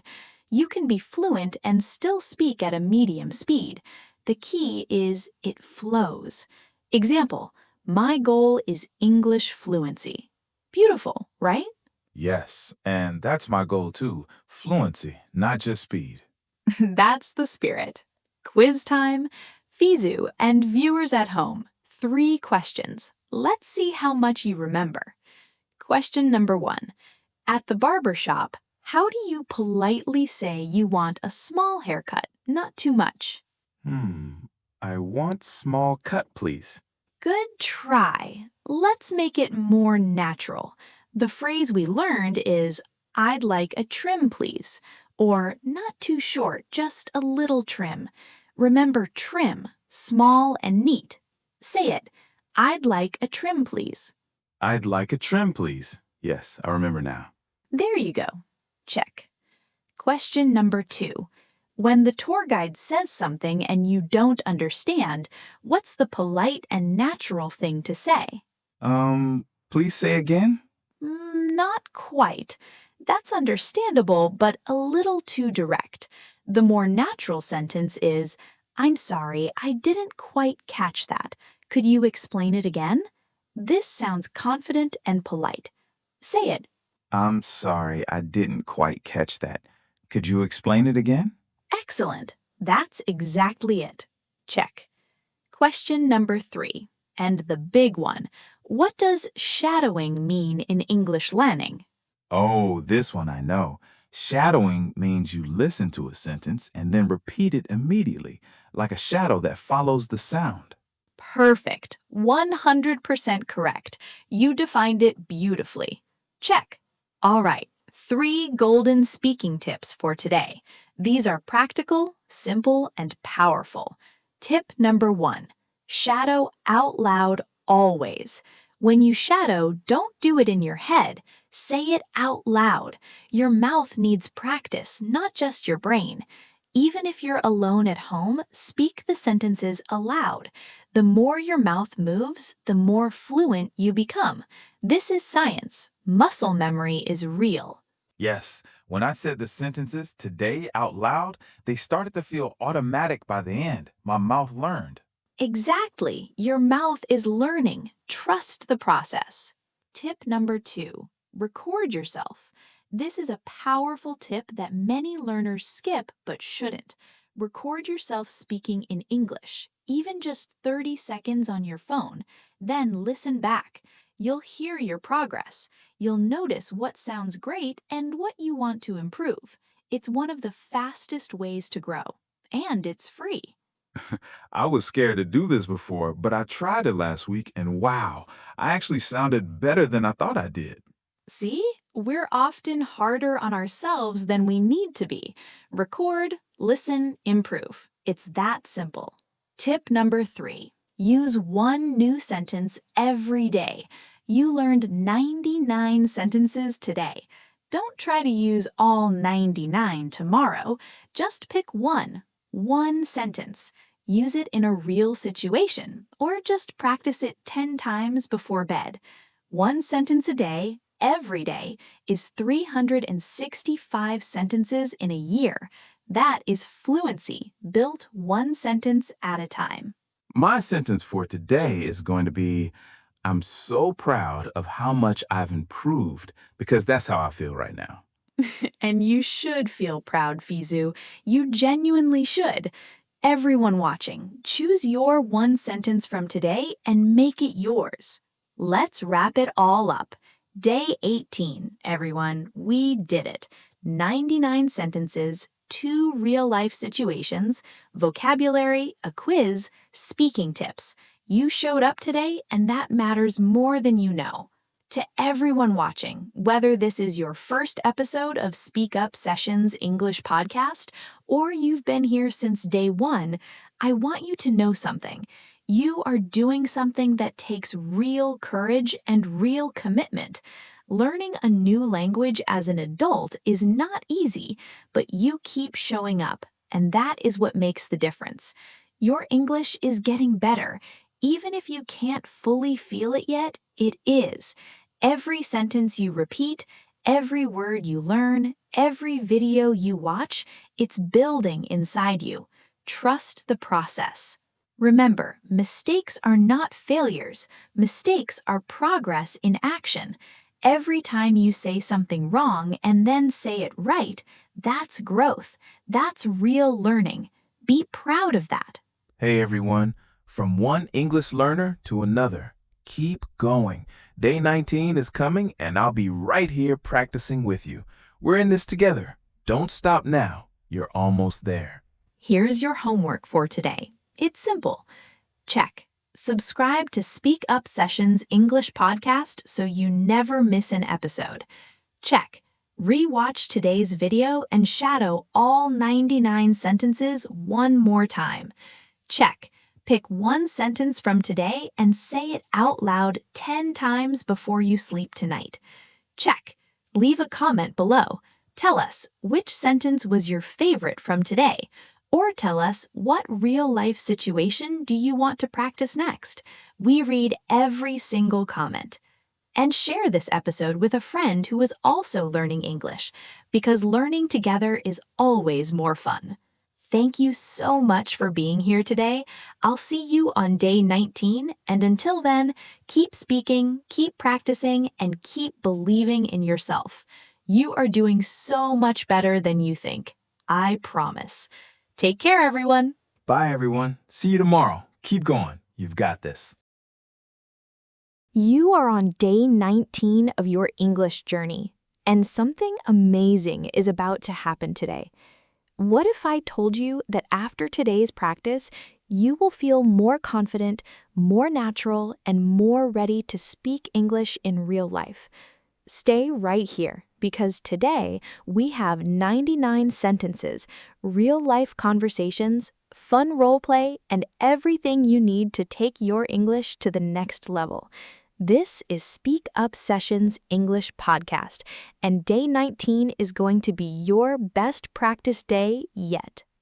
Oh, wow, we made it to day 19. Can you believe it? Day 19. You know, I was thinking about this earlier today. When someone starts a 30-day English challenge, day 1 feels exciting, right? Everything is fresh, everything is new. But day 19 is where the real magic happens, because by now, you're not just trying anymore, you're actually doing it. You're building a habit, you're growing, and that is something to be genuinely proud of. Welcome back, everyone, to SpeakUp Sessions English Podcast, your daily home for real English practice, real conversations, and real confidence. I'm your host, Masu, and as always, I have my wonderful learning partner, Fizu, right here with me. Hey, Fizu, how are you feeling today? Hey, Masu. I'm feeling really good today, actually. I woke up this morning and I thought, day 19. We're almost at the finish line. That made me really happy and excited. I want to practice a lot today. I love that energy, Fizu. And you know what's perfect about today? We are doing something super special, 99 sentences shadowing practice. Now, don't let that number scare you. We're going to go through real sentences, real situations, and real conversations together. And by the end of this episode, those sentences will feel natural in your mouth. So, Fizu, let me ask you something before we start. Have you ever been in a situation where you wanted to speak English? You knew what you wanted to say in your mind, but when you opened your mouth, the words just didn't come out smoothly? Oh, yes. This happens to me a lot, Masu. Like, I think the sentence perfectly in my head, but then when I try to say it, it comes out slow or wrong. It's kind of interesting, actually, because I understand it, but speaking is a different thing. That is such an important observation, Fizu, and honestly, you just described the experience of almost every English learner in the world.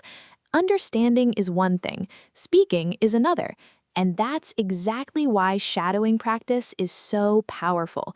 When we shadow, we listen and we repeat. We copy the rhythm, the words, the sound. And over time, those sentences become automatic. They stop living only in your brain and they start living on your tongue. Ready to get started? Yes, let's do it. Okay, Fizu, let's warm up with some basic conversation sentences. These are sentences you use every day. Greeting people, asking simple questions, sharing simple information. Ready? Ready. Great. Now I want you to listen to each sentence, and then I want you to try using it in a short response. Let's start simple. Sentence 1. How has your day been so far? Fizu, if someone said that to you, what would you say? I would say, my day has been good, thank you. Good try. I like the effort there, but let me help you just a little bit. When we talk about something that already happened or is still happening up to this moment, we use has been, not is been. So the correct sentence is, my day has been good, thank you. Can you try that? My day has been good, thank you. Perfect. That sounds great. Now let's do a few more warm-up sentences. Listen carefully. I've been practicing English every day. It's getting easier little by little. I'm starting to feel more confident. I learn something new every time I practice. English is becoming a part of my daily life. Now, Fizu, I want you to pick one of those sentences and tell me which one feels most true for you right now. I think it's getting easier little by little, because at the beginning, it was really hard. But now I can understand more and I can speak more. So yes, it's getting easier little by little. That's wonderful, Fizu. And look, you used that sentence perfectly in a real context. That is exactly what we want. Not just repeating words, but actually meaning them. Now, let's keep going. Let's do a quick exchange. I'll say something and you respond naturally, okay? Okay. What do you usually do in the morning before you start your day? I usually wake up and then I washing my face and make breakfast. Good. I can understand you perfectly, and that's great. But let me just fix one small thing. After I, we use the base form of the verb, so it's I wash my face, not I washing. Let's say it again together. I usually wake up, wash my face, and make breakfast. I usually wake up, wash my face, and make breakfast. Excellent. That sounds really smooth and natural. You see, Fizu, small corrections like that make a big difference, and you're improving every single time. Viewers, I want you to notice something here. When Fizu makes a mistake, we don't stop and panic. We just say it the right way and move on. That's how real learning works. All right, now let's go a little deeper. We're going to practice longer sentences, the kind you'd actually use in a real conversation with a friend, a coworker, or someone you just met.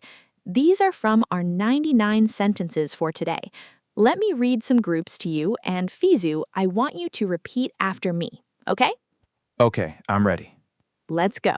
Repeat each one after me. I've been trying to improve my English every day. I've been trying to improve my English every day. Great. Next one. It's important to practice speaking, not just reading. It's important to practice speaking, not just reading. Wonderful. Keep going. The more I practice, the more natural it feels. The more I practice, the more natural it feels. That was really smooth, Fizu. Now let's do some conversational ones.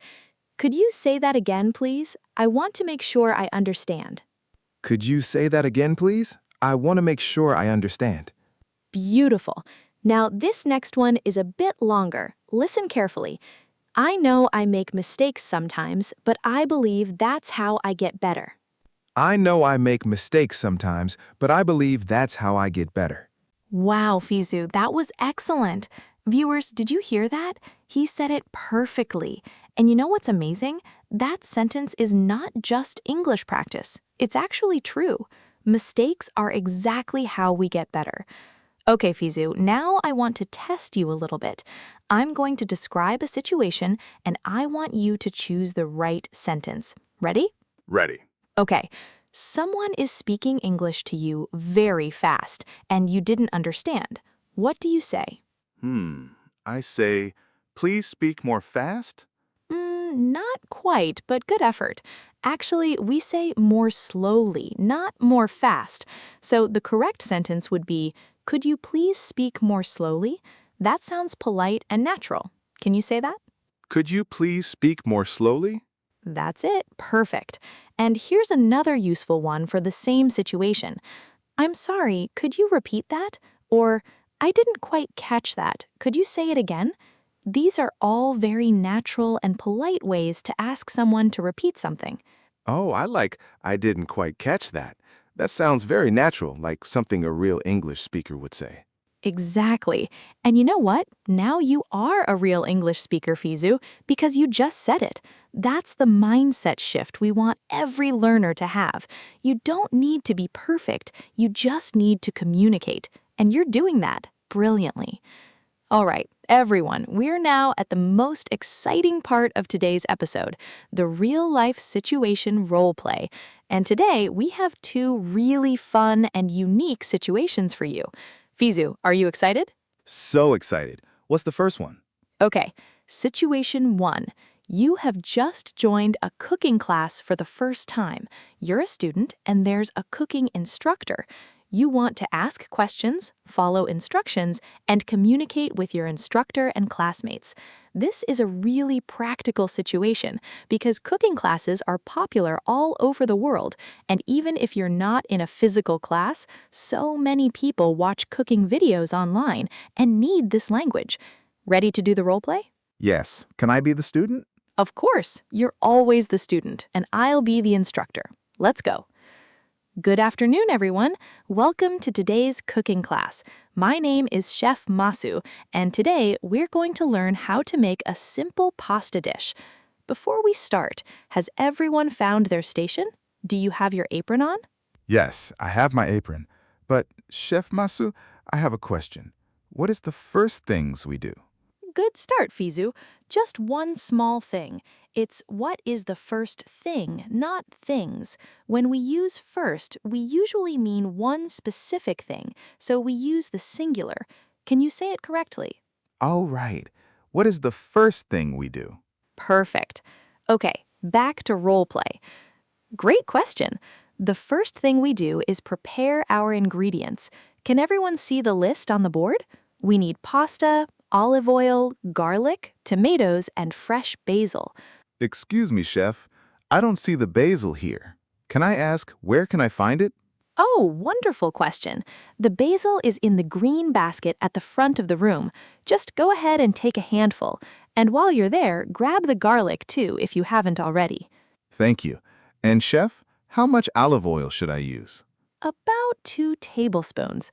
And remember, not too much, not too little. Cooking is all about balance. Okay, I understand.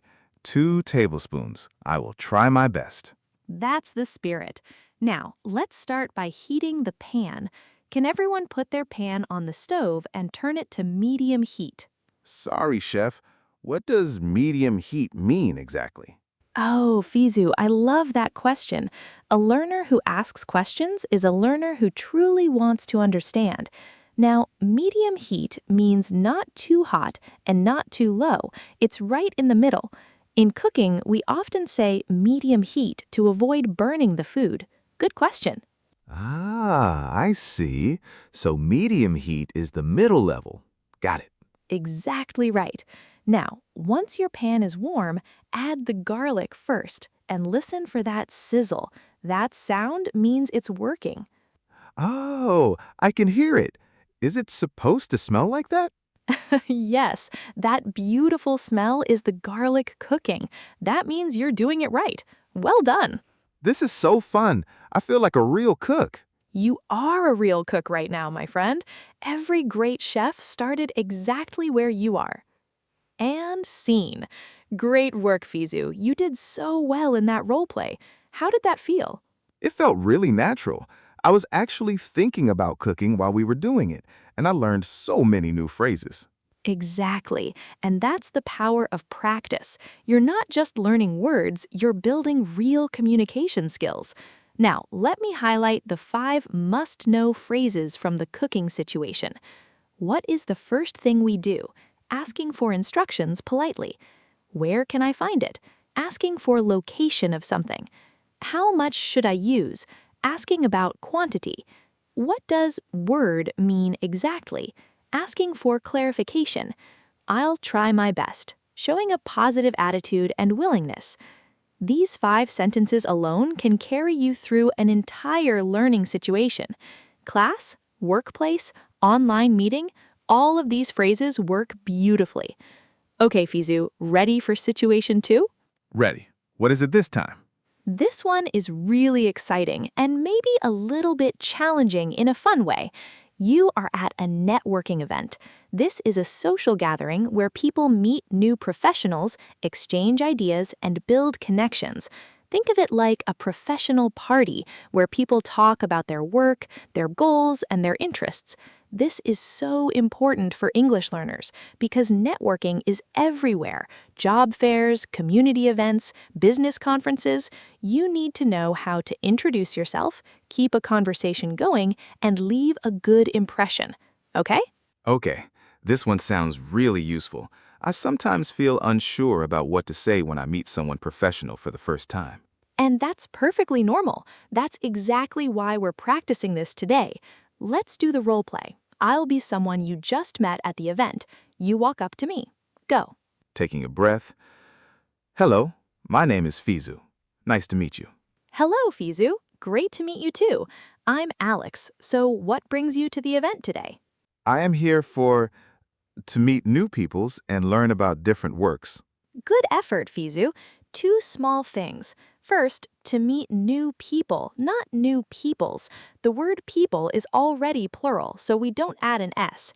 And second, instead of different works, it sounds more natural to say different fields or different industries. Can you try the whole sentence again? I'm here to meet new people and learn about different industries. That sounds really professional and smooth. Great improvement. Back to role play. That's wonderful. So what do you do for work, Fizu? I am working in the technology field.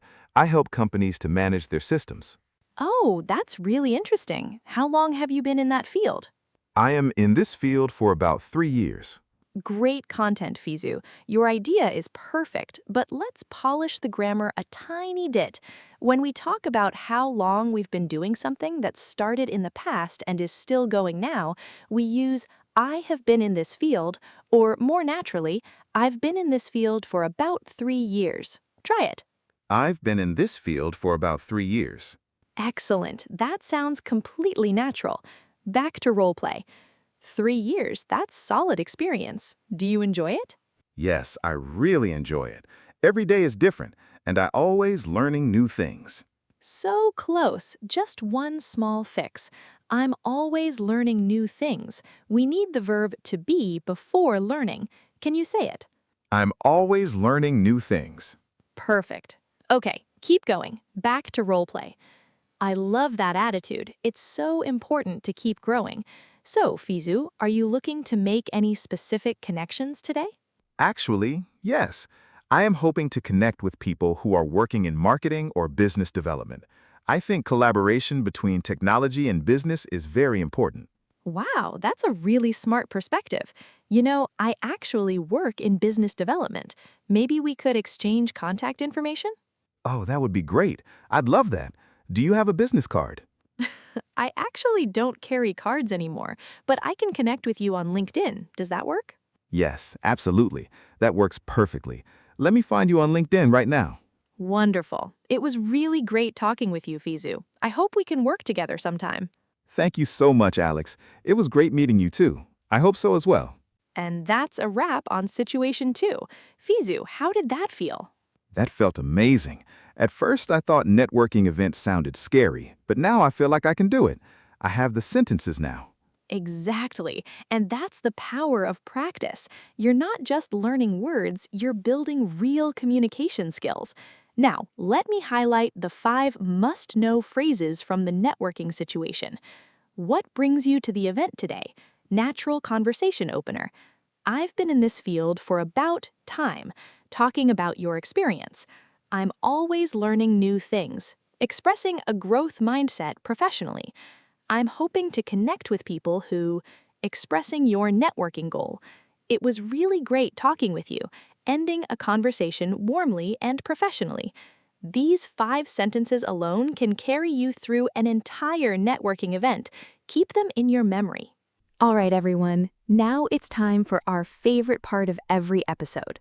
Listen and repeat. This is pure speaking practice. So wherever you are, in your room, on the bus, walking outside, say these sentences out loud.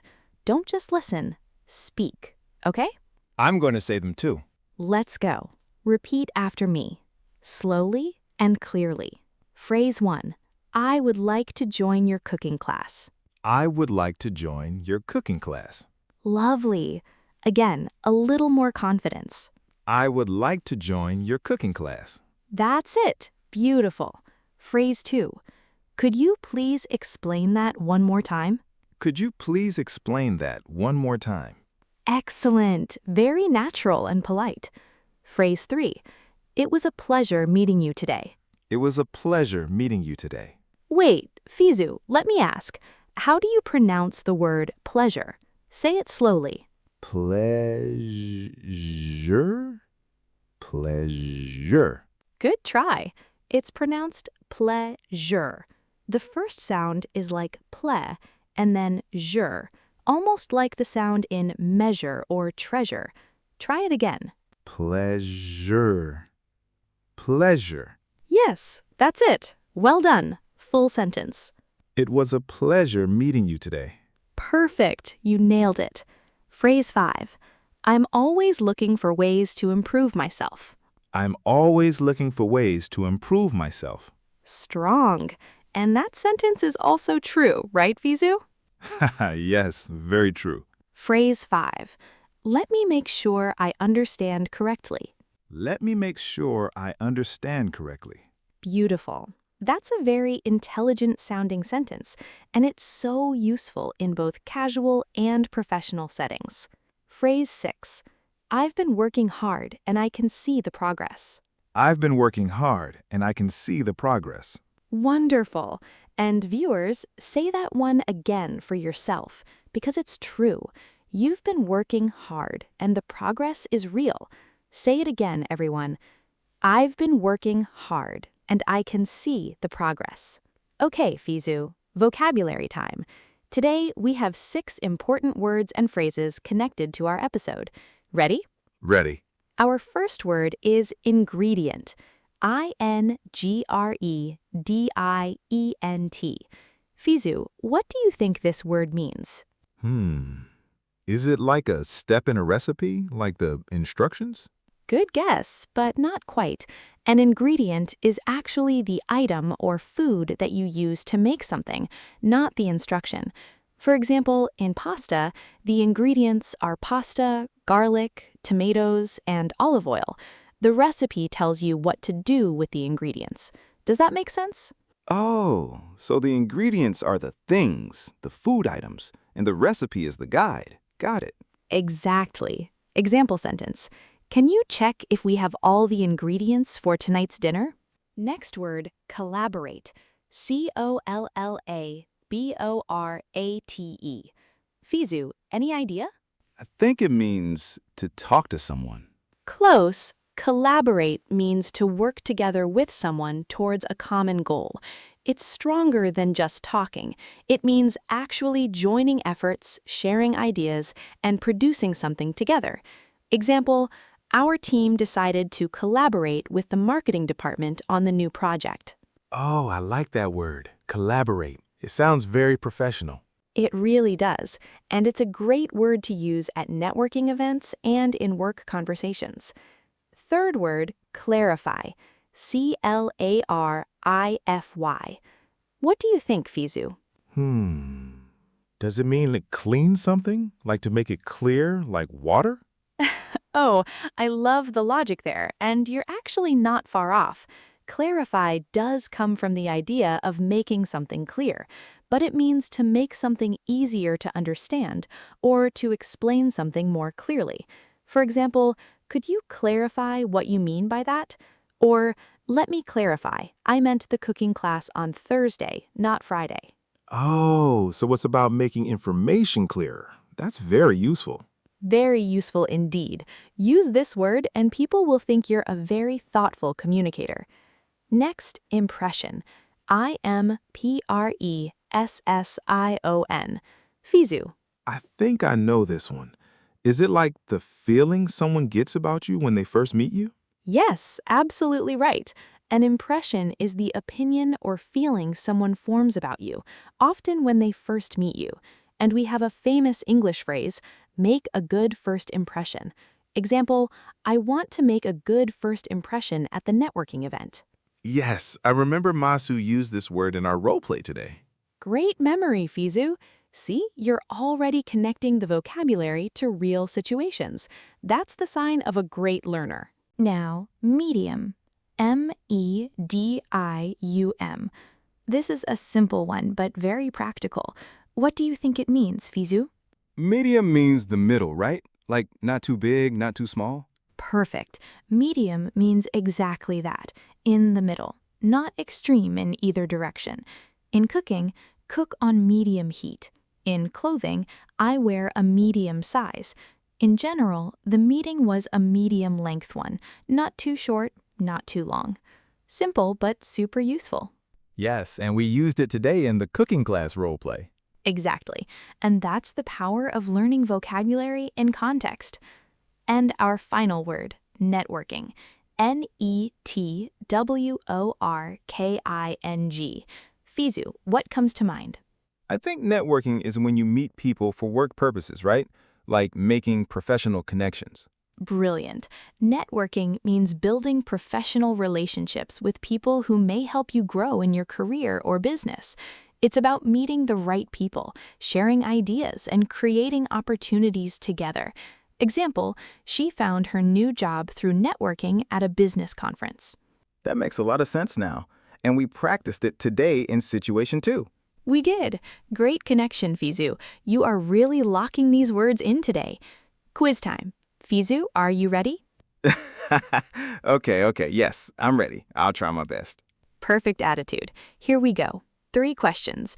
Question 1. If you are in a cooking class and you don't understand an instruction, what is the most polite way to ask for help? I say again, please? Not quite. Say again is very short and can sound a bit abrupt in that context. A more polite and natural way would be, could you please explain that one more time? Or, I'm sorry, could you clarify that for me? These sound respectful and professional. Can you say one of them? Could you please explain that one more time? Excellent. That's exactly right. Well done for trying and improving. Question 2. At a networking event, someone asks you, what do you do for work? What would be a complete, natural answer? I work in technology. I've been in this field for 3 years and I enjoy it very much. Oh, wow, that was fantastic, Fizu. You included your field, your experience, and your feelings about it. That's a complete and impressive answer. Give yourself a round of applause. Thank you. I remembered it from the role play. And that's exactly how learning should work. Context makes vocabulary stick. Last one, fill in the blank. I need to make a good blank at this networking event. I need to make a good situation? Good effort, but the word we're looking for is impression. I need to make a good impression at this networking event. That's the phrase we learned today, make a good impression. Can you say the full sentence? I need to make a good impression at this networking event. Perfect. You've got it now. 3 questions, 3 lessons. You did beautifully, Fizu. Before we wrap up today, I want to share 3 practical speaking tips that connect directly to everything we practiced today. These are simple, actionable, and they will make a real difference in your English journey. Tip number 1.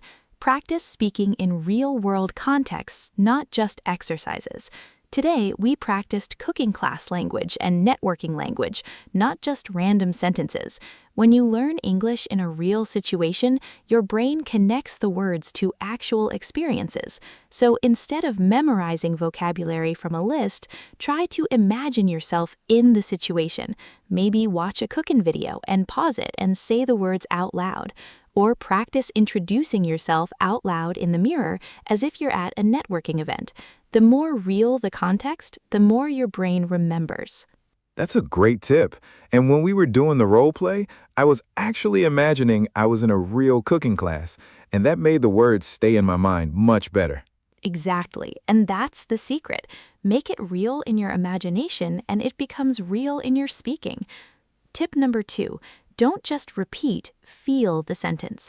Shadowing is powerful, but the real magic happens when you don't just copy the words, you feel the meaning behind them. When you say, "It was a pleasure meeting you," don't just say it mechanically. Actually imagine meeting someone wonderful and then say it with that warmth. Language is emotional. When you connect emotion to words, they become yours. Oh, I like this tip so much. Sometimes I repeat sentences, but they don't feel real. Now I understand why. I need to connect the feeling to the words. Yes, and viewers, try it right now. Say this sentence with real warmth and sincerity. "It was a pleasure meeting you today." Feel it, mean it. That's when English becomes truly natural. Tip number 3, celebrate every small win. This might sound simple, but it's actually one of the most important tips I can give you. Every time you get a sentence right, celebrate it, even if it's small. Even if you made a mistake before and then corrected it, that is a win. Your brain learns through positive feedback. When you feel good about your progress, you want to keep going. So after every episode, I want you to say to yourself, "I learned something today. I'm improving. I can do this." Because you can. I love this tip, and honestly, every time Masu says excellent or perfect, I feel so happy and I want to keep practicing. And that makes me so happy to hear, Fizu. That's exactly the energy we want. Learning that feels good, that feels exciting, that feels possible. Wow, what an episode, Fizu. We covered so much today. Let me do a quick summary of everything we practiced in day 19. Today, we worked on basic conversational sentences, things like, "My day has been great," and "I usually wake up and wash my face." Extended shadowing practice with longer, more natural English sentences. Real-life situation 1, a cooking class where we learned phrases for asking questions, following instructions, and engaging with an instructor. Real-life situation 2, a networking event where we learned how to introduce ourselves professionally, talk about our experience, and end conversations warmly. A listen and repeat section with 6 powerful sentences, 6 vocabulary words, ingredient, collaborate, clarify, impression, medium, and networking. A fun mini quiz, and 3 practical speaking tips. That is a lot of learning packed into one episode, and you were here for all of it. That means you're serious about your English, and that is something to be genuinely proud of. Masu, I want to say at the beginning of today, I wasn't sure I could handle 99 sentences of shadowing practice, but now I feel like I really did it. And the 2 role plays were my favorite part, especially the cooking class. I want to actually join a cooking class now. And your English will be perfect for it. Fizu, what was one mistake you made today that you learned from? I said new peoples instead of new people, and I said more fast instead of more slowly. But after Masu corrected me and I said the right sentences, it clicked, and now I know I won't forget those. That's the most beautiful thing about learning through mistakes. They stick. When you get something wrong and then figure out the right way, your brain actually remembers it better than if you had just read it from a book. So every mistake today was not a problem, it was a lesson, a permanent lesson. All right, beautiful learners, we have reached the end of day 19, and what a day it has been. I want to say something to you directly. Everyone watching right now, wherever you are in the world. You chose to spend this time learning English. You could have watched anything, done anything, been anywhere, but you chose to be here, to practice, to grow, and that choice matters. That commitment matters. You are building something real every single day, and the results are coming. Maybe slowly, maybe not perfectly, but they are coming. Keep going. Remember, fluency is not about being perfect. Fluency is about being consistent. It's about showing up every day, practicing a little, learning a little, and over time, the little things become something big. So here is your call to action for today. Practice these sentences out loud, right now or sometime today. Don't wait for the perfect moment. The perfect moment is now. And if this episode helped you, if you learned even one new phrase or word today, please do these things for us. Do subscribe to SpeakUp Sessions English Podcast because tomorrow is day 20 and you do not want to miss it. Rewatch this episode because the second time you watch, you'll catch even more details. Practice daily. Even 10 minutes of English practice a day will change your life over time. Leave a comment below. Tell us which sentence from today was your favorite, or share one thing you learned. We read every single comment, and we love hearing from you. You are not just watching a video, you are becoming an English speaker, day by day, episode by episode, and we are so grateful to be on this journey with you. And for me, hey everyone, I'm Fizu, and I'm just like you, learning English every day, making mistakes, and getting better. If I can improve, you absolutely can too. Don't give up, keep practicing, keep speaking, and I'll see you on day 20. Thank you so much for being here. This is Masu from SpeakUp Sessions English Podcast, reminding you that your English journey is beautiful, your effort is real, and your progress is happening. Keep speaking, keep shining, and we'll see you tomorrow. Take care, everyone. Bye for now. Bye-bye. See you on day 20. What if I told you that just by repeating the right sentences, your English could transform in the next 30 minutes? 99 powerful sentences, 2 real-life situations, 1 practice session that changes everything. Welcome to day 20, where your English stops being theory and starts becoming real.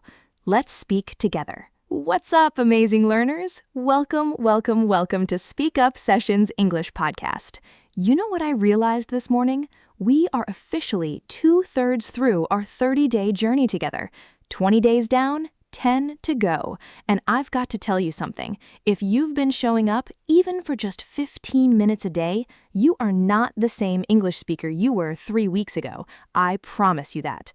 Today's episode is called 99 Sentences Shadowing Practice, and I know that might sound like a lot, but here's the beautiful secret.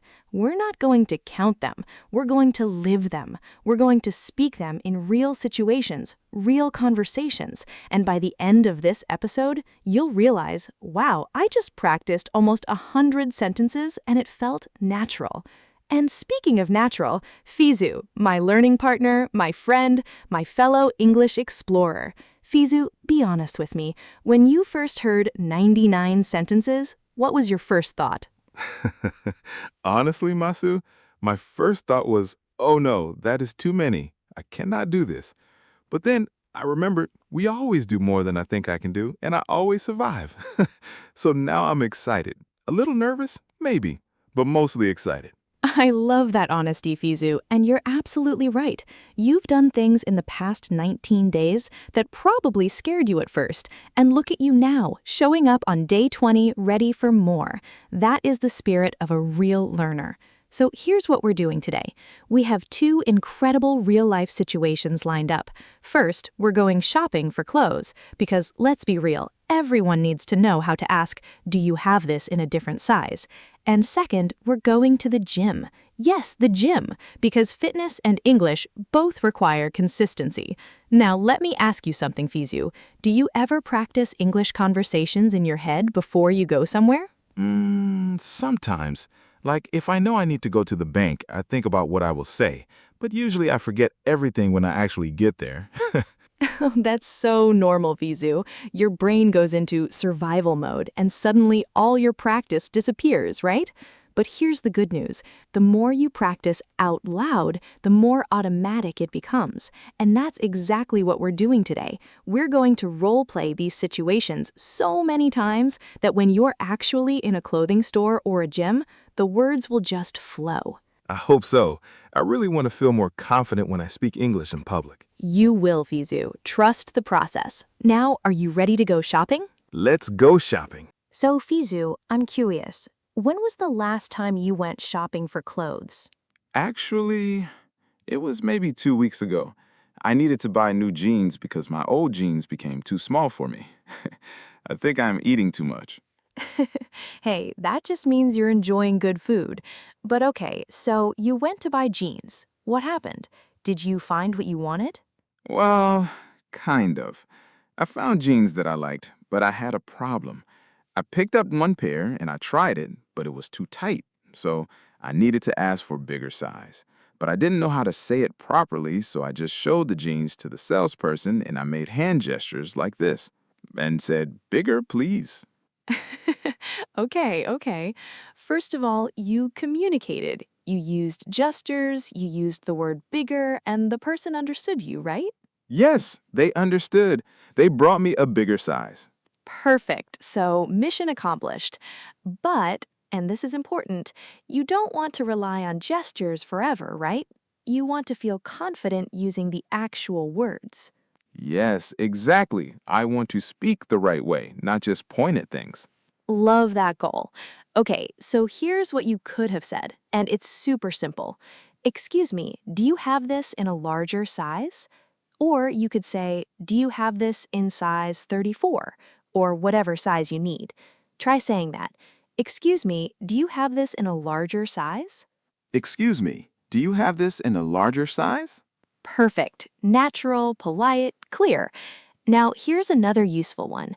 What if the size is too big? You can say, do you have this in a smaller size? Do you have this in a smaller size? Excellent. And what if you want to try something on before buying it? You can ask, can I try this on? Can I try this on? Beautiful. These 3 sentences alone will make your shopping experience 10 times easier. And guess what? We're going to practice all of this in our role play in just a minute. But first, let me ask you about the gym. Fizu, do you go to the gym? Not really. I mean, I went a few times last year, but I stopped.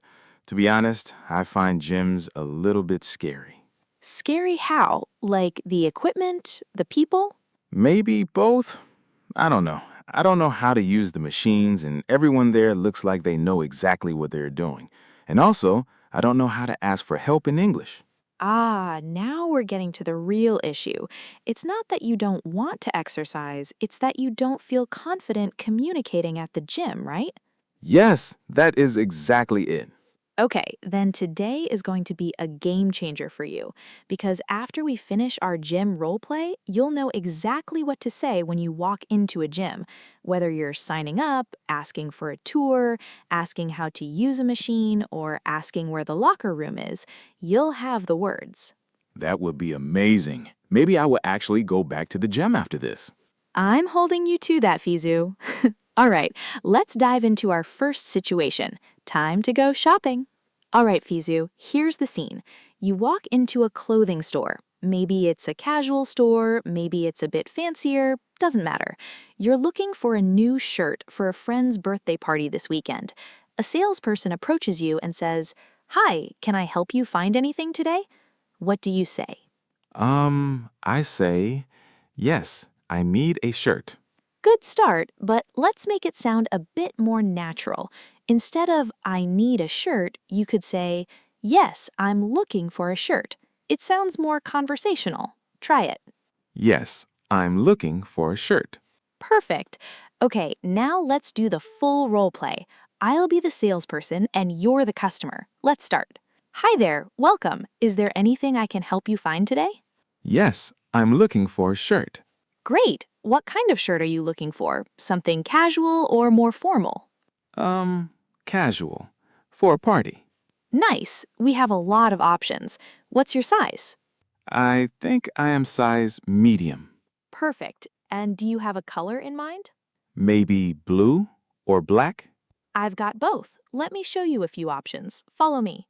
Okay, great start, Fizu. You're doing really well. Now, here's what happens next. The salesperson shows you 3 shirts, one blue, one black, and one white. You really like the blue one. You want to try it on. What do you say? I say, can I try this? Almost. Just add one little word. Can I try this on? Try this on is the phrase. Repeat it. Can I try this on? Perfect. Let's continue the scene. Sure, the fitting rooms are right over there. Let me know if you need a different size. Thank you. Okay, so you go into the fitting room, you try on the shirt, and oh no, it's too small. The sleeves are too tight. You come out and you need to ask for a bigger size. What do you say? Excuse me, do you have this in a bigger size? Excellent, Fizu. Look at you using the phrase we just learned. Okay, let's continue. Oh, absolutely. Let me grab you a large. 1 second. Here you go. Try this one. Thank you very much. Narrating, you try on the large and it fits perfectly. You look in the mirror and you think, yes, this is the one. You walk out and you're ready to buy it. But first, you want to ask about the price. How do you ask? How much is this? Perfect. That's the simplest and most common way. You could also say, what's the price? Or how much does this cost? All of those work. Let's finish the scene. Excuse me, how much is this? That one is $35. Okay, I will take it. Awesome. Would you like to pay with cash or card? Card, please. Perfect. Follow me to the register. And that, my friend, is how you confidently shop for clothes in English. Fizu, how did that feel? It felt good. Actually, it felt much easier than I thought. I think because we practiced the key phrases first, I knew what to say. Exactly. That's the power of preparation and practice. Now, let me give you the 5 must-know phrases from this situation. Must-know phrases. At a clothing store. I'm looking for a shirt. Clear way to say what you want. Can I try this on? Asking to use the fitting room. Do you have this in a larger size? Requesting a different size. How much is this? Asking about the price. And I'll take it.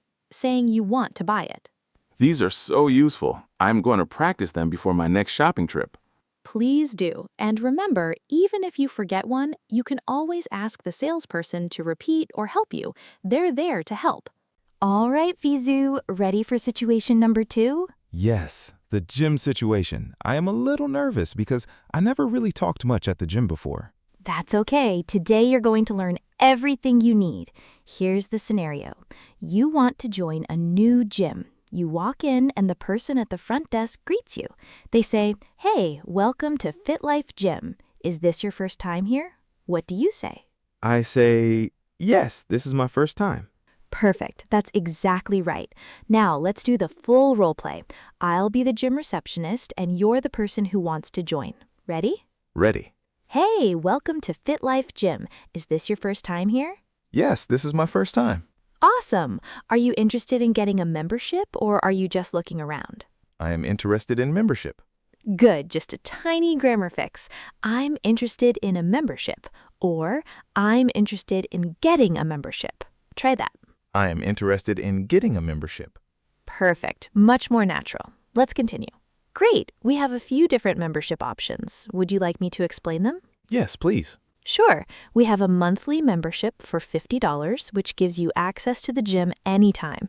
We also have a 3-month plan for $130, which saves you a bit of money. And we have personal training packages if you're interested. Do any of those sound good? The monthly one sounds good for now. Perfect choice. And would you like a quick tour of the gym before you sign up? Yes, that will be great. Okay, so the receptionist takes you on a tour. They show you the weight area, the cardio machines, the locker rooms, everything. At one point, you see a machine you've never used before, and you're curious. You want to ask how to use it. What do you say? How I use this machine? Close, just fix the grammar. How do I use this machine? Try it. How do I use this machine? Perfect. Let's keep going. Oh, that's the leg press machine. It's great for building leg strength. You sit here, put your feet on the platform, and push. But if you want, one of our trainers can show you how to use all the equipment properly. We offer a free first session for new members. Really? That is very helpful. Yes, I would like that. Awesome. Let me schedule that for you. What day works best? Maybe Saturday morning. Perfect. I'll put you down for Saturday at 10 a.m. with Coach Mike. Now, one more thing. Do you have a water bottle with you? We have a rule that everyone needs to bring their own water bottle, or you can buy one at the front desk. Oh, I don't have one today. How much is the water bottle? They're $10 for a reusable one. Okay, I will buy one. Great. All right, let's head back to the front desk and I'll get you all set up with your membership. Do you have any other questions for me? Yes, one question. What time does the gym close? We're open from 6 a.m. to 11 p.m. every day. Perfect. Thank you so much. No problem. Welcome to Fit Life Gym. And that's it, Fizu. You just joined a gym in English. How do you feel? I feel great, actually. Now I think I can really do this in real life. Before, I thought I would need someone to translate for me, but now I know the sentences. That is exactly the confidence I want to hear. And here are your 5 must-know phrases for the gym. Must-know phrases at the gym. I'm interested in getting a membership. Would you like to give me a tour? Or can I get a tour? How do I use this machine? What time does the gym close? I'd like to schedule a session with a trainer.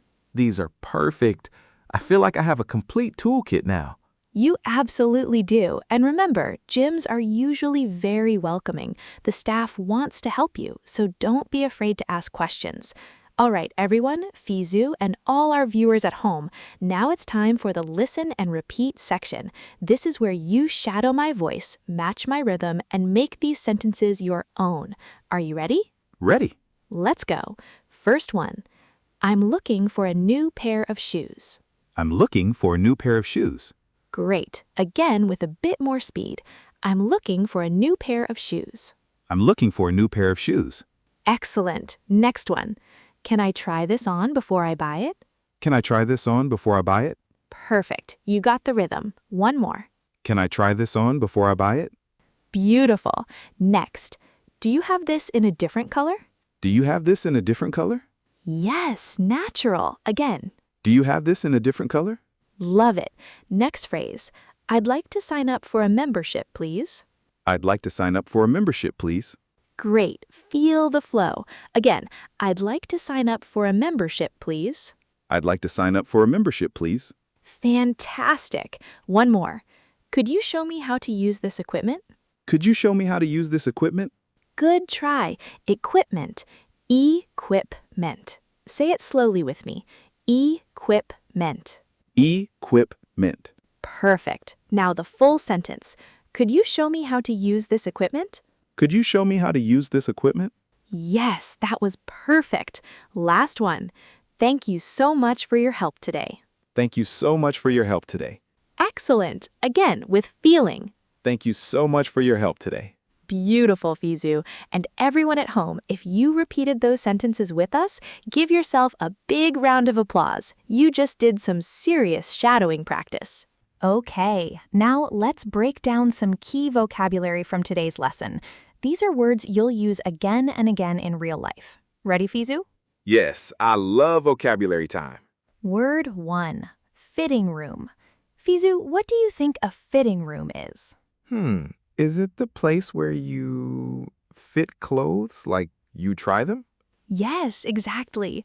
A fitting room, sometimes called a dressing room, is the small room in a clothing store where you try on clothes before buying them.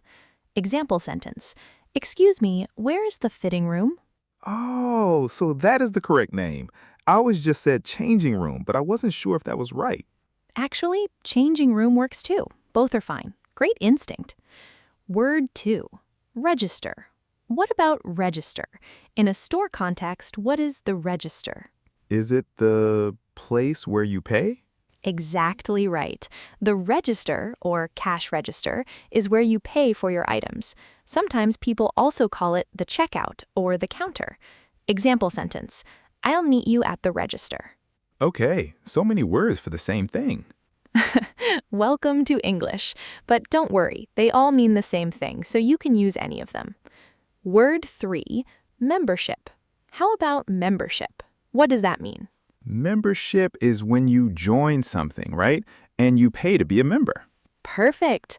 A membership is when you officially join a club, gym, or organization, usually by paying a fee.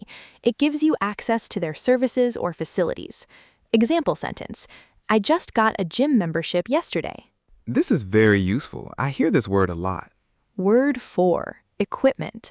We practiced pronouncing this one earlier. What does equipment mean? Equipment is the tools or machines you use for something? Yes, exactly. Equipment refers to the tools, machines, or gear you need for a specific activity. At the gym, equipment means the weights, machines, treadmills, etc. Example sentence. The gym has brand new equipment. I like this word, equipment. You got it. Word 5, tight. Okay, this one came up when we talked about jeans. What does tight mean? Tight means not loose, like too small. Exactly.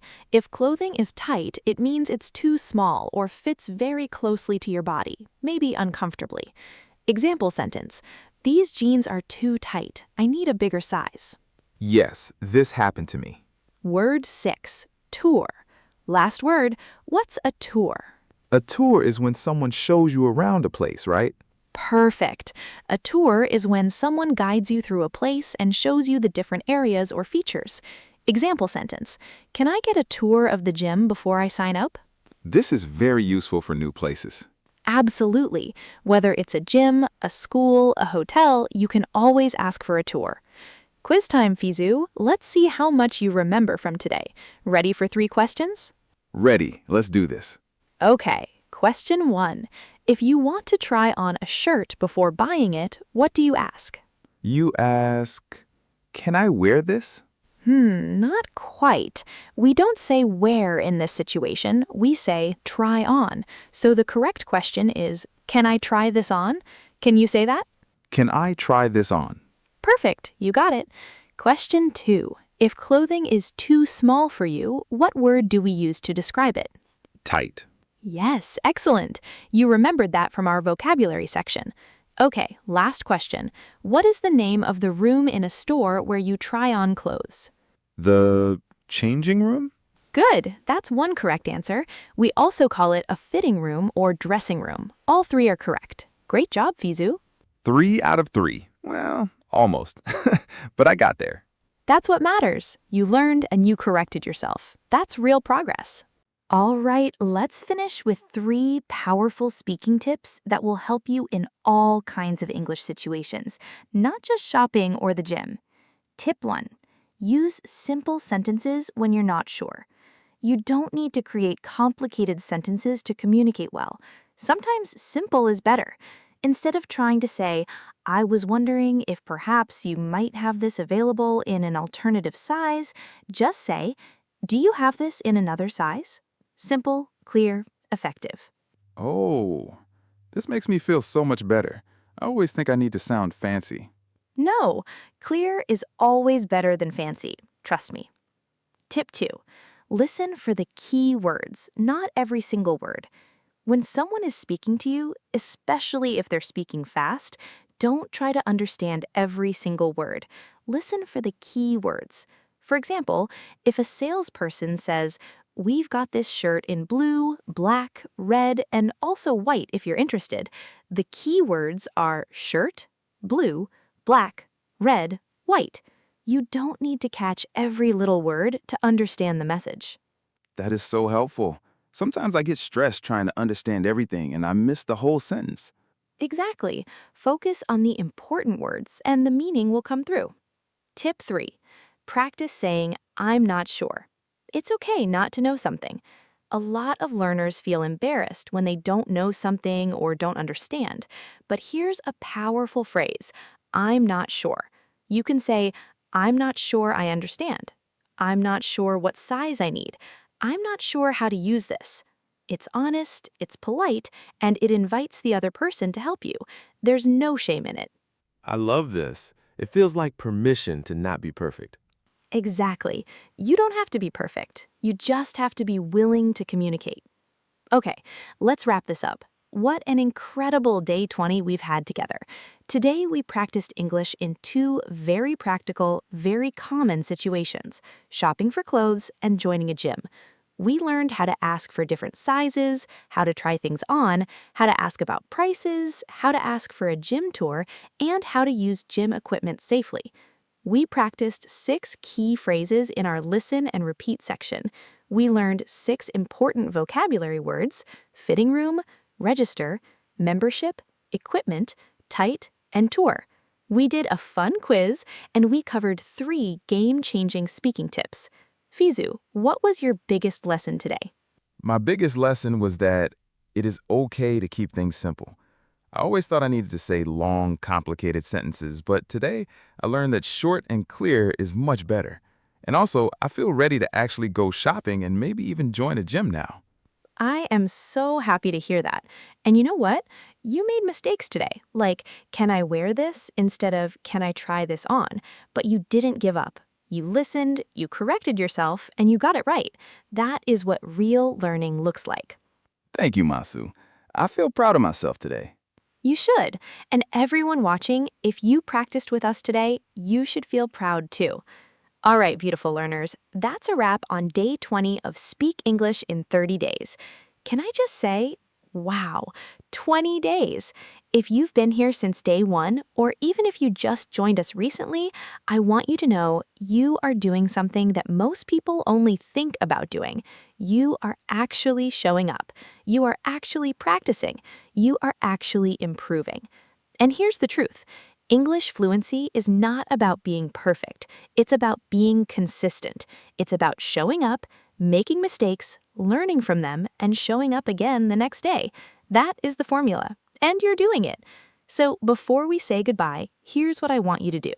Subscribe to SpeakUp Sessions English Podcast if you haven't already. It helps us keep making these episodes for you. Re-watch this episode whenever you want to practice the shadowing section again. Repetition is your best friend. Leave a comment below and tell me, which situation did you find more useful today, the clothing store or the gym? I love hearing from you. And most importantly, practice English every single day, even if it's just 5 minutes, even if it's just repeating one sentence in the mirror. Consistency beats perfection every single time. 10 more days in this challenge. 10 more days. Let's finish strong together. And for me, thank you for learning with us today. Remember, I am just like you. I make mistakes. I feel unsure sometimes, but I keep going. And you should too. Don't give up. See you tomorrow on day 21. Beautifully said, Fizu. All right, everyone. Until next time, keep speaking, keep believing in yourself, and keep showing up.